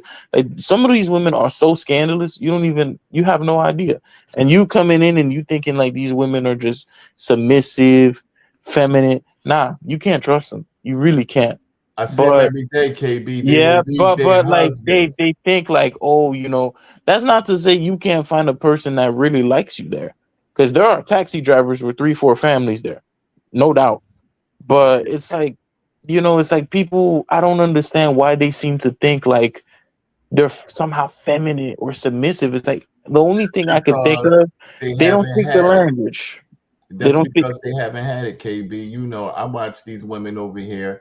They have families. They boyfriends or their husbands or motor coaches drivers. They drop them off at the resorts to separate pesos from these jokers all the time. Mhm, mhm.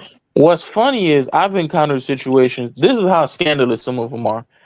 I've messed with a chick, right? And she was like, "Oh, I got a friend." She brings the friends over. We do our thing because like her friend was interested in me at the same time.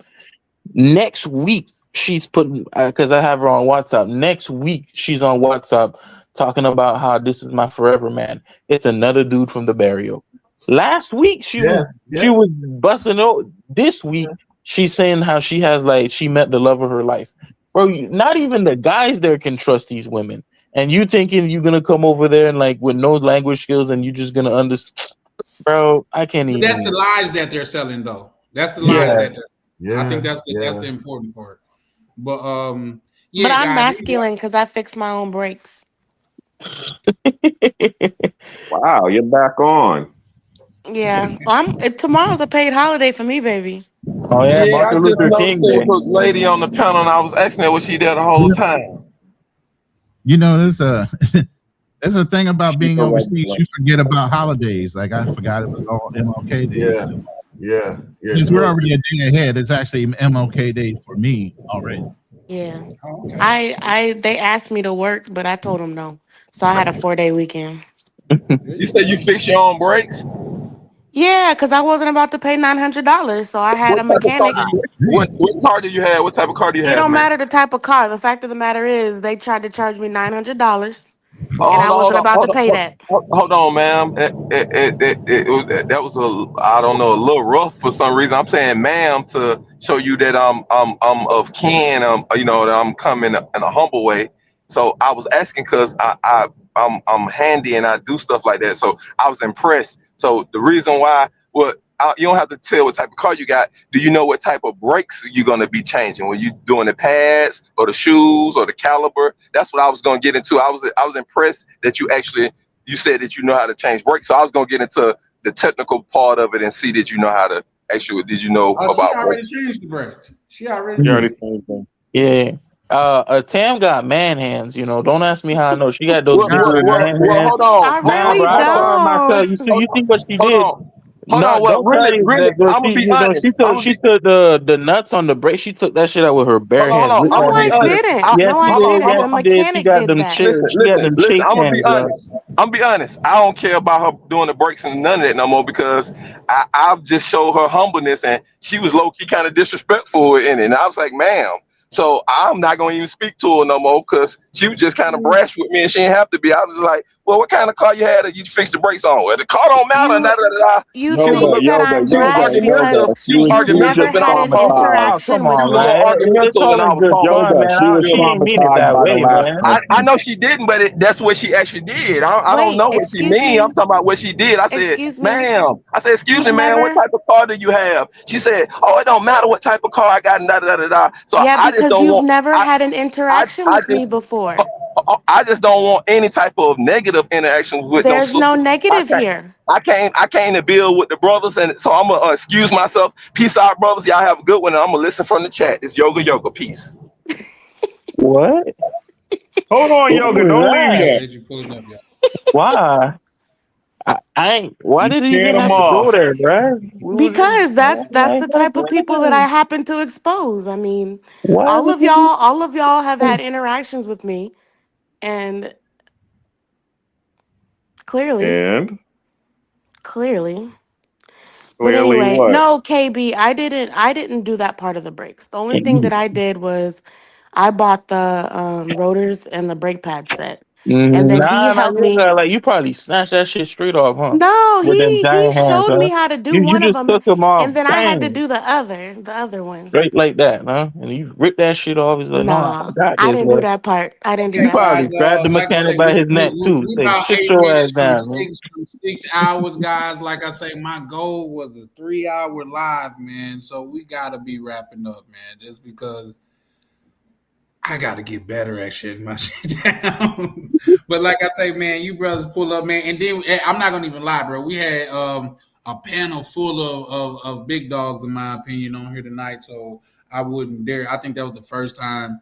Like I say, I have had some good brothers pull up, like Ronan before, and show pull up and show love. But Ronan, he bring his Uh-oh. people. So I had the pleasure of meeting OTO through Ronan.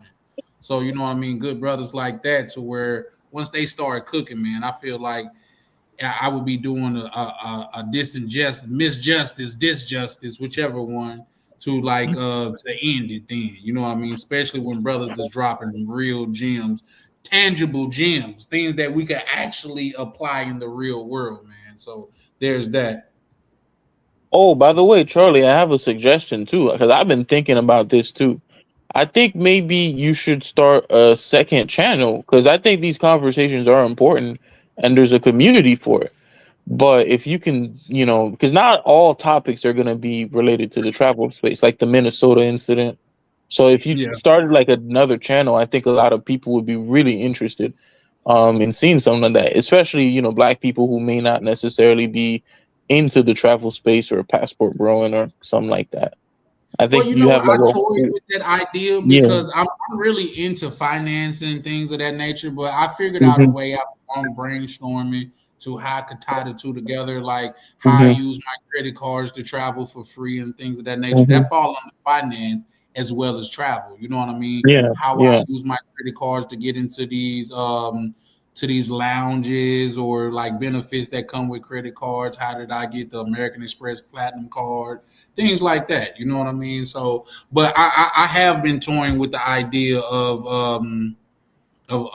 starting a new channel. Mr. Peppers. Hey, Mr. Peppers, the brother that I was talking about. Mr. Pepper, if it's too much, you don't have to. It's never a thing. But do you mind sharing how long it takes for you to commute to work? Too long.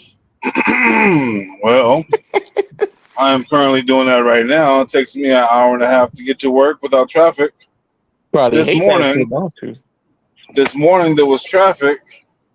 Took me 2 hours and 10 minutes. Ooh. How long Luckily, you I been working leave. Not bad. I've been commuting for 8 years. Yeah. 8 years. 2.5 hours in traffic really isn't that bad. Tell you the God truth. bless you, man. Hell no. I couldn't do that shit. I Well, think you thank need you a for private jet at this well, point. well, Yeah. well, thank you for that compliment there. That's not that long. If you do Yeah. it, Yeah. you might I feel a lived little in bit different. I lived in California for 30 years. Okay. So I'm used to that kind of job. If you know anything about California traffic, especially if you're trying to Well, go in. go ahead. I've been working remote. If somebody told me I gotta head back to the office, I might just shoot. I ain't I even swear gonna to lie to you. God, that's just where I I am might in just my shoot, life. bro. I'm never going back to the office. Yeah, I I might Worked think just I remote shoot, think for bro. 5 Peppers years. was finna add a very important detail to what Ronan was just speaking about when he was talking when he was speaking about California. Yeah. So I'm definitely in California. So that's one thing we do have similar when it comes to the situation. But to add on to that, I do work 16-hour shifts. Yeah, Damn. that, I'm right. I'm going to go home, sleep 2.5 hours, and then get back on the road. Oh, That- come on, man. You're Nah, gonna you need kill some yourself, man. hotel benefits, Yeah, man, you're brother. gonna kill That's yourself, intense, man. man. Man, I that's don't the want to hear like, oh, you fucking fell in a ditch or somewhere and shit. I yeah, hear you. that's I the hear you. I hear you. I hey, hear Bro, you. I hey, would be at work grumpy than the motherfucker. They be like, "Good morning." I'd real be like, quick, "Fuck I'm gonna you." go ahead and step down. I gotta go. My lady just said the food is ready and I'm getting it while it's hot. Get what I'm saying? There you go. Bye, Ronan. Shout out to you, Roland Travels. Yeah. Shout out to you, Roland Travels. Salute. Thank you, brothers. About Thank to you, eat Charles. some noodles. Hey, Charles, man, I'm about to break up out of here too, man. Appreciate you, Gary. You know you always welcome, brother. Thank you, family. For sure. You too. All right, peace out. Yep. So anybody want to like drop anything before we get up out of here, guys? Like I said, once again, this is supposed to be a 3-hour live. I'm shooting for 3-hour lives. How DC could do it, I don't know. Like he really stand on 2.5 to 3 hours. I got to start chopping these up because if I chop up all my lives, that's 9 hours. I did a 10-hour live not too long ago. If I chop them joints up, bro, I could have 1,000 videos, just 10, 15 minutes a piece. What's up, Misha? You pull back up. Don't be rushing us, Charlie. It's a paid holiday for me too. I ain't got to go to work tomorrow, so I want to be on here for 3 more hours. No, ma'am. Hey. No, ma'am. What you mean, no, ma'am? What you mean, no, ma'am? No, ma'am. Respectfully, I could pull up and support you on your channel. See, here's the thing. My job never that's stopped. why that's why I like Charlie with the beverage. Yeah. He goes on forever. I'm on your ass. I like Charlie with the liquor beverage. Shit. Well, Charlie drunk. He like, let me tell you something that happened. You know, this is the problem. He always got a little. He starts rubbing on his chin and stuff when he all into it, and he'll lean back on that chair that he got that be rolling around the living room. Then you're gonna be like, I gotta go feed my dog. Tam, this is where you come in at. You supposed to have my back. What's happening, I don't want anybody else to get offended and get off the panel. Nah, man. I mean, I don't know what happened there. I don't think that was you. Come on. I don't know what happened. I might have an unpopular. At least I didn't say a genuine dude. It's just that to know Tam is to love Tam. Okay. He was very offended. Anyway, what happened, Peppers? I might have, but you know, as a listener, I was listening to the you know, that conversation specifically, and I am not gonna lie to you, Tam. I you know, you my homie. So it came off wrong, but it wasn't my intention. Yeah, there you go. I will agree to what you just said, Tam. Okay. Well, that wasn't my intention, so I apologize. Yeah, it wasn't Tam's. I don't think that was her intentions. Yeah. But right. So yoga. You know, so yoga. I don't know you from a can of paint. I heard of your name before, and then this is the first time I heard you cooking. You know what I mean? And I mess with Tam. Tam's my homegirl. Yeah, I was like, dang. I was like, dang, you shoot me. I didn't mean it like that. I promise I didn't. I promise. Tam, you work at the DMV? You've ever worked at the DMV? No. Oh, you sound like that DMV lady. She snapped like I walked up to her and be like, "Hey, can you search for my mail before you get to my?" No, this is what I deal with. This is what I deal with. Do I need about to go on my lunch break. Do I need to put a stamp on this for you to take it? Yeah, that's crazy. That's what I deal with. That's wild. What I'm gonna say, hey, Misha, I need y'all to support me in my sobriety, man. I've been not drinking for a reason. Like I say, I done warded off, like say, no drinking, no smoking, and no women. You know what I mean? I feel like. Can I be honest with you though? I'm not the friend for that. So you may want to ask somebody else to support you on that. I am not the friend for that. I'll support you. I can't support you on the last one, but I'll support you on the first two. I know my good brother Rainier will support me though. I know he will. You know what I mean? Because I don't know about that. Well, not until Misha gets her $28. Exactly. He just got home. He's actually in a shower, and I'm about to ransack his pants. That's the only way I probably get the $28 back. I don't give a fuck. He like, just like Smokey and Debo. Yep. But yeah, nah. Charlie, I don't want you to end the live. I don't work tomorrow. Yeah, listen, I could pull up. Ain't no listen. I could pull up over there where you at and support you, but look, this is Charlie. So here's the thing. And then he started talking again. So here's the thing. Because call like a say when spade a people spade. go So here's the cook, thing. and especially when they be cooking, like say I don't know, like the panel tonight, it was off the chain. It It was, It was. was. yeah, it was Thank it you. was like, yeah, for sure, man. Oh yeah, y'all was cooking for sure. It was a dope panel and everything. Like say, OTO, good, very knowledgeable brother, pulled up and Okay, but said his his fake piece. sleeping was getting me. I couldn't hold. I couldn't stop Yeah, they laughing. did KB dirty. Everybody did Man, they could KB do me dirty. there, man. He started fake snoring and everything. Prime Your did I not mom don't like know jumped that. off why. his Like, head. listen, I don't know why people don't take this stuff serious. Like, y'all understand how serious, like, the politicians and the important people take this stuff. Like, bro, Can, can, motherfuckers died for civil rights, and we just like, damn, just like that. Wow. KB, I hear you, man. I hear you, man. And I rock with what you're saying. Is what they just trying to say, man, is that you're dealing with people that's been, been around this earth 40, 50, 60 years, and they also had those hopes too. But it's more than just having hopes. You got to be active, Yeah, that's a fact. and not just going to the polls and voting. You got to be out there in the streets. Yeah. Hence my sobriety. You got to be the change that you want to see. You just got to. You feel me?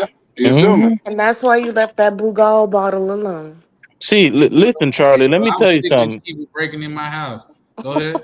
Cause you see, you'll stop drinking. Like, cause they say you're drinking, it can actually like affect your estrogen. So Oh my your God. dick don't work, and you're gonna get like titties. So that should be motivation enough, right? Oh my God. It's Well, here's the true. thing. That's why I stopped drinking. I'm like, bro, this shit But gonna give here's the me thing, that. I'm Charlie like, be nah. drinking mimosas. Well, yeah, I kind Right. of That's like super lightweight.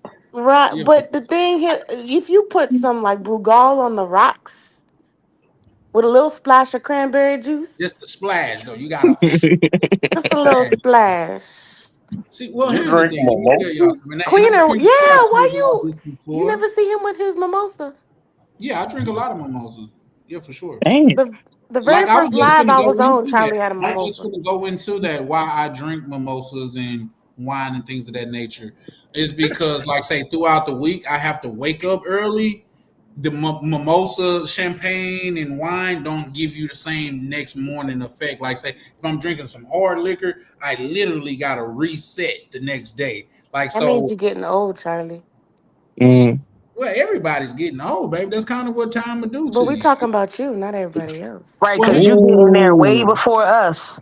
Because I feel the same way. I agree with you. That's what I'm saying. You're getting old, Charlie. well, here's the thing. Like, say, what I used to do, my old job and stuff like that, I didn't have to reset. I didn't need my wits about me. I just needed to count, like, get the money in so I could drink all night and wake up and get to the money. But now I got to literally make decisions and be Think. due diligent with my money. So it takes some focus. Responsibilities.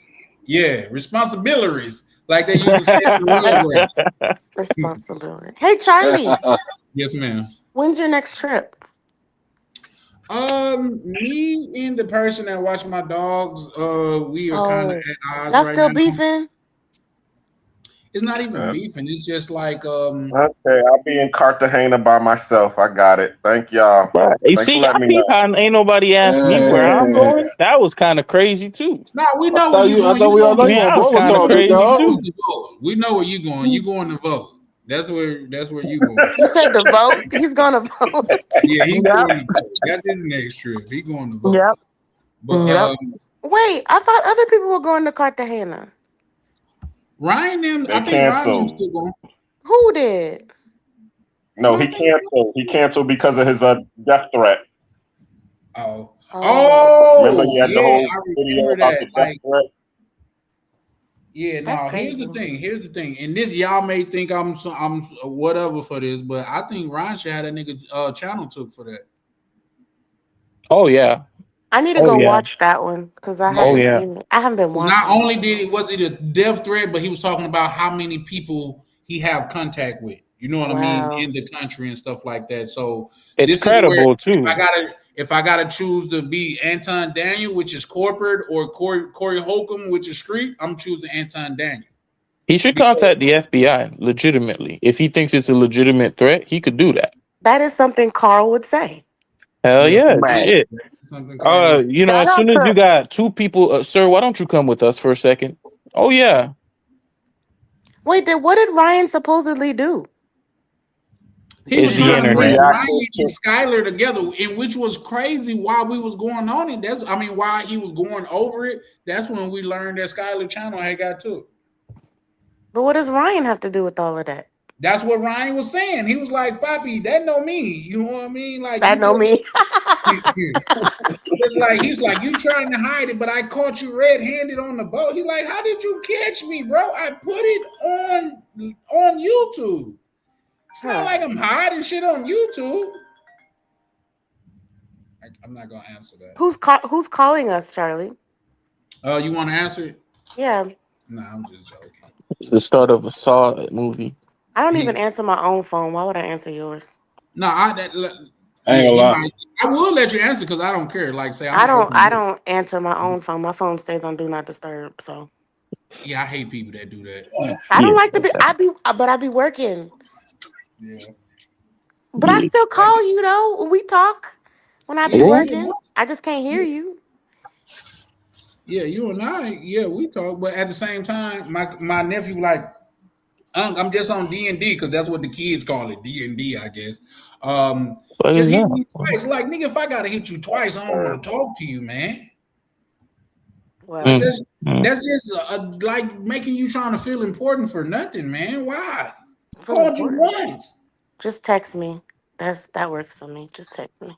Yeah, I'm akin to that. Or hit her up on Instagram. Oh yeah, me and Peppers be good. He didn't respond. Okay, no, not like that. So I was sending him these little bestie posts, and he didn't like them. He said they were scary. Mm-hmm. How you doing, best friend? No, it's like this dude dressed as a lady in a wig talking about, "Hey, bestie." That's crazy. It was very iffy. Yeah, I wasn't responding to it. You said what? You must have put the little one to sleep. She rocked. Oh yeah, that's what's up. Cause I know earlier, like Now I gotta rock one more. No, I'm just kidding. Oh my god. He deserved it. Shout out to bro. He deserved a good rocking to sleep, man. You know what Charlie, I got a After she get her question. $28. How come you don't live with your dog? Why are you asking him about his personal business? Like who? This is the first person I've ever met in my life that like has a dog in a separate house. Charlie, you don't have to answer that if you don't want. I don't have a dog. One dog. And breeder. You don't want. I have Oh. in this now I understand. environment, so you can't have multiple dogs in here. So one dog is up in like the living area with my people and stuff, and the 3 dogs are downstairs. Okay. Reason I could bring 2 of them over here, but that'll leave one of them downstairs by himself. You see what I'm saying? I don't want to do that. That would seem cruel to me to have one just down there by himself while I got the other 2 over here. Even if I bring one, I could bring one over here, but then he'll only be goddamn it with me when I'm here, which I'm not here as much unless I'm doing a live or I'm doing some work. And so, hope that answers your question. I guess that's animal cruelty over here then. What you mean? Oh yeah, y'all got a Bartholomew in the basement. What'd you say, Black Lena? I said, you balling over there. You got 2 houses. Loan me $1. Nah, I don't own that house. My people own that crib. So no. But like I say, they got a whole like apartment to themselves down there. So they good. They're not cooped up or nothing. It's just that I don't want to bring them over here. Well, bring 2 of them over here and leave one of them over there by themselves. You know what I mean? So there's that.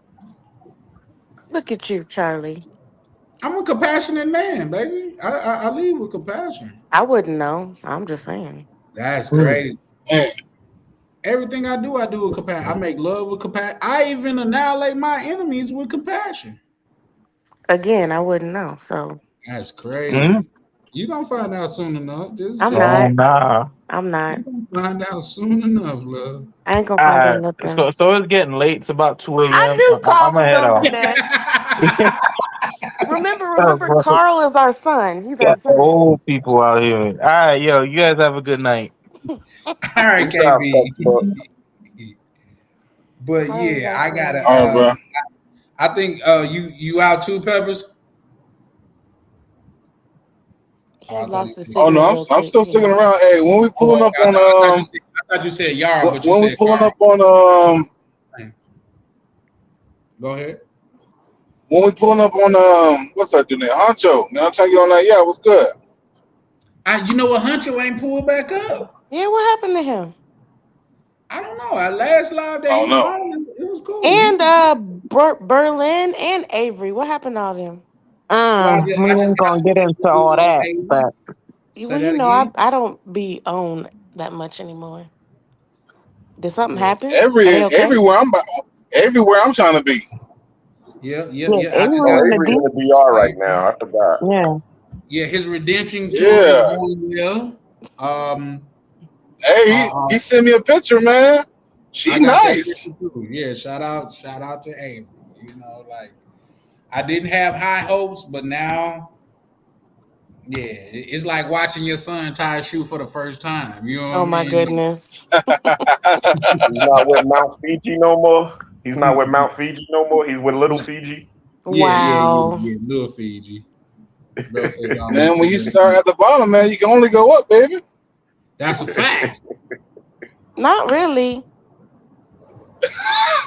You been pushed back on that? Yeah, because some people never learn the lesson from the first one and they just keep being bottom feeders. I'm Some people, sorry. You gotta I feel like you gotta give your props to people when they do it in the States first and then they continue to do it somewhere else and then upgrade from there. But if you ain't doing it here, then you just I don't know. Let me keep my mouth shut. No No, I comment. feel you, but some people got to get graded on the curve, and that's where that term come from, getting graded on the curve. Oh, okay. I'm Everybody gonna keep ain't my comments to myself. Nah, because the people that set the curve be doing all the work and the other ones are bottom feeders. Right. Yeah, where is this coming from, guys? What is happening right now? Jeez. And I'm not going to say too much, but I thought we was giving the man a shout out. Man, I thought we was giving that man Oh, I don't know congratulations. anything about him personally. Well, Mm. Mm. I got a Hey, new no, plant. y'all cut that out now. Come on. I got a new plant, Charlie. Okay, you know what? It's because of you. I've been thinking about getting a plant for my house. Nah, you'd kill it. Nah, that's why I'm getting. They got different type of plants. They got plants that you ain't got to water every day. Then they got. Well, you're not supposed to water plants every day. So, no, you Huh? don't need a plant. Well, yeah, they got these like little. I seen it in the Sky Mall. They got this little thing that you can fill up with water, and you put it in the plant, and it just give water to the plant as it needed. So And then your plant's going to be overwatered. no, it said as is needed. I know, but it's going to constantly let out water. That's what the little. Okay. Listen, I like plants now, and there's nothing you could do about it. No, you don't. I do like plants. You don't like plants until your house look like mine.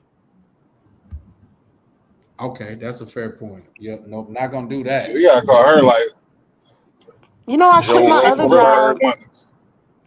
I quit my other job and started selling plants more often now. Because Okay, I make more doing that than I don't. I still at the post office, but So you be I quit. in the cloning your say, baby, plants? you better not give up them good benefits. What we gonna live off of in the future? Charlie. There's your answer right there. We're What gonna you say, live off of. Peppers? I don't know. Ain't you in line to be president with your job position? Yeah, She said Postmaster sure. General. Postmaster General. I gotta fill out some paperwork. It's due on the 22nd. There's something else I want to do in the postal service, so I need to do that. Thanks for reminding me, Yeah. You're Put me welcome. on as the spouse. Charlie. But I'm just saying, like, this is a world to where we need each other. You know what I mean? Listen. I was talking to my best friend yesterday. I'm gonna. How do I say this? I'm going to Don't scare me. put in some effort into this relationship. Ooh, I like that. Yeah, effort is always good, baby. He gonna eat the sandwiches. Oh no, I'm not talking about Charlie. Damn. He gonna eat the sandwiches, Tam. He better eat it all up. Yep. Yeah. Anthony, But Anthony but ain't you gonna know he like got to that. show up first. Anthony ain't gonna like this. Right. Ooh. Anthony. Spark plug. Oh, brother Anthony. I mean, we He could don't make an like that. agreement where he could still get a nephew. Nah, it ain't the same. No, It I mean from definitely Charlie. Cleaner, Oh. get your eye at the camera.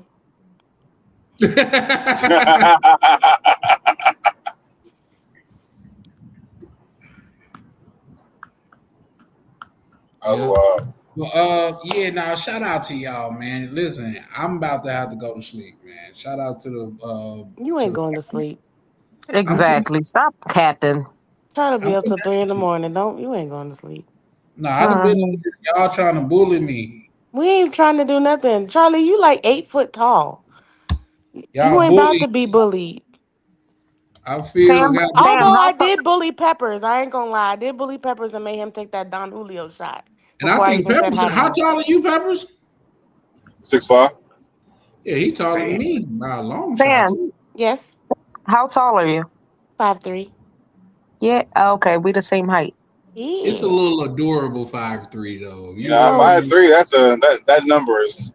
But I had on some Woo. really high, like 5-inch heels when I met y'all, though. Did you That have on number those five. heels when we went Yeah. to the other spot? Yeah, I almost fell down the stairs. Oh, I definitely Damn. remember. Yeah. That was No, I my Don almost fell Julio. up the stairs. Was it up the Up the stairs? stairs, yep. Yeah, up the stairs. I was too busy looking. I was looking around.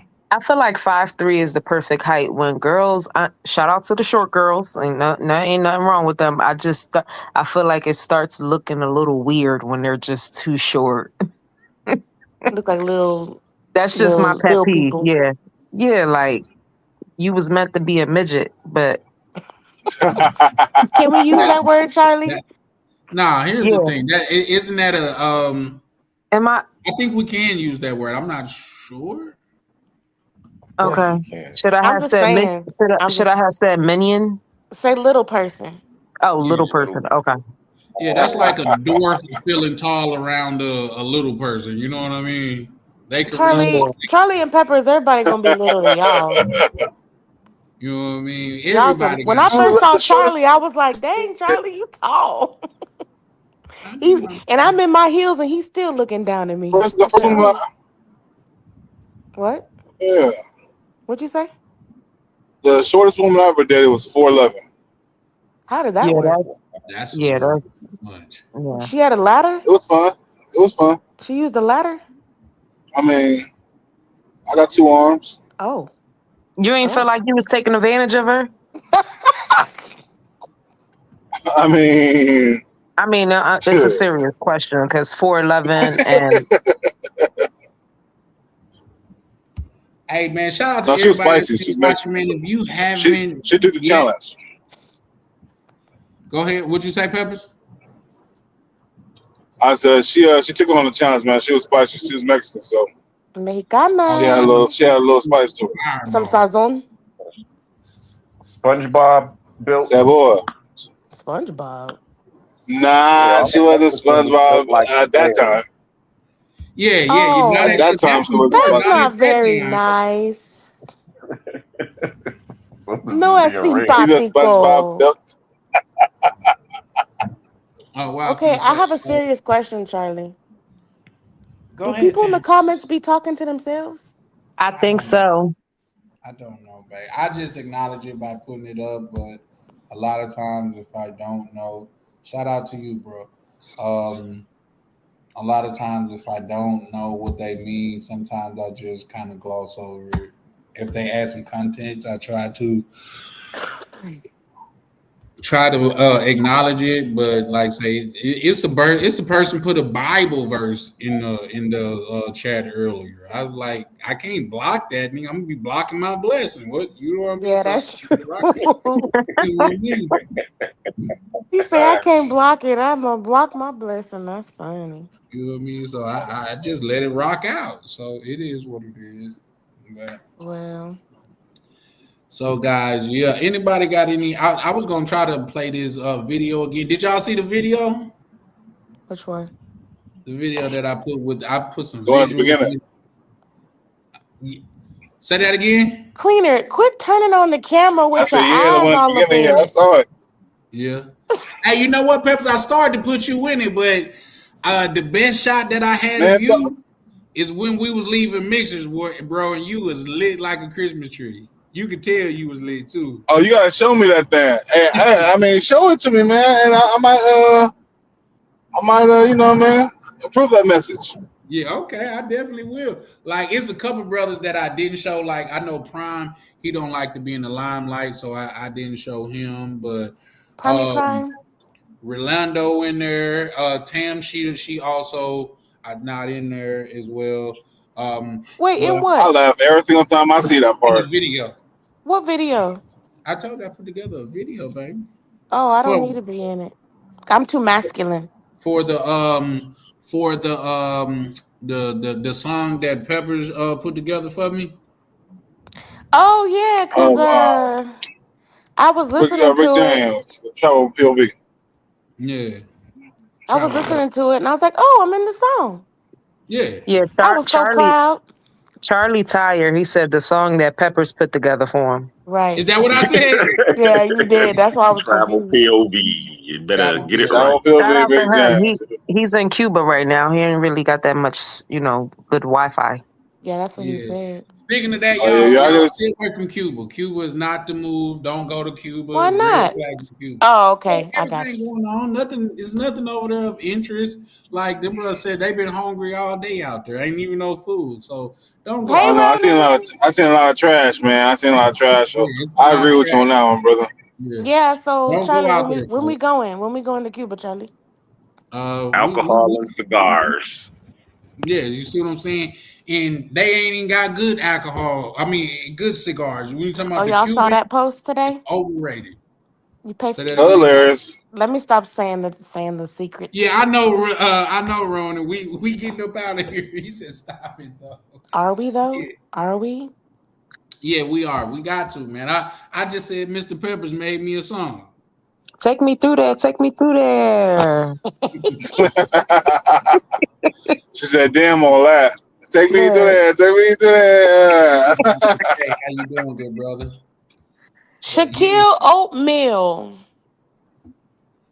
What? That's his name. yeah, Shaquille Oatmeal. Yep. He Oh, said there's nice. nothing there. Yep, and yep, there's nothing there, bro. Like I At think the all. bro said they Airbnb is a tent, bro. Like you don't want to go A there. tent with some sticks, and then Yeah, on top of the tent, they got the tin roof part just in case the rain come Can't down do real it. real hard. Can't do it. Can't do it. don't don't do it, man. Don't say that while Chris Sick of the Lies is listening to us. Oh man. Shout out to Sick of the Lies. I gotta hit bro up tomorrow Where and was check. he? Where was he tonight? I don't know. Sick of the Lies he probably He would enjoyed Probably have been with a it. that. mess tonight, boy. He would have been a mess. Yeah. It I think tonight was a damn good scream though. Like I say, we had a gang of was. people. Even Yoga pulled up, man. I think that was the first time he came on. No, shout out to Yoga because he really came up and he broke that down. He broke it down in a way like, damn, I ain't even peep. So he Yeah, broke it down in a yeah. good No, way. what he was saying about the niggas trying to look young, I never thought about it like that. So Well, I ain't just really looking at it talking from about that. I feel like you could do whatever you want to your facial hair and, that's how you feel. But When I I'm just finally talking got about on, the I other heard what stuff. he was saying. I agreed with it. I agreed with everything Yoga said. Yeah, me too. Well, my bad, Yoga. I ain't mean to. He probably ain't even on here, but I ain't mean to come off like that. That wasn't my intention. So, but nah. I like the way he left though. He ain't want no arguments, no nothing. He left in a very respectful way. Instead of going back and forth, he left. because if you have He seen it walked away, before, and that's that's kind that of that go ahead. that's something like when you're in person with somebody and you could get into something that's like they say lead with your life, and that's something that you should just do is just walk away. like Yoga did. He just left. Yeah. He didn't want no smoke. But again, it wasn't even like that. I wasn't even trying to I blow know. smoke. I know. So that's why when he was saying all the other stuff, I was like, what? I'm confused. But if it came off like that to y'all too, then obviously I'm the problem and I can admit it. So forgive me, y'all. Okay, shout out to you for that. You already better That than shows growth. women. I'm grown. What you mean? I'm grown. No, I said it shows growth. can I just See, say this? look at you. You did it again. I like when I hear women responding in that way. That's crazy. Well, here's my thing. Like, obviously, he didn't know me, so he doesn't know how I come off. But the fact that, like, y'all know how I talk to people, so the fact that I even came off a little brash to y'all and y'all hear me all the time, then obviously I came off the wrong way. No, yeah. So I'm wrong. Hey, and you know what? Shout out because a lot of people, a lot of women, for that matter, wouldn't even accept that responsibility. You know what I mean, or take accountability. You know what I mean? Oh no, it's just y'all. Yeah. So yeah, shout out to you for that. Like, I feel y'all need to start giving classes. And we Man. listen and we don't judge. I judge a little bit, but not too much. But I feel like y'all need to start giving classes on women ideology, because here's the thing: if you always want to be this, that, and the third, you cannot be that person all the time. Like say, and even so, like that's not going to make for a sustainable relationship to where you always got to be the center of everything. So that's just my opinion. Take me through there. Take me. Golly, Misha. Earrings, your shoes. He said they'll take your earrings, your shoes, and everything. Shout out to you. But yeah, anybody y'all want to say anything before we close out, man? Because maybe it's just me, man, but I really enjoy sleeping in my bed by myself. Yeah, right. No, you You just don't. saying that to Stop make yourself lying. feel Right. better. Why y'all think I Exactly. don't? See, Don't Black know. Cleaner got his eyes on the camera. Don't no man enjoy sleeping by themselves. I'm sorry. I don't care who got pushed back to that. Oh, I got something to How say. long have you been a man? Since the day she started learning how to change her brakes. Shit, I like my peace, my solitude, man. Ain't no way, but my bed is soft. He only saying that because he ain't been drinking. That's why. Exactly. That's crazy, man. Because any other day, look, he's upset because he ain't had a drink. He ain't had no woman. That he beefing with the lady with the dogs. Like, can't go nowhere. Y'all understand that's by choice, though, right? I could break all of that tomorrow. Oh, we know. But you're not. Because you strong. There you go. You are strong. You are What strong. they say, you a strong black man. Yeah. But man, like I say, man, things has kind of been falling. Juan. Right. My health is on point. Like say, I'm achieving goals. So, like I say, this is just phase one. I haven't even got into phase two yet. Did you read my message I sent you about the United States not giving visas to those countries? To what country? I think I think I did gloss over it. Yeah. You've been a real assaholic to me lately, and I don't appreciate that. No, it's not even that. It's just that, like, say, I've been tuned in. No, You know let's what I call a mean? spade a spade.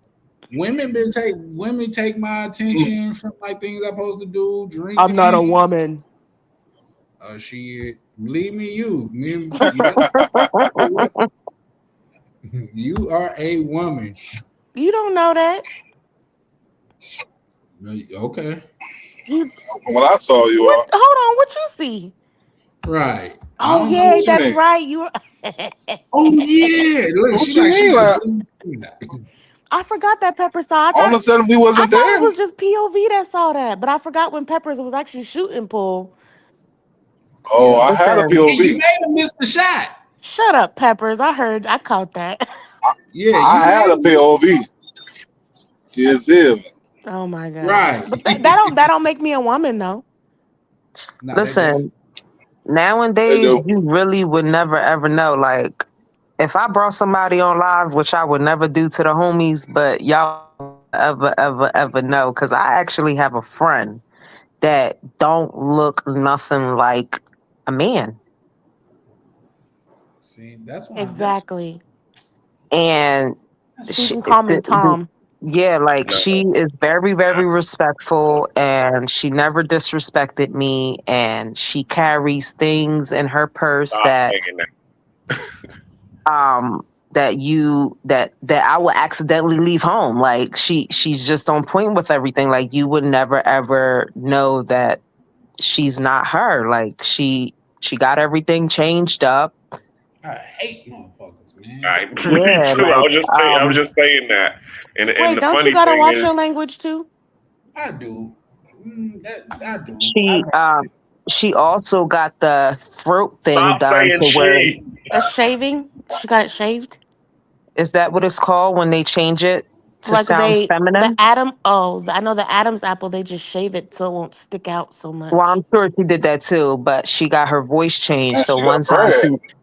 one time she called me and I was like, well, who's this? Because I'm normally used to hearing the other sound. And she's like, oh, it's Jazzy. And I'm like, what do you mean this is Jazzy? You got the wrong number.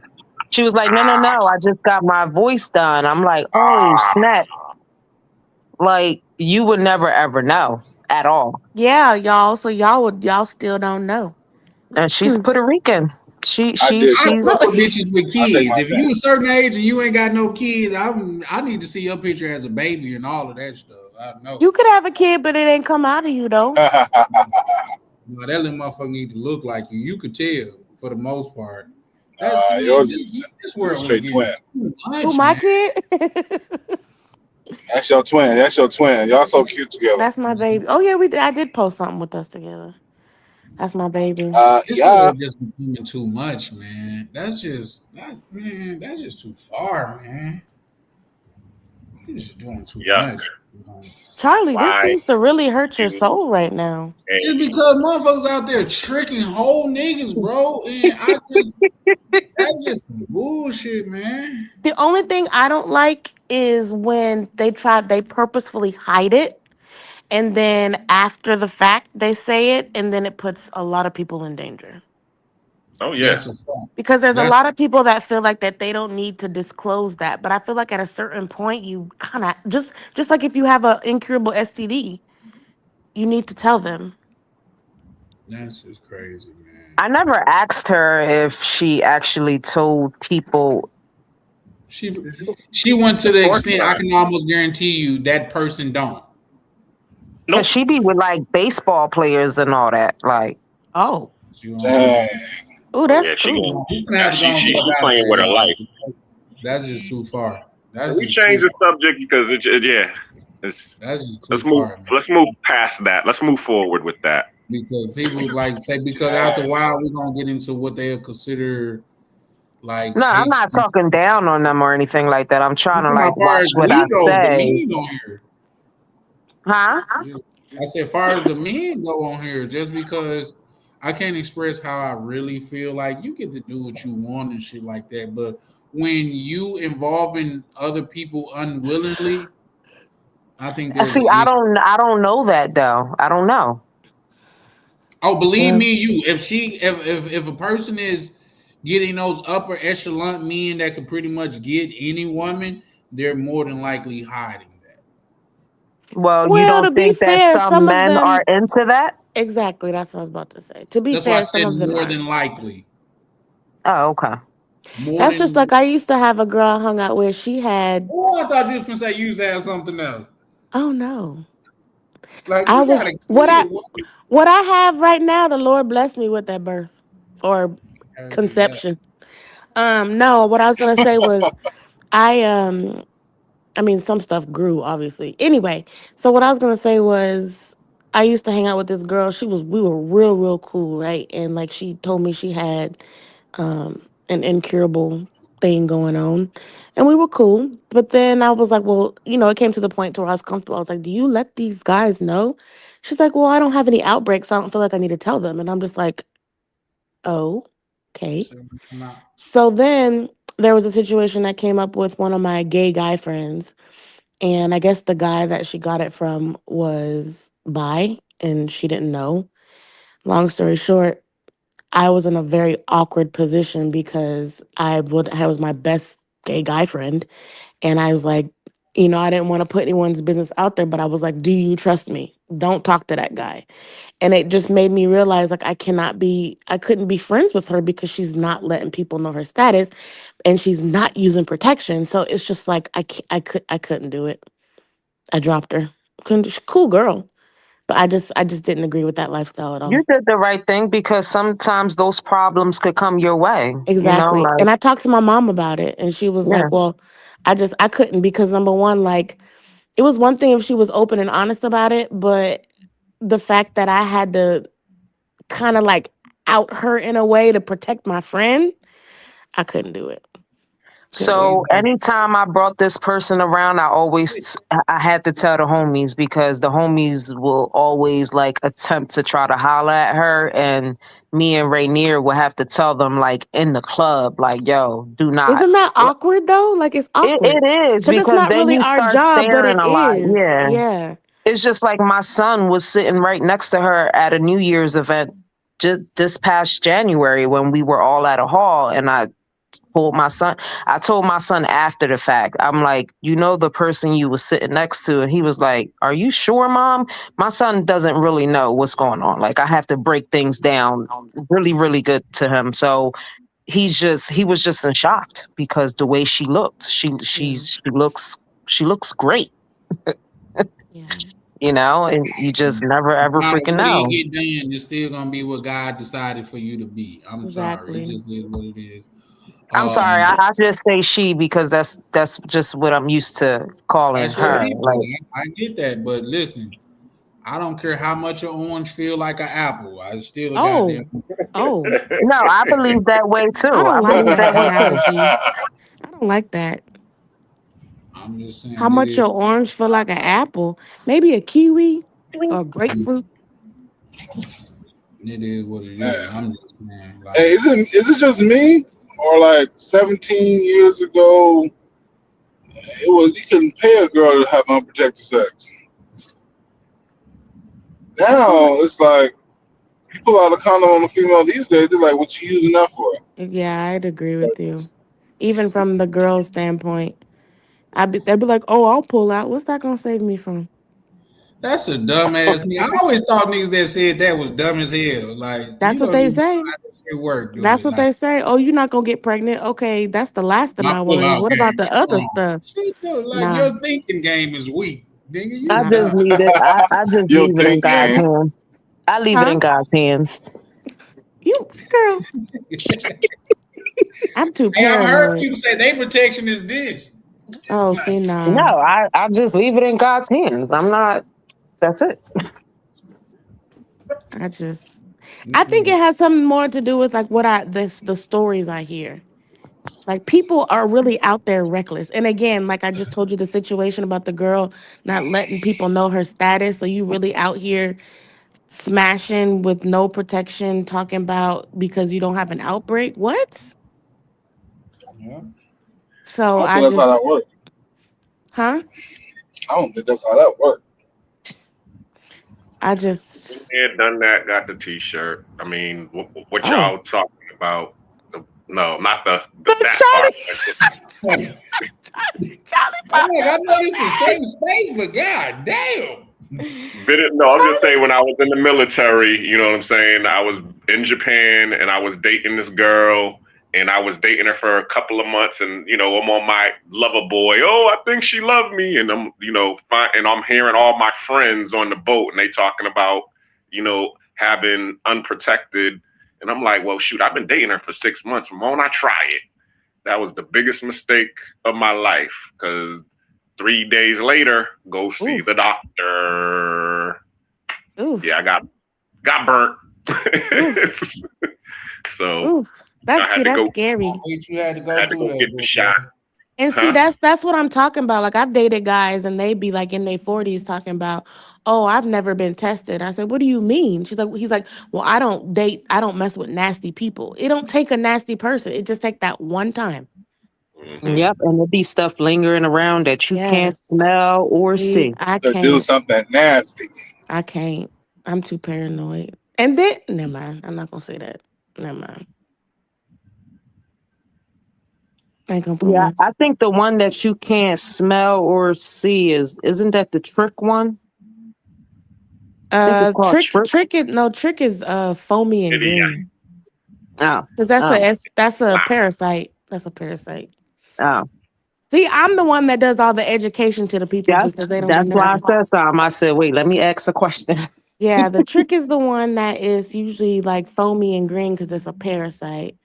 Gonorrhea and Yeah, but you chlamydia. can't smell it. That's what I'm saying. No, it stink. It's foul. It's a foul odor. Oh, From what okay. I heard, I've never had it, but from what I've heard, it's Oh, it's foul. It's a foul because it's a parasite eating your ew, yeah. ew, ew, ew, And then the other ones are usually just well, I only know how it shows Bacterial. up in women because I read about it. It's a But bacterial infection, but I mean, really, how it feels is you just got a cut on the inside, and because your what's that urine one? is acidic, Which one's that one? chlamydia, Oh, clap. ooh, And you get the cut on the inside, and then you got this acid going through every time you take a leak. So it's like as somebody told me a long time ago, you're sliding down a razor blade, and oh, at that the end of sounds the razor painful. blade is a pool of alcohol. Ew, damn. that sounds So that's what it feels awful. like. That sounds like death. See, in women, they said it's just like a That's not cloudy cool. discharge. Look, Charlie ready to get off. Charlie, don't be rubbing your head. Don't be You got rushing to us. educate the masses because Yeah, they I don't be gotta go and knowing. get up out of here, y'all. That's just like I think we went from building to like No, because people need to know. They don't know these things. Don't be Obviously, rushing us. Take me through there. Take me like through there. look, Charlie froze. yep, no, yeah, they gonna take them down through there once they get their shit. I promise you, they gonna take them through there. Hey, Charlie, when I'm in DR, I'm gonna get on your live and I'm gonna show my face. You gonna show your who? My face, not my hoo-ha, my face. Oh, okay. When you All going right, to the DR? I'm a In drop less than down, a y'all. month. All right, Misha, appreciate you pulling up. Good I night, gotta go Misha. get these $28. He gonna make me work for it though. So Oh, yeah. I hope it's in Take all you ones there, and he's take throwing you it at you. there. I hope it's in all ones. You said All what? 5-3. Let's Tim? get it. I said I hope it's in all ones and he throw it at you when you doing something He particular. better be. I'm a duct tape the phone to the ceiling. You know that duct tape the phone to the ceiling challenge? I'm gonna record that shit. Hey. Yeah. That's funny. Wait, can I show y'all something? Uh-oh. Hold Big on. screen. Yep. Wait, Bro look, I said even big. tried. Look at my ceiling. It's too oh wow. Is that a mirror? Hold on, I'm trying to show it to us again so we could. Charlie trying to live the freak life. Hold on. Is Let me that a show mirror? y'all. Is that a mirror? I tried the challenge already. Hold on, I'm about to show y'all. Oh my goodness. Was that a mount? Oh wow. Cleaner, you can't even see. Yeah, She's gonna put the mirror on the ceiling. That was me duct taping my phone to the ceiling like an idiot. And when I took the duct tape off, the wrong duct tape, it wasn't the one for like paint and walls, and it took off the paint on the ceiling. Damn. That's funny though. You took it through there. I took it Keeping through it there. spicy. Keeping it All right, spicy. y'all. I'm out. All love. Take care. All right. So yeah, Peace. I'm finna get ready to get up out of here too. Anybody got any last words, man? I don't know how many times you done said that. That's Listen, y'all hilarious. got an extra on top of the 3 hours. Y'all got an extra 47 minutes about of me. I sure did because I was able to get on. Episode 3, Nate's Odyssey. The Black Cleaners present Nate's Odyssey. Dropping this week. Like and subscribe, please, so I can get my Peppers, go to 50 so I sleep. can start going live. Yeah, shout out to Black Cleaner. Yeah, for sure. How far are you from 50, Black Cleaner? I'm at 37 right now. Am I Okay, you following you? Yep, you Shalom. are. Am I? I don't remember. I don't know. Yeah, you are Tammy Two Fly or whatever. Yeah, I seen you. That's definitely not my name. Oh, really? I mean, well, it said Tam Fly or something like that. It's Tam. She hate Tammy. I can't I even Shit, know. I follow mess with. Tamara. Sorry. She said it's either Tam or Tamara. Don't you forget it. Shit. Like, she must have You a know bad who experience. hasn't been on here? Casanova. Yeah, I was like, I will never Hey, what call happened you. to Ann? Yeah, I don't know. She posts on Instagram though. Yeah, Okay, good. and she gonna pull up next time. I have conversed with Ann, and she said she gonna pull up next time. Shout out to Oh, her. so you conversed with Ann, but you left me on red? When I say converse, I mean through text. She sent me a text, Okay, and and what's WhatsApp? you said, "What's that?" A I text said, is when and somebody. what's and I said, and what's WhatsApp? Oh yeah, for sure. No, I do be replying to you, baby. Did you? Yeah, I even seen the picture that you put out. I was like, damn, be sexy on the high key side. That's because I don't like showing my face. On the high key side. No, that other one you showed your face. You sexy Oh, on I high mean on key. my You know, socials, sometimes it's yeah, I low show my key, but face, but not on here. Charlie, we no, She can't don't hear want the you. this problems. was WhatsApp. No, No, okay, because on here, but on WhatsApp you showed your face. on Snap I be doing all my dirty stuff though. I got a Well, private stuff. Oh, I was about to tell him something. oh, so I ain't a part of the private snap though. Yeah, Huh? subscribe. And you tell me why I'm not a part of the private snap. I think you are. Haven't. I only post on it when I'm out of the city. Yeah, shout out to Tam. Tam just sent me some exciting, well, some photos that I love looking at. How about that? Of her plants. Like she got a lot of plants, guys. I seen that. She got a lot. We never mistake. I like plant. I told you. I make more Yeah, selling she. plants than I did at my other job, so I quit it. What's your highest selling plant? Like what I paid for it, No, what you sell it for? it depends on how much of it I sell. Oh, okay. Oh, so you selling some different type of plants. No, but when it For comes real. legal, I'm growing it. I'm telling you. It's not legal Like over there. Not yet. It is in Missouri, but not here. Yeah, and then you have a And head start Oklahoma too. and Nebraska. I mean, and In Colorado. I Minnesota. don't know about Nebraska. Hmm? So you gonna have a head start too because you already got a green thumb. You want to come up here and get a setup, but not me because I own partake, but I know somebody that'll pay you for to set them up, good and I going. could do it. Yeah. Yeah, for you sure. can't you So come can't pull up. Like I you say, can't move I around got it 10 on this houses. American Street. I could. The only thing I just don't like the smell. That's the only thing with me. I don't like the smell. I mean, if that's that good, there's this one that actually smells decent, but I don't like that skunk stank stuff, that cheap stuff. That's what I, the buyers like. That skunk stink I stuff. don't like that. Nah, nah. 'Cause I already got a greenhouse and everything. Shout out Uh-oh. to you. Baby Yep. tired. Yep, I'm finna have to go and go to sleep. I'm gonna see if I can play this on the way out. Y'all could probably Yeah, so try to on get my way out, I'm gonna say we gotta continue to support each other. What the And hell? we gotta we can all sit here and point the finger at each other, but we ain't got no solutions. And you part of the problem. I I'm think the saying solution so. is we take tequila shots together. I'm with that. But one Yeah, of the things no, I no, did no. notice when I think Prime is. I think Peppers is on to something. My bad, Peppers. Continue. No, you right. yeah, so I mean, what I noticed, listening to the lives when we get to certain topics, when I hear certain topics, and about who supports and who not supporting. To be honest, I ain't never seen no Jewish person on this live. support nobody on this live. I ain't never seen no white person support. I ain't never seen no Asian person, you know what I'm saying, up here giving advice, but maybe once or two times. The majority of the people that's on this live giving advice and helping people out are your fellow, you know, Black Americans.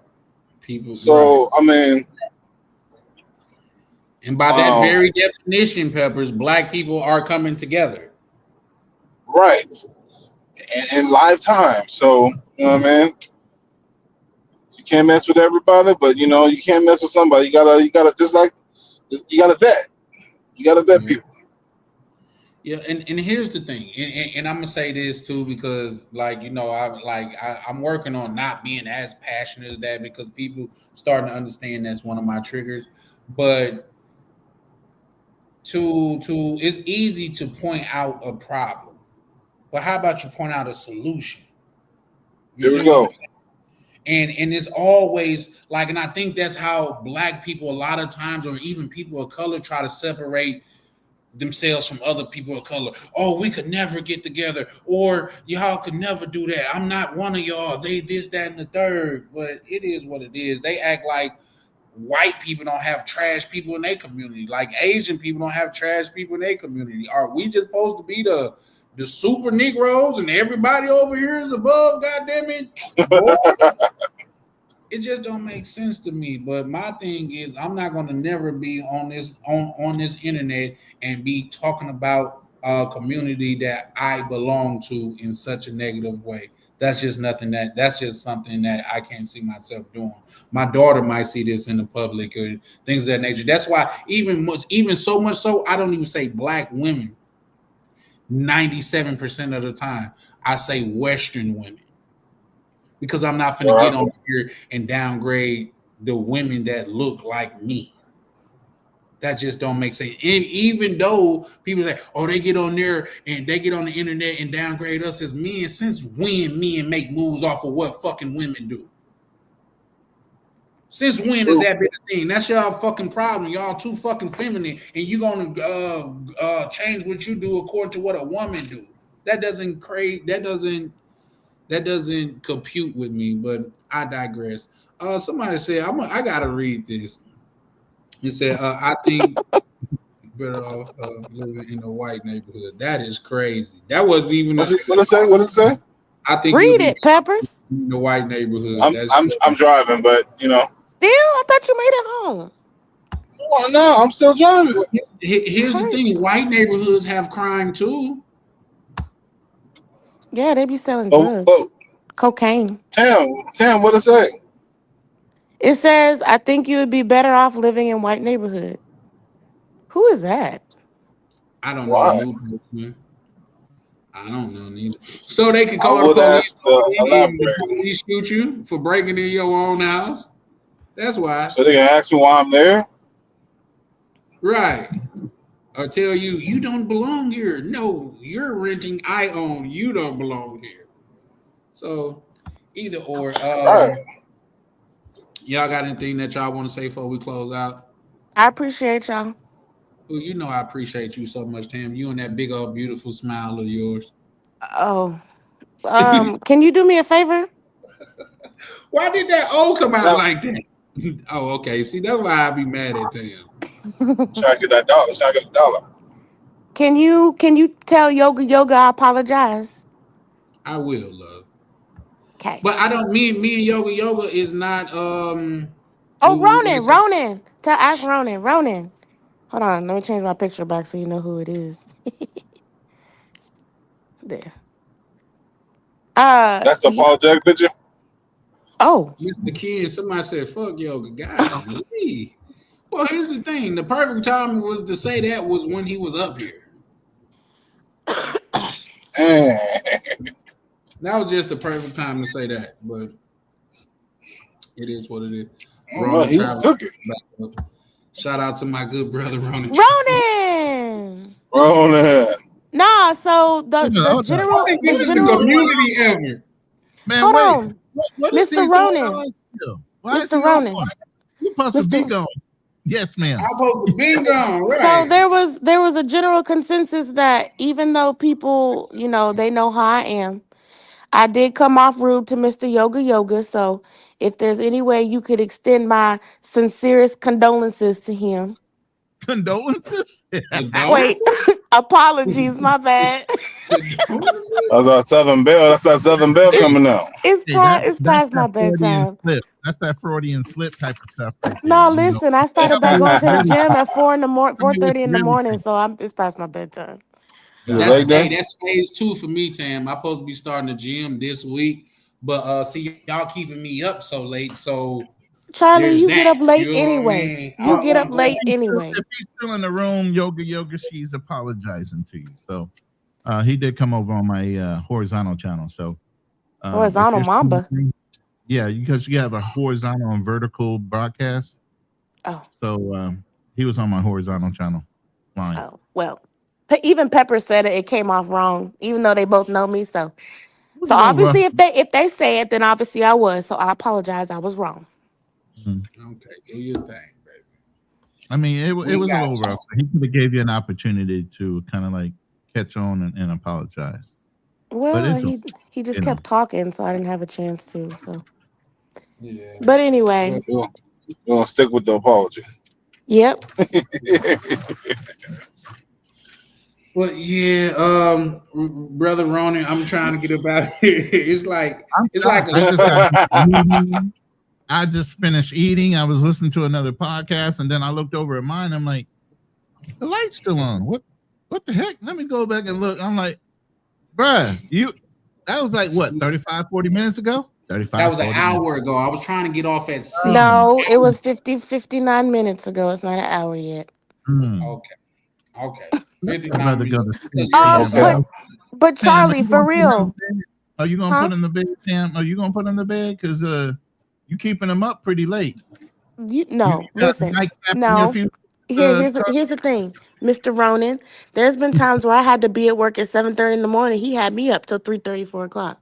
See, the truth is coming out. That's crazy.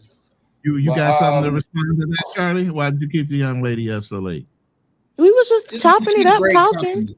Yeah, so it wasn't his fault then. It wasn't his fault then. It was his fault because I was in the bed trying to sleep and he just kept talking, and I was entertaining it. Him on his own, just all on his own. Exactly. Yep. At all. Yep. It was all his fault. And if you can imagine being like just laid back in a relaxed mode and Tam with that beautiful soothing voice, it's like, yeah, I need to listen to Tam on my lives as I go to sleep. Shout out to Tam. I told him, and when I'm in DR in a few weeks, I'm gonna show my face and get on the panel. Oh shit! Well, she I've has showed my face once. Yeah, she have showed it before. So I mean, you got your avatar as your face too. Right? Yeah, that's true. That's true. I mean, unless I did. I forgot. Wait, some women do some real magic with makeup now. What you trying to say? Well, Charlie and Peppers have both seen me in person. In person, in DR. Okay. Facts. You're a regular travel DR girl then. Oh, I got some little men's down there. As a black woman going down to DR and seeing all those brothers down there. Ooh, they're handsome. Opinion about that? What is what? Are you mad at brothers for going down to the DR to? No, they ain't none of my business. They do what they want to do. No, that's none of my business. Look, that is none of my business. The way they choose to spend their money and who they choose to have in their bed has nothing to do with me. All right now. Well, I mean, some black women think on the squad. Nah. I'm now, what Charlie does, Charlie be making me salty because I turned him on to this song, right? Why he post? You gotta be careful about the word usage. Oh my bad. Words matter. Yes, they do. Okay, I played for him one of my favorite songs, and he posted on Snapchat him playing that song for some other girl. Oh, I wasn't playing. You did not do that to her. He did. You're trying to convict me for no reason. Listen, you already been convicted by everybody. Let's not bring up the sandwich, Charlie. Why another person was in the vicinity? It's not the vicinity. You was sitting on the couch with the camera behind y'all, looking. Stop it. Stop it. That still classifies vicinity. You know what I mean? The person was Charlie. close in the vicinity. Charlie. And that Charlie. song is just Now, a good now, vibe. Charlie, You know, I'm gonna stay with bro code, but you don't play another lady's song for a different chick, bro. That's a no I no. didn't play it. It was a You part of done the broke the project, pimp but rule But here's the 100. thing. That's not even the worst part. He never came and got the food. that's crazy. She cooked for you, and you didn't No, go I get the. didn't cook. You Before we even got down there, I had promised him. That's why we have this thing about the inside joke about this sandwich. Mm. So you got a woman that really wants to feed you. I was trying to I'm feed not him two saying things, and he ain't you one. wanted to feed. Oh, see, I didn't even want to go there, That's but what you she just do. went ahead and did it for me. Tam keeps up chaos. Don't fall for that. She just alluded to a whole nother Tam type keeps of up meal. chaos. She probably She back there started off with grinning the from ear sandwich, to and ear. she said there could have been another meal after the sandwich. I don't know. That's I'm dessert, catching on. baby. Oh, see, Tam is Charlie, you very. really throwing some. You really throwing some missed signals over the Listen, thing. you know how into Charlie I am? I was with a whole nother dude in the DR and called Charlie on the phone. What? Oh man, no, you didn't do that. And I said, Charlie. oh, this is my friend on the phone. Mind you, this the same dude I'm gonna see next time I go. They all Look. know. This is the Everyone, type I was of like, oh, this thing is here about. Charlie. Hold on. Pam is the type of woman that will tell some sugar daddy type of dude, some zaddy, hey, can you buy me 2 meals? I'm gonna take one home. And she'd be coming right over to your house, Charlie. Just to serve you up. I don't know about all that, but I am honest I about don't my know how stuff. Tam managed to turn everybody against me, man. Not everybody. First, it was Spark Plug. He was Spark like, come on, Charlie. How do you know better than that? Like, come on. Shout out to my brother Spark Plug. But yeah, now we had a good time. We went out though. We did go out. We went out Was like it a threesome type of go out, or did she ditch the dude and it was just you two? I mean, you want the real story? Yeah, I want the real story. I mean, tell the truth. I was with somebody else and I left. So you ditched him for the Charlie and Charlie. Come on, Charlie, low key pimp. Don't fall. It's just that voice sound like it could never be deceiving as it is, but she's deceiving. Charlie. Tam is deceiving. Like, Listen, the party that Ryan had, I brought a date and I let him know. I said, there's this guy that we call Charlie Chan. Hey, that is believable, Charlie. I'm sorry. I had a female friend of mine in Kansas City. Every time I come into town, if she was single, we kick it. If she had a man, hey, no big deal. We still cool. You honest. You just that's what I expect. I came into town one time and I went right over to her grandmother's house. I didn't even call her. She's sitting on the couch at her grandmother's house with another dude. She literally jumped up, gave me a hug. Grandma pulled me in the kitchen, right? And she goes back to the living room and said, hey, you got to go. My boy is home. She's like, what? You can hear him say, what? She goes, I told you. I'm this very guy. honest. Military. When he comes into town, if we not tight, you got to go. He going to stay. He thought he had that pull, right? So he was shocked when she literally just did that shit to him. And he was like, what? Yeah, you got to go. But here's the thing, though. I'm the same way. I'm going to let you know what it is and what it's not. And then you have the choice to decide what you want. Yeah, you got 2 choices. What I don't like is people can't reciprocate that. Like, they scared and they be lying. Yeah, like for what? For what? I tell brothers all the time, if you tell the truth, most likely most women will go for the truth and they'll either take it or they won't. That's how I feel about it. But nah, Charlie talking about, oh, I'm not going to go out tonight. His ass was outside. You was out, though. I wasn't out. I was at home because remember my sleep schedule was off. Out or not. She said all you have to do is tell the truth. So you say, nah, babe, I know you over there kicking with your boy. I'm going to go see if I can find a little something. Yeah. No, it didn't go down like that. See, when we were supposed to go out, she was out kicking it with somebody, and she was like, well, no, not that night. I wasn't kicking it with anybody until I saw you were out, so I left. That's crazy. Don't do that. I was in my room, and you said you didn't think you were gonna go out, and I said, okay, let me know.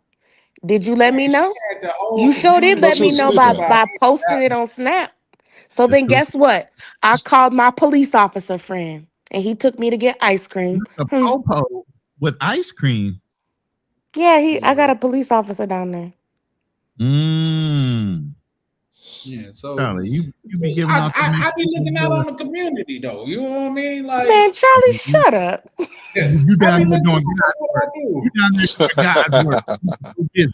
Yeah, I'm a giver. You know, I can't help it that God made me this way. I'm a Well, giver. you had a woman that was waiting for you to give. You pulled a no-show. It wasn't necessarily a no-show. Now those are strong. You That's see a how strong. he likes to be in a gray area? See that? It wasn't necessarily a no-show. It wasn't That intentional. wasn't what it was. It was just Hey, I hear little feelings in that tone with Tam though. She kind of throwing some feelings off. No, Like, they ain't no Tam more is a big feelings. He player. hurt them. No, Broken. Tim is a she's big player. cheating? I'm a Oh, what? I know You a this. big Just by the player. way, That's what we say down south. You a that's big why she player. said, hey, that's why she said all you have to do is be honest. We both I'm can not a play. player. Before I even met with y'all and Mr. Grill, I told you what I was doing. I told you. Yeah. That man bit me. Yes, She's not talking about me. She's not talking about me. I didn't I bite her. still have a scar on my chest. Damn. He bit me. Yes. He bit her. He bit and me. left a scar. Yeah. Left a little mark. I had to put makeup on it. I guess he was trying to mark his territory like a normal dog would, huh?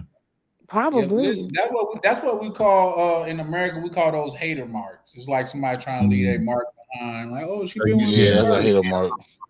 Yeah. It hurt though. Well, it didn't hurt man, until if I get later. with it, that generally means like, oh, she been with me first, but I'll be like, yeah, if she get with me last, you'll never get another shot. You know what I mean? So I'm confident. But then you fumbled the ball, Charlie. You didn't pick it back up. He fumbled more than one time, so I'm pretty sure I didn't fumble. then what you call it? What you call it, Charlie? I like how you up here trying to play cool and collected. You ain't got your Brugal tonight to hide behind it, huh? He'll call you after we get off the show. You know You can't hide behind that Brugal, huh? Let's call a spade a spade. Call a spade a spade. Tam, it'd be so busy. She be doing her thing so much to where, I just like. You see how you trying to put it back on me? Look, you see that?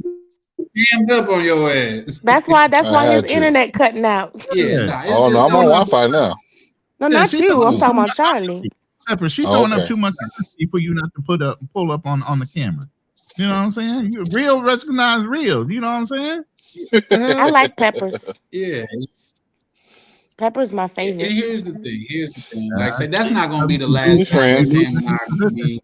Pepper's actually on positioning now. We're friends. Guess what? You can't say it like that. And no, Peppers responds in a timely manner. I could send him something on Instagram and he gonna reply back. Because we friends. Exactly. His own thing going to where he could, you know what I mean? But I could be in the middle of something. I could be on a business call or something like that, and I don't always Charlie. Right Charlie. Doing your entrepreneur CEO thing. Go log into your WhatsApp and look at our thread. Oh. When's the last message I sent and did you reply? I stay logged in. Oh, damn. Peppers. Go ahead, man. He's coming strong with you. He said, I'm taking all slots. Yeah, no, my bad, baby. See? See? That was on me. Live admitting that shit. Because every time something with like passport, quote unquote, passport bros or traveling pops up, I send it to either him and Ryan so like they be knowing what people be saying. So especially when it talks on that one. She not a lot of times she just be putting on for a city, but I don't. Yeah, a lot of times you do, but you I don't. No, I don't. I think the last thing I sent you was when the person was like, telling me when the mechanic tell you it's gonna be $650 to get your brakes, get new brakes, and the nigga was throwing an anchor out there to. But guess what? I replied, didn't I? You did. Okay, and you then. replied in a timely manner. You did. Okay, then. When you write, so you the type of woman that like to kick a person when they So why down. don't you? No, just you, because you ain't got the lesson yet. You need to be like Wow. Ronan and take notes. Wow. Hey, shout out to Ronan because he do be taking notes. I thought he was just bluffing.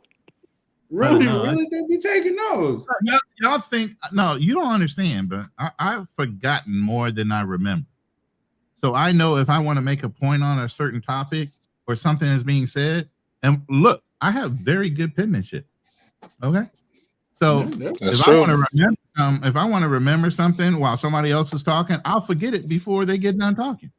I gotta write it down. I'm gonna forget my point. Especially with them long-winded people on Charlie's Live. Oh my God, right.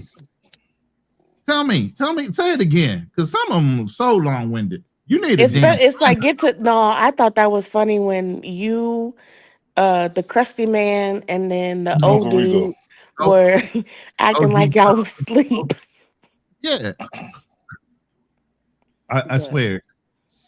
That young man, I swear, I love it. I used to be like him until the world's smartened me up.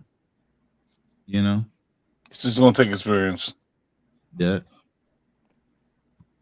Yeah, and that's what I tell him. Like, say the more that he get life experience, the more that he'll understand. And like I usually say, well, an old head told me, when you from down south, they got a saying for everything. But wisdom can't be taught about. It's got to be something that be experienced. You know what I mean? So I think he got a lot of wisdom. Man. You can pull a lot of book smarts, but you got to live it too. That's a fact. That's a fact. How have you seen him? No. Seen who? He came up before. Yeah. I've never seen him. Yeah, he came up one time. A couple times. Yeah. I've never seen him. I'll be coming to the lives late because I be doing stuff. Yeah, he's a young fella, but he's Pepper, a good guy like myself. Pepper's gonna be like what?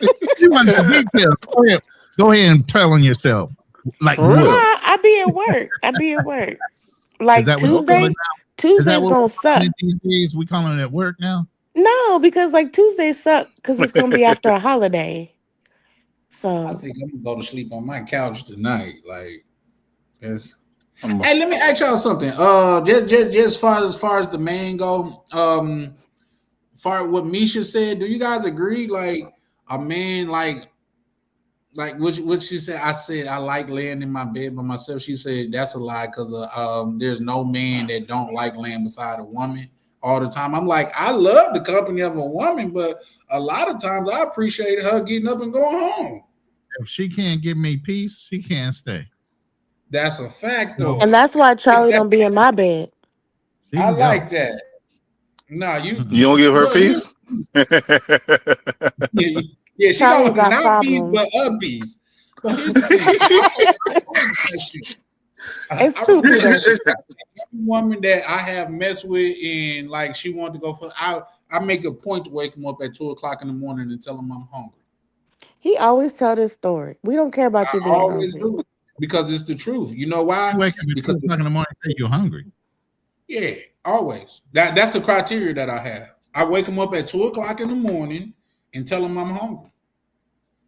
And I'm be like, I'm And if she Tamara, don't how are get up you? and go to make me something to eat, guess what?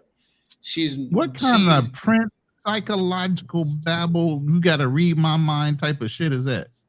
What if they order you DoorDash, Charlie? It's not reading my mind. I'm telling her I want her to make me something to eat. And you know what I'm gonna do, Charlie? I'm gonna spread my legs. Hey.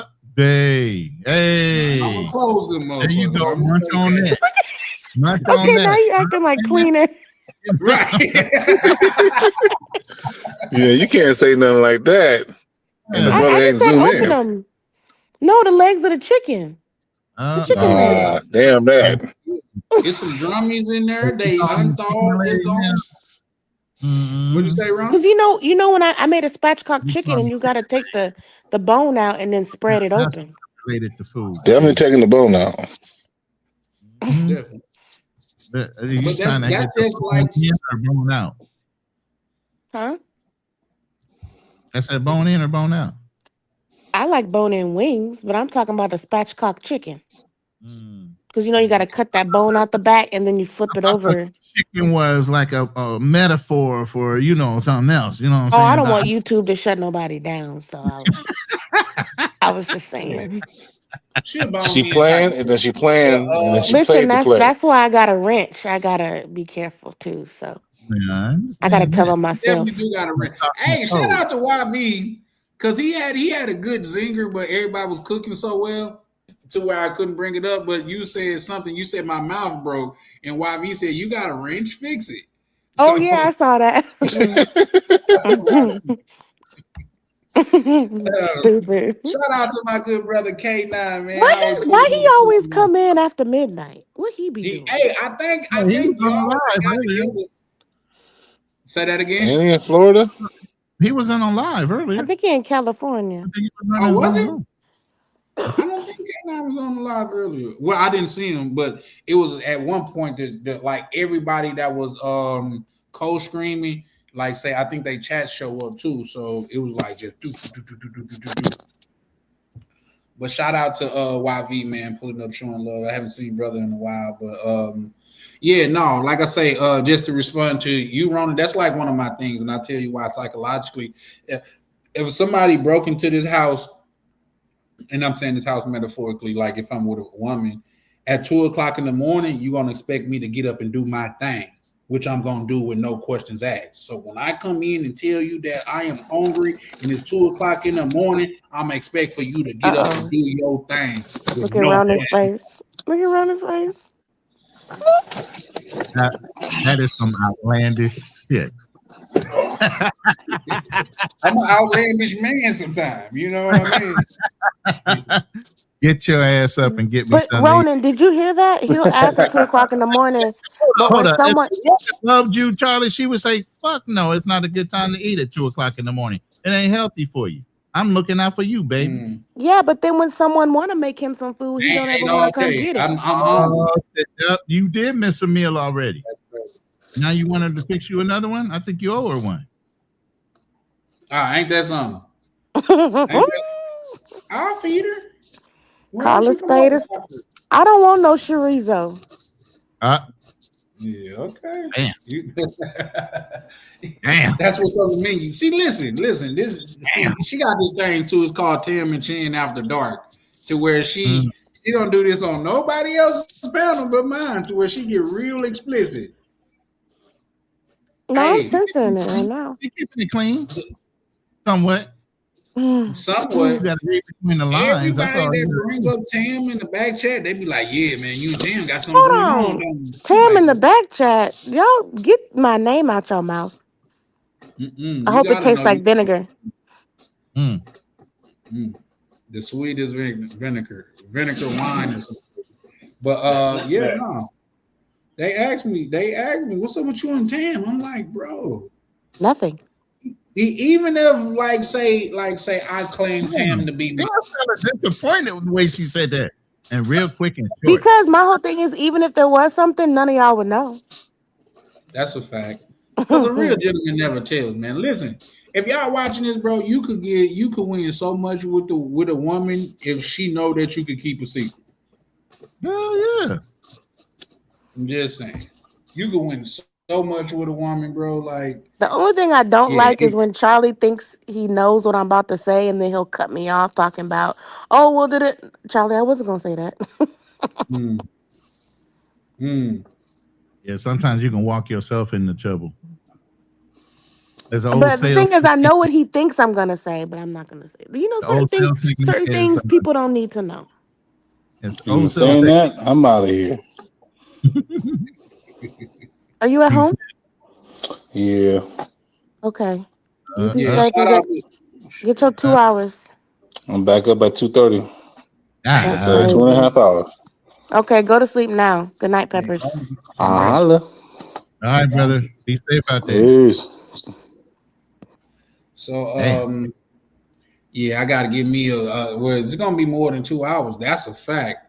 Shut up. Hold on. How did I get us? Oh, that's to you. I was finna say, what? Hold on. How did I get this?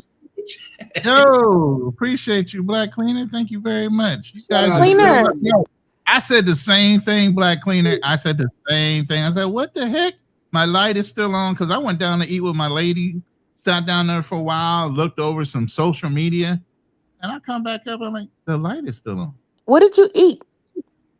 Oh, this is still like a lunch or brunch time, so she did like scrambled eggs with cheese, some Spam toast, Oh, the hot link, and some fruit on the side. so Charlie, you see how he stopped what he was doing and went to go eat? You see that? See how He that already works? rich though. He Nah, already see, I'm rich. not trying to throw the brother under the truck, but I'm just saying, yeah, You ain't damn. gotta be rich. He already rich, baby. I'm It on don't my matter way. if he rich or I'm not. I ready. love you for rich or for poor, Charlie. I'm But not it rich sounds like that. I mean, damn. No, Cleaner, why'd you that get was off I so gotta put fast? an I have something to outlier tell on it. you. she made lumpia the other night. So yeah, I still have some frozen, and then I just had some last night. So yeah, she makes fresh lumpia, all that. Lumpia is good. Shout out to And, hey, y'all. I was just telling a story, Tam, because they don't have a lot of things here, right? So I just recently bought a microwave about a month and a half ago. Man, y'all ain't never seen a woman so appreciative of a microwave, bruh. A microwave. She's just so happy because everything she would cook, she warm up on the stove. Yeah. Every meal. If she didn't cook it fresh. I You try hear to that, tell Charlie? my daughter gratitude go a long way. No, Peppers, go to sleep. Russ, I'm still listening. Yeah, no, Man, you you finna need be to take listening some to me melatonin. sleep in a minute. Yeah, Y'all you need to remember be taking some melatonin and go to sleep. 2 I don't know hours? how he after a 16-hour shift and then driving an hour and a half, 2 hours. Yeah, I would have been stayed at the hotel. I'd had a 3-hour layover and then went to a hotel. Because I'm not sleeping on no airport floor. Well, I Like I said, have. sometimes I don't even drive home. I just get a place and just bunk out there instead of making 2 that drive. hours? Yeah, I would get a Suburban and just let that back seat down and just sleep in the back of that joint. Oh, we know. Shout out to Uh-huh. really why? I appreciate the $2 super chat. Thank you. Cleaner, I had something to tell you, but you left. Uh-oh. He left something too? Damn. No. I was gonna tell something and he just got off the panel. Oh, off the panel. Okay. Yeah. I've never met Cleaner. I've met Ryan, I've met Prime, I've met DC, I've met POV, I've met Charlie, I've met Peppers, I've met who's the other guy? The one that always says Pica Pollo, him. You remember his name? Okay. Yeah, that's big enough. The Tahoe? Lay them back seats back there. You got a whole queen size. Who name you talking about? The guy that always talks about Pica Pollo. What's his name? Oh, Pepper says you met him too. I did. Oh, you talking about Jay Holiday? Yeah, I met Jay Holiday. Yep. Who else did I meet? Here's the thing. I got a Yukon, a 2000 Yukon, and a blow up mattress fit back there perfectly, bro. Oh, he would know. That's why I ain't let that go. I we might all need to big let it go truck for because I'm like, SUV guys. maybe I had ran on hard times. Like say, I guess it's late now. I could share this with y'all. It was one time to where I was pretty much homeless while I was on dialysis, man, and it was the middle of winter, so that was a very hard time for me. But man, believe it or not, y'all not gonna believe me when I say it, but when I woke up, man, I was like, that was some of the best sleep I've ever had in my life. For real. That was some of the best sleep I've ever had. Wait, Charlie. Yes, ma'am. Why you be drinking if you have one kidney? Oh, you had a transplant. I got a transplant. Isn't that bad for you? Drinking is more or less a liver thing, love. But your kidneys has to filter that still. And they working fine, yeah. Oh, okay. See what happens when I try to care about him? He try to make it another. He try to make it another organ's problem. I understand. The liver does it, but the kidney still got to filter all that liquid. Listen, it's mind over matter. I used to smoke. My second wife asked me to quit. Like that, I quit. You know, and I haven't had a drink since I've been here in the Philippines since May. You know, she doesn't drink, so I don't drink. I mirror who I'm with, that energy. You get what I'm saying? So, that's why he has every vice as his. He mirrors himself.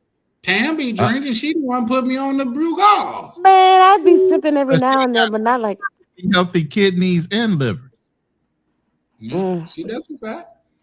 But listen, you only live once, you know what I mean? And while I'm here, I'm gonna enjoy it. But it's something I've been dealing with for some time, so it is what it is. But as of now, shout out to like Misha and things of that nature. Like I say, since the beginning of the year, it hasn't been no women, no drinking, or no smoking. I'm locked in. Okay. And then how many times you hit in the gym? Even if it's your own personal gym and doing walking? Well, in the summer, I walk a lot, like say, because my apartment got pretty much a track around it. But that's phase 2. I've supposed been going to the gym this morning. But Instead of going to the gym, get some kettlebells. Yeah. Okay. Get maybe a 25, a 40, and a 35. Or even get some of those bands, those stretch bands. Well, the kettlebells will give you a good core workout, and it's just in your house, and it only takes 15 to 30 minutes, depending on how many exercises you're doing. That's it. I got a curl bar. You know, kettlebell is real good for your core. Yeah, but I do have to, like say, I don't mind going to the gym. In fact, well, when I was going to some people, when it's really cold, they let all the elements in the world distract them from wanting to actually go. But if you got it in your house, you ain't got no excuse. That's just a kettlebell. It's just a kettlebell, a jump rope, little things like that. You know, you can get a good workout in. Well, if I'm being transparent, my apartment has a gym in here. You know what I mean? So we got. But again, if it's cold outside, you ain't gonna want to step 1 foot out that door. Yeah, no, I'm saying inside my apartment building, we have a gym here. Oh, so you don't have to step outside to get to the gym? No. Outside your door. Okay, so you have a home. Okay. No excuse. Yeah, no excuse. I'm not. Listen, I take credit where I need to, whether it's good credit or bad credit. I take credit where it's due. But guys, listen, we are going on 8 hours in a minute. That's okay. That's a job. I'm going on 8 hours. You going on 8 hours. I'm not going. Yeah, well, yeah, you that's a very accurate way of putting it. It is going on 8 hours since I done started this live, and I gotta get me some sleep, man. It's -7 degrees outside, and I gotta get me some sleep. Are you invited to the barbecue, Little Chin? I don't know. If you want to hit that link real quick, we can definitely entertain you. I don't know. Look. Carlos Reed, bro. I'm dropping down. Every time I say I'm finna close, somebody else pull up. Carlos, bro, we gotta close out, man. In the words of Misha, don't rush us. Yeah. Hey, is that your people, Red? Carlos? Carlos Red, yeah. I'll bring him up right fast, but I think the whole travel space is playing a trick on me, man. Like every time I say, like, people like it's your turn to go. Carlos, how you doing, good brother? Oh, I'm doing good. I was one of the guys that was targeted. Targeted for what? My channel got deleted. Are you serious? I kid you not. Had to create a For new what? one. It's on the same day as the other ones got deleted. Wow. Did they give you a reason why? I got a vague reason. Violation of community standards. But he wouldn't tell me what it was. So they didn't say which standard, they just said violation of standard. Right. Violation of community standards or whatever it was. Now we all know that old Crusty Rico hated my guts. Why? I thought you guys both were on the court against the Passport Bros. I was never against the Passport Bros. That's why he hated me. I said grown men have every right to travel. And he didn't like that. I mean, as long as you're going overseas for the right reasons, I mean, I don't see what the problem is. Mm-hmm. So that's what. Yeah, I've been against effery overseas, but I had never been against the passport. Okay. Well, because I've seen all types of people doing effery overseas. It has really nothing to do with passport bros. It has something to do with immature travelers Yeah. But you're seeing both men and women doing this stuff. You know, I saw it in Africa and a lot in Africa, and these weren't passport bros. These were part of the Back to Africa community. And there were some immature people amongst them that showed their ass. So let's stop blaming pastor bros for everything. It's the problem is immature travelers. That's what the problem is. Agreed. Yes, and I don't go on that. It's the pastor bros, the pastor bros. I don't go on that rhetoric. I go on reality. I say exactly what's going on here, based on what I can see. All right, I know they got upset. I know they're upset that people don't want to date Black American women or whatever, or American women. That's what it really is. But they need to live with that. You know, I'm strongly against Jay Rello. I'm strongly against Floyd. Actually, I was against Floyd long before people knew what he was doing, and I didn't know what he was doing. I didn't think he was. I knew he was going to embarrass us, but I didn't think he was going to do something this extreme. And I don't think anybody knew he was going to do something this extreme. No. But, how can you see that coming? No one saw that coming. I didn't think anybody would be dumb enough to show their face on social media and do some dumb crap like that behind the scenes. I just didn't think anybody would be dumb enough to do both at the same time. Damn. So I'm trying to get my channel back up and running. But for the record, I'm anti-effery overseas. That's what I am. I'm not anti-pastor, bro. I'm anti-effery overseas. That's it.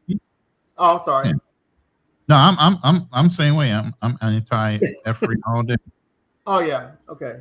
Yeah. So people can check out my new channel. I got less than 25 people. But hey, it may. Where were you before? Weren't you at like 2,000? Didn't you have like 2K or something? I had 1,500. 1,500. Okay. Right. Yeah. I remember when you had less subscribers than me, and then you overtook me. Man, I work. Numbers, bro. I'd be working the midnight oil. I mean, even certain people like, God damn, you always on a panel. God, what the hell? You know, I had to put in that work, bro. Yeah, you did put in the work. Yeah, I just do this as a hobby. It's not a full-time job for me. It's just a hobby for me. Bro. Yeah. Now, give me 1 second, right fast. Danny, bro, I addressed that earlier because I see you had left a comment on one of my videos. Bro, I wasn't like going off on you or trying to call you out or anything. I was just simply stating if you're not rich, if you don't have all of your affairs in order, you could do better than sitting up playing GTA 8 hours a day. That's just my personal opinion, but you get to do what you want to do. I'm just saying, like, it's people that's out here playing GTA 5 to 8 hours a day, and they complain about women. They complain about jobs. They complain about not being able to get ahead. But you're playing that wrong. You should be semi-pro. You got your 10,000 hours, and you should be running a Twitch gaming system. At that point, you should be like live and have all kind of followers and everything else. But I get it when people want to vegetate because it's a holiday and they get on a game and just run up some hours because they ain't got to play because they work so hard. I can understand that too. You know, yeah, I get that. But like I say, far as over here go, like say I'm over here building in the community, and then you don't know like the numbers that my Cash App is doing. So it's not like that, like this all for nothing. I'm cultivating relationships. I'm cultivating a community. Except for this one. Damn. Go ahead and stab him. Stab him harder. I will cultivate that relationship soon enough. And it's too once late. I start cultivating, don't you complain about how much cultivating I'm doing. You see what I'm saying? It's too late, Charlie Chan. Never too late. 5 steps down on that list. You see what I'm saying? Nah, listen. Once I get a shot, it won't be no shots after me. You feel? Here we go. But Here we go.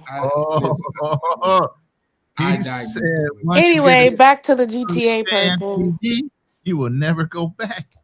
Yeah, I just wanted to make that known, bro, because I see you took that very like personally, and like if GTA your thing, by all means do that. But you got to keep in mind, I'm talking to the vast majority of people. If you're an adult and you ain't got and you don't have your affairs in order to spend, I just think there's more things that you could do with your time more efficiently than sit up and play GTA for 5 to 8 hours a day. but that's just me. Like, once again, you're free to do whatever you want, sir. So please don't take it personal. I'm just speaking in a general sense. It's just an opinion, and people get too damn sensitive over opinions for some reason. I don't get it. I really don't. And for someone to take my channel down because they didn't like my opinion, it's really weird to me. It really is. It's childish. But I know who's involved. I know who's involved. It wasn't me. So you okay. Now that's adding some context to it. So you think it was people outside that called and complained about your channel? I know the two individuals. There's a screenshot that's circulating around. Yeah, how can I say it without saying it? Oh Lord! If it knows, Jesus. Okay, I'm gonna say one name, Rico. That's all I'm gonna say. What? You know, Rico was in this room, right? Earlier today. You know, Rico was on today. Okay, all right. Yeah. The crusty one? one? That Rico? There's only one Rico in the space. There's only one old crusty Rico. Okay. How can I say? Okay, I plead the fifth on that. It's too late. You don't All drop right. Okay, I didn't actually say it, but I said it. I think Ricola. You got a little cough. Ricola. Okay. Gotcha. Right. Yeah, because guys. Stop pulling up on me. Well, he did. Cleaner, get out the camera. I'm out of the camera. Hold on. Trying to get everything working. No, he gotta push buttons. He ain't got his reading glasses on. You got jokes. Okay, but yeah, Rico is strongly anti-passport, bro. He don't want anybody traveling for any reason. I don't believe that. I think y'all actually have more in common than you think you do. Well, he likes to call anybody who screws up a passport, bro, and I don't play that game. Okay, all right. It's just people. There's just immature travelers. That's what it is. It's immature travelers. Okay, it could be men, it could be women, it could be anybody. I saw a lot of them. People who call themselves pro-black. They went over there and did some shit that's way beyond any so-called passport bro has done, but nobody talks about it. And the reason why they don't one thing you got in common with Rico is your potty mouth. Yeah, I he ain't dropped too many F-bombs. I normally don't curse, so I'm sorry about that if I did. But damn, what was I saying? You was talking about the passport bros. I mean, the pro-black passport bros going over, or the pro-black plantation bros going over there and doing the effery. Yeah, they try to make it sound like they were the victim, but no, I saw it with my own eyes. They were clowning over there. A lot of them were clowning like they were in the United States. Like you can get somebody out of the hood, but you can't get the hood out of the person. It was one of those type of scenarios. And it got so bad because when they met me, since I didn't act anything like them, they thought I wasn't Black American. They thought I was somebody, they thought I was some African who lived in the United States for a while and came back. That's what they thought I was. I said, no, I'm Black American. There's plenty of Black Americans like me. But you just got introduced to the worst kind. That's all that was. But you know what's weird? I'm sorry to cut you off, Carlos. I did see you on Average Man Unplugged's show on, was it Friday? You was on there. You and all y'all was talking about the situation. But you're right. I'm just agreeing with you because I mean we were in these discords in these spaces, and you did see a lot of brothers doing a lot of effery. But I mean, and then there's the ones who would sincerely out here trying to look for a better life, but we're not. But it's like the blue wall of silence that the people talk about with police. You got your good police and you got your bad police, but the good police are not calling out the bad police. But the reason for that is when we call out the effery and the debauchery, everybody always calls us depolicing. So it's like, yo, I mean, what do you want us to do? Do we sit there and be silent and don't say anything about, all of these guys that's out here who just I don't even call them passport bros. I call them turn up tourists. You're doing all of this turn up tourism going on when there's real guys out here who is, really, doing travel therapy, who are really out here trying to build and create a better life overseas. And it's and the turn up tourists are the ones that's messing everything up. Right. Now Rico did get mad when I said, he was furious about this. I said, okay, if things not working out with you, working out for you as far as dating in America, go overseas. He got mad when I said it. He got furious when I said that. Why would he get upset over that? There's something wrong with him. That's why. He's pro-black. He's a hotep. Go ahead. No. He's married to a Venezuelan woman. What you mean? So he's a hypocrite.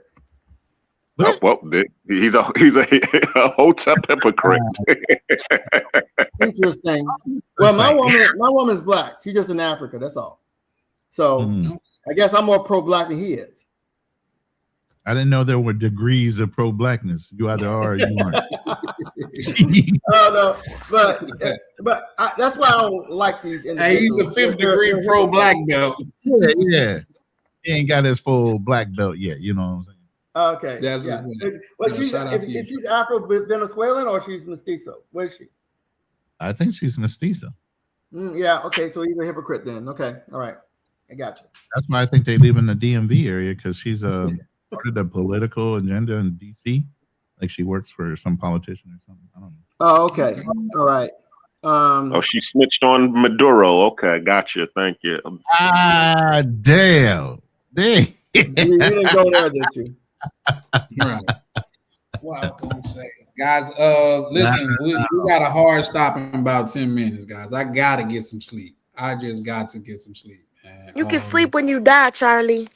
Yeah, that's the old phrase they used to tell us in the Marine Corps. But if you don't sleep, you're gonna die earlier. So how about that? Well, you slept on me, so look, now you gotta stay up.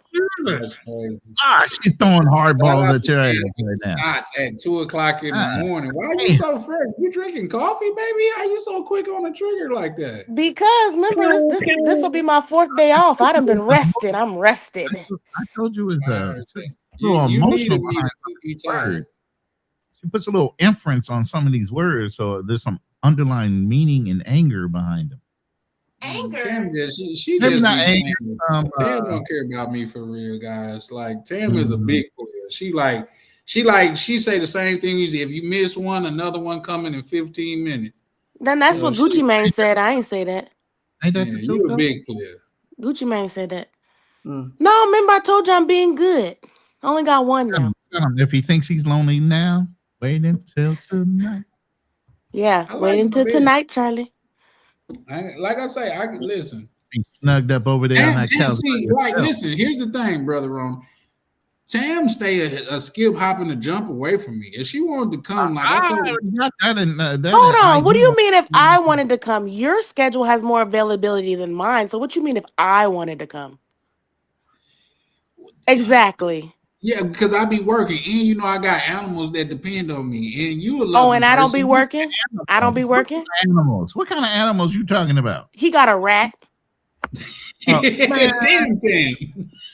You got even if you got a rat, you throw that a couple little. I ain't got no damn rat. Don't let Tam out of y'all. She crazy.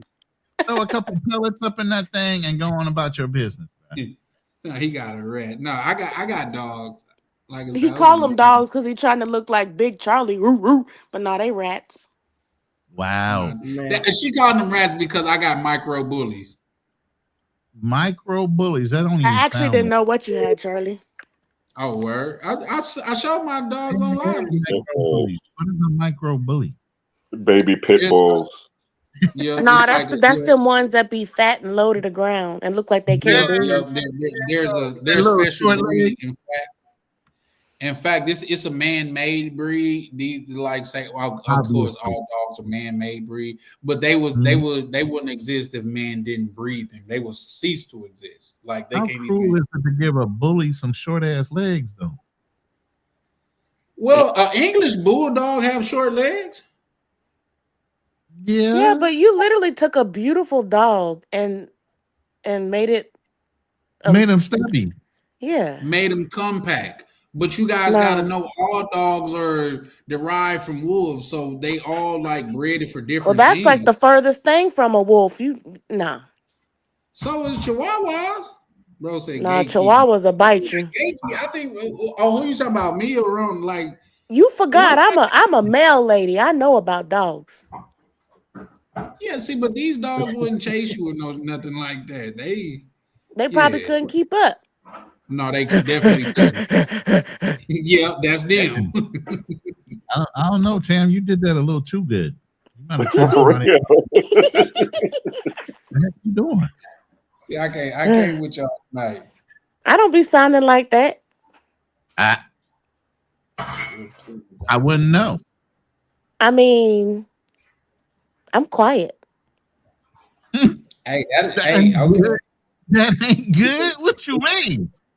I don't feel like it could be that good to where you yelling and screaming. I'm more of a moaner. Like I'm not gonna be no, that's stupid. Hey, Like bro school said a days. I'm male a lady, silent like lover, baby. If you don't scream, I don't MALE. holler. Yeah, No, because we call her a remember male I'm lady because masculine, she works for remember? the U.S. Postal Service, sir. It's not a male, as in she's a male person and a female person. She worked for the Postal Service. Like he said, a male lady. No, this is Maybe not that's this. but maybe that's what he likes. Remember, we had this conversation. Well, that's fine. I just want to let him know, like, this is not the place where we're gonna do that. You know Oh, what I mean? just ignore it. It don't matter. And then your honor. He's trying to make some brownie points up. It ain't gonna work. Damn. I like brownies too. There's that. I am the brownie. I think you. Oh, Jesus! I'm not gonna. I'm gonna shut up now.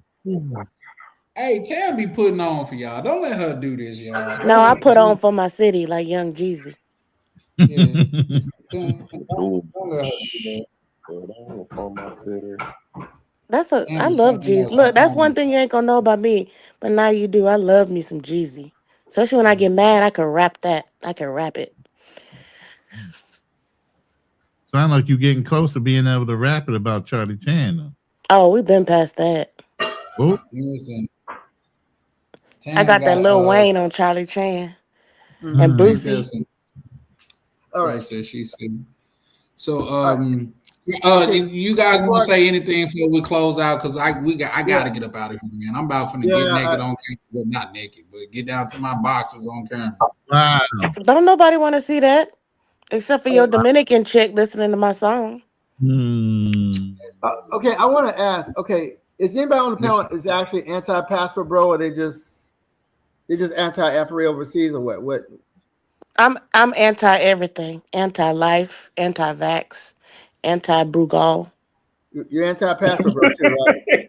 Don't be anti-Brugal. Brugal ain't doing nothing to you. Don't you put Brugal in this. What I will say. What's funny, Black Cleaner? What I will say about that is I'm not anti-passport. In fact, I was flying that moniker. But only reason why I stopped because it was different. We can't control who call themselves that, and unfortunately, it was people like Floyd that was involved that gave the whole community a bad name. I looked at it as something to be proud of, but when that happened, and we cannot like control who call themselves that. I'm still with Black Man Traveling because that's what I felt like Passport Bro was, a black man that travels. I'm still pro that, but the actual name, I no longer identify with.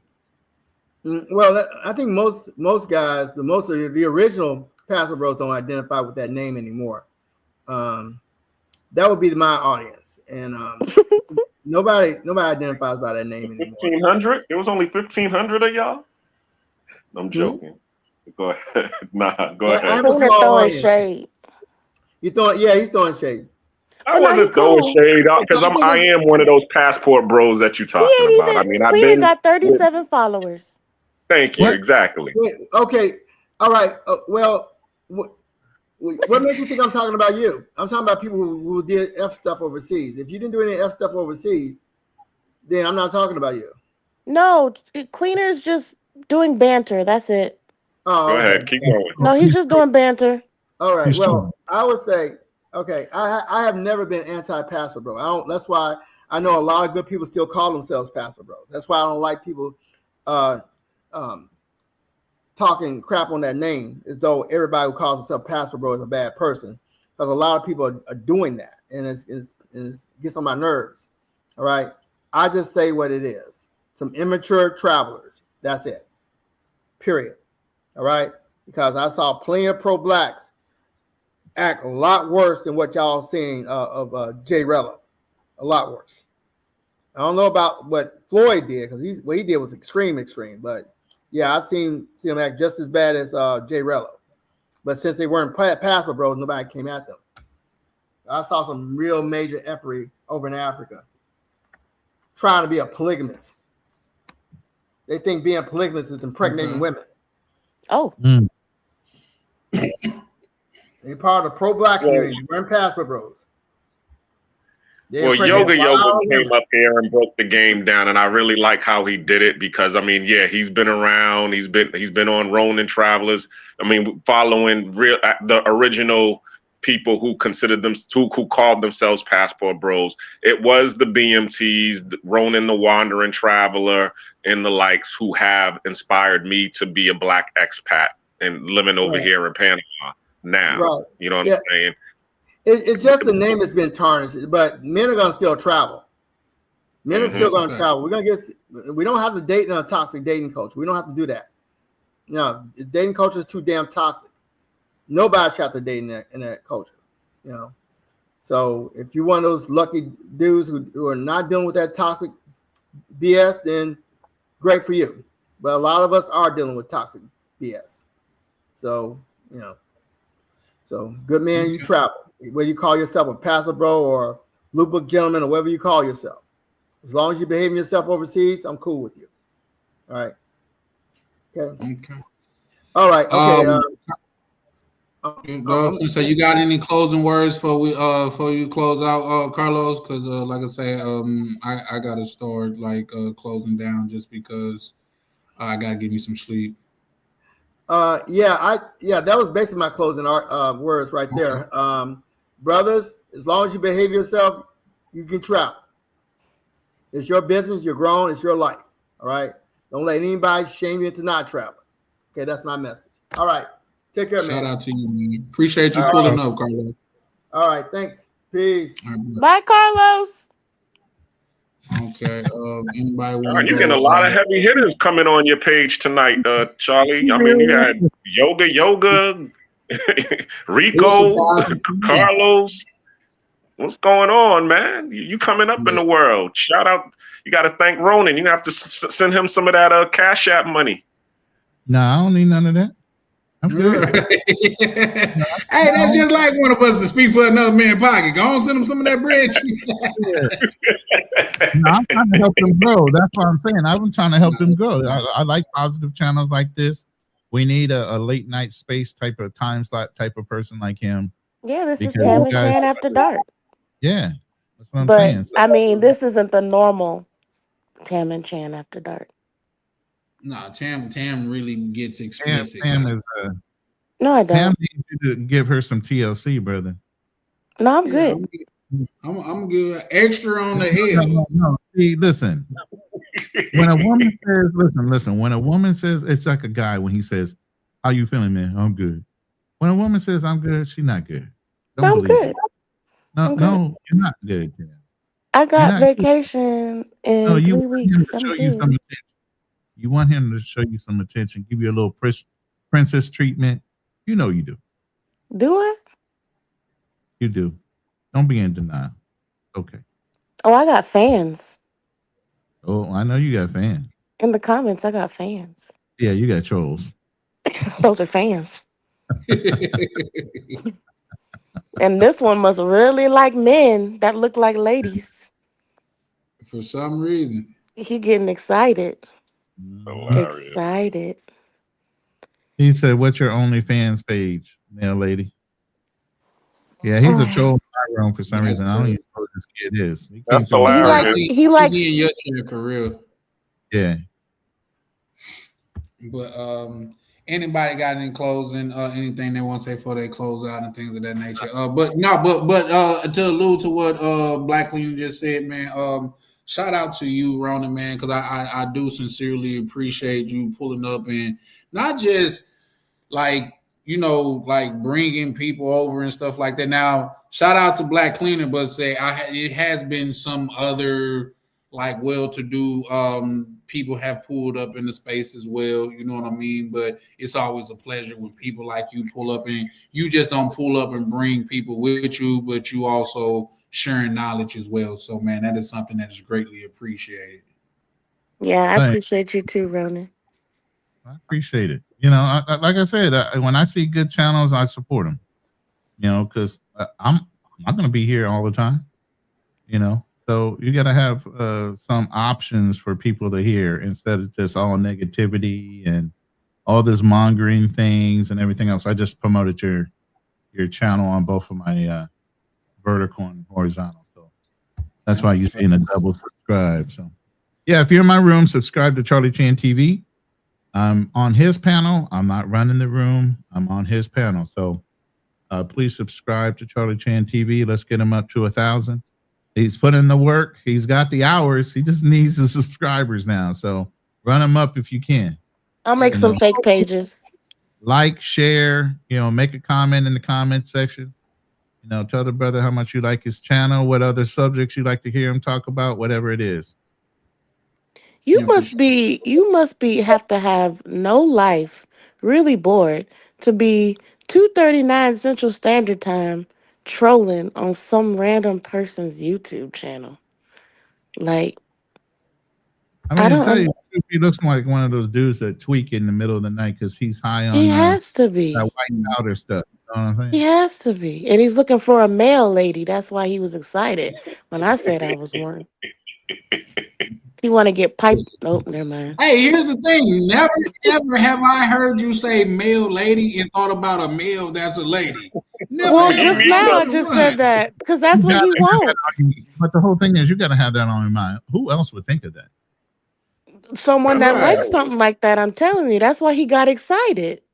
And he talking about you said it, but sir, you gotta got to Charlie. Let him be stupid just, by himself. Let him thinking because he don't think the same way when you say a male man. Let him be stupid by himself. A lion does not care about the opinion of sheep.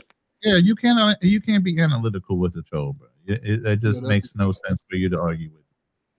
It's okay, Charlie. I appreciate you though, baby. I do.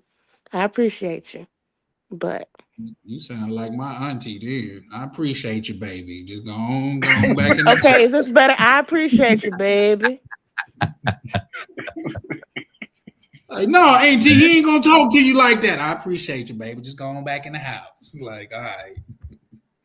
But yeah, man, it's been a pleasure conversing with you guys, man. It's always this is my. No, I'm not talking about you, Warrior. Not you, Warrior.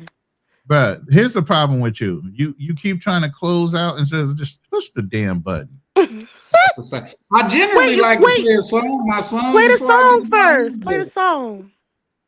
Subscribe to the Black Cleaner. Since you're letting people advertise, you let Carlos advertise. I don't be trying to do it too much on your page. Where's your channel link? Where's your channel link? Drop it in the back chat. I can drop it in my room. Yeah. I didn't drop it a couple times. I left, remember, and I just came back in. So anything in the private chat is gone for me. Okay. Yep. See if I still got it. And a lot of times when he dropped, for some reason, I think that's that Panama internet. When he put something in the chat, it'll like kick him off or give him problems or something. So no, that's because his eyeball be all up in the camera and it gets scared. That right there is Black Cleaner's page, and mine's is if you over here from Ronan, this is mine right here. Charlie Chan TV. So yeah, feel free to like and subscribe, man. It's thoroughly appreciated. We try to have all provoking conversation over here, and something to where we just building a community where it's safe, free, and fun. Amen. So Amen. with that being said, shout out to that.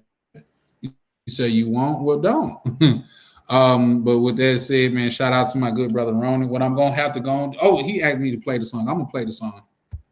And While your face is up I'm not here. gonna play the video because the video never goes. Oh, you don't change your My avatar. face? That's a different look. No, I'm looking at Tam's avatar. You walk past that.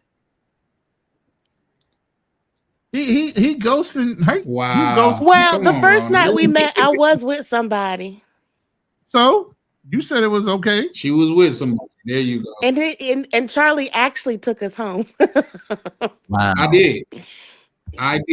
Oh, that was Because hey, that was wait. That was a But he sneak was a pimp. big dude. Waddy Wait. was a big dude. That was a sneak pimp move. He wanted to know where you were at. So He why did, not? and he never showed back up again until that one time he picked me up. Damn. Him and his was it your cousin? Yeah, my cousin, my younger cousin. Yeah, he was the driver. So yeah, shout out to Man, I'm gonna have to go there because that food was good. I'm gonna send you a picture. Yeah, that, you talking about at the spot we went to? Yeah, that food I had was so good. No, it definitely was good. That was some of the best food I have. It was good in the DR. So shout out to that. Sure. Still live stream. Yeah, we getting ready to end, guys. I'm finna to play this song and things of that nature, and you guys check it out, man. If you rocking with what we putting down over here, man, please like and subscribe. If not, bro, I appreciate you pulling up and showing love either way. But we can go ahead and play this, and after this song, I'm closing out, guys. So I made the song, yay! I made the song. You know, there's no copyright on the song. I can play it through, right? I don't have to. Yeah, absolutely. Oh. No, this was a song that one of the subscribers put together for me. Okay. Well, one Damn, of my did brothers. you But sing? I heard a female voice on there. No, I didn't sing. My name is just brought up in it without my consent. Man. Yeah. Yeah. Late nights. Late nights. Open mics. Close. Welcome to Charlie Chart TV. Three beautiful women, whole panel in a vibe. Vibing with mission, set the tone when she look you in your eyes. Damn, talk straight, no filter, no disguise. And a smooth with it, every word calm but precise. Chat going crazy, yeah, the numbers stay live. Everybody got opinions when the combo get tight. Different views, same table, respect, stay intact. Late night panels where the feelings meet facts. Late nights, don't sleep. Truth talk, no retreat. Panels live, crowd loud. Charlie Chan, TV. Charlie Chan. Drama in there, yeah, sick of the lies. Same topics rotate, every time it go live. Black man in Germany, Berlin state of mind. Different culture, different land, still speaking the side. Black cleaner, keep it solid, street calm, no flex. Miguel, keep it gangster, let the truth handle the rest. Ain't nobody running when the questions get steep. Nothing moves unless Peppers not prime say speak. Yeah. Two moderators. One room, one mic at a time. Now let it cook. Yeah. Charlie Chan TV, Louisiana, where it starts. Southern roots, but the vision way bigger than charts. Panel talking night, hotel reviews by the day. From lobby to rooftop, he telling no fake. Riding every wildin' in the comments tonight. Typing fast, cracking jokes, adding fuel to the light. Even Simone is top supporter in the chat. But he say cam up, Charlie, yeah, pressure like that. The travel POV, now that all me live. Guess these late nights feel different. Everybody can't survive. Yeah. Late nights, don't sleep. Real talk, bro speech. Pedals loud, crowd loud. Charlie Chan, TV. Charlie Chan, TV. Charlie Chan, TV. Shout out to Live Check, Charlie Chan. Shout out to Replay Gang, Charlie Chan, TV. Charlie Chan. Shout out to supporters who keep the lights on. If you're here every night, we see you. Let's talk. Hey. Everybody throwing dough blank.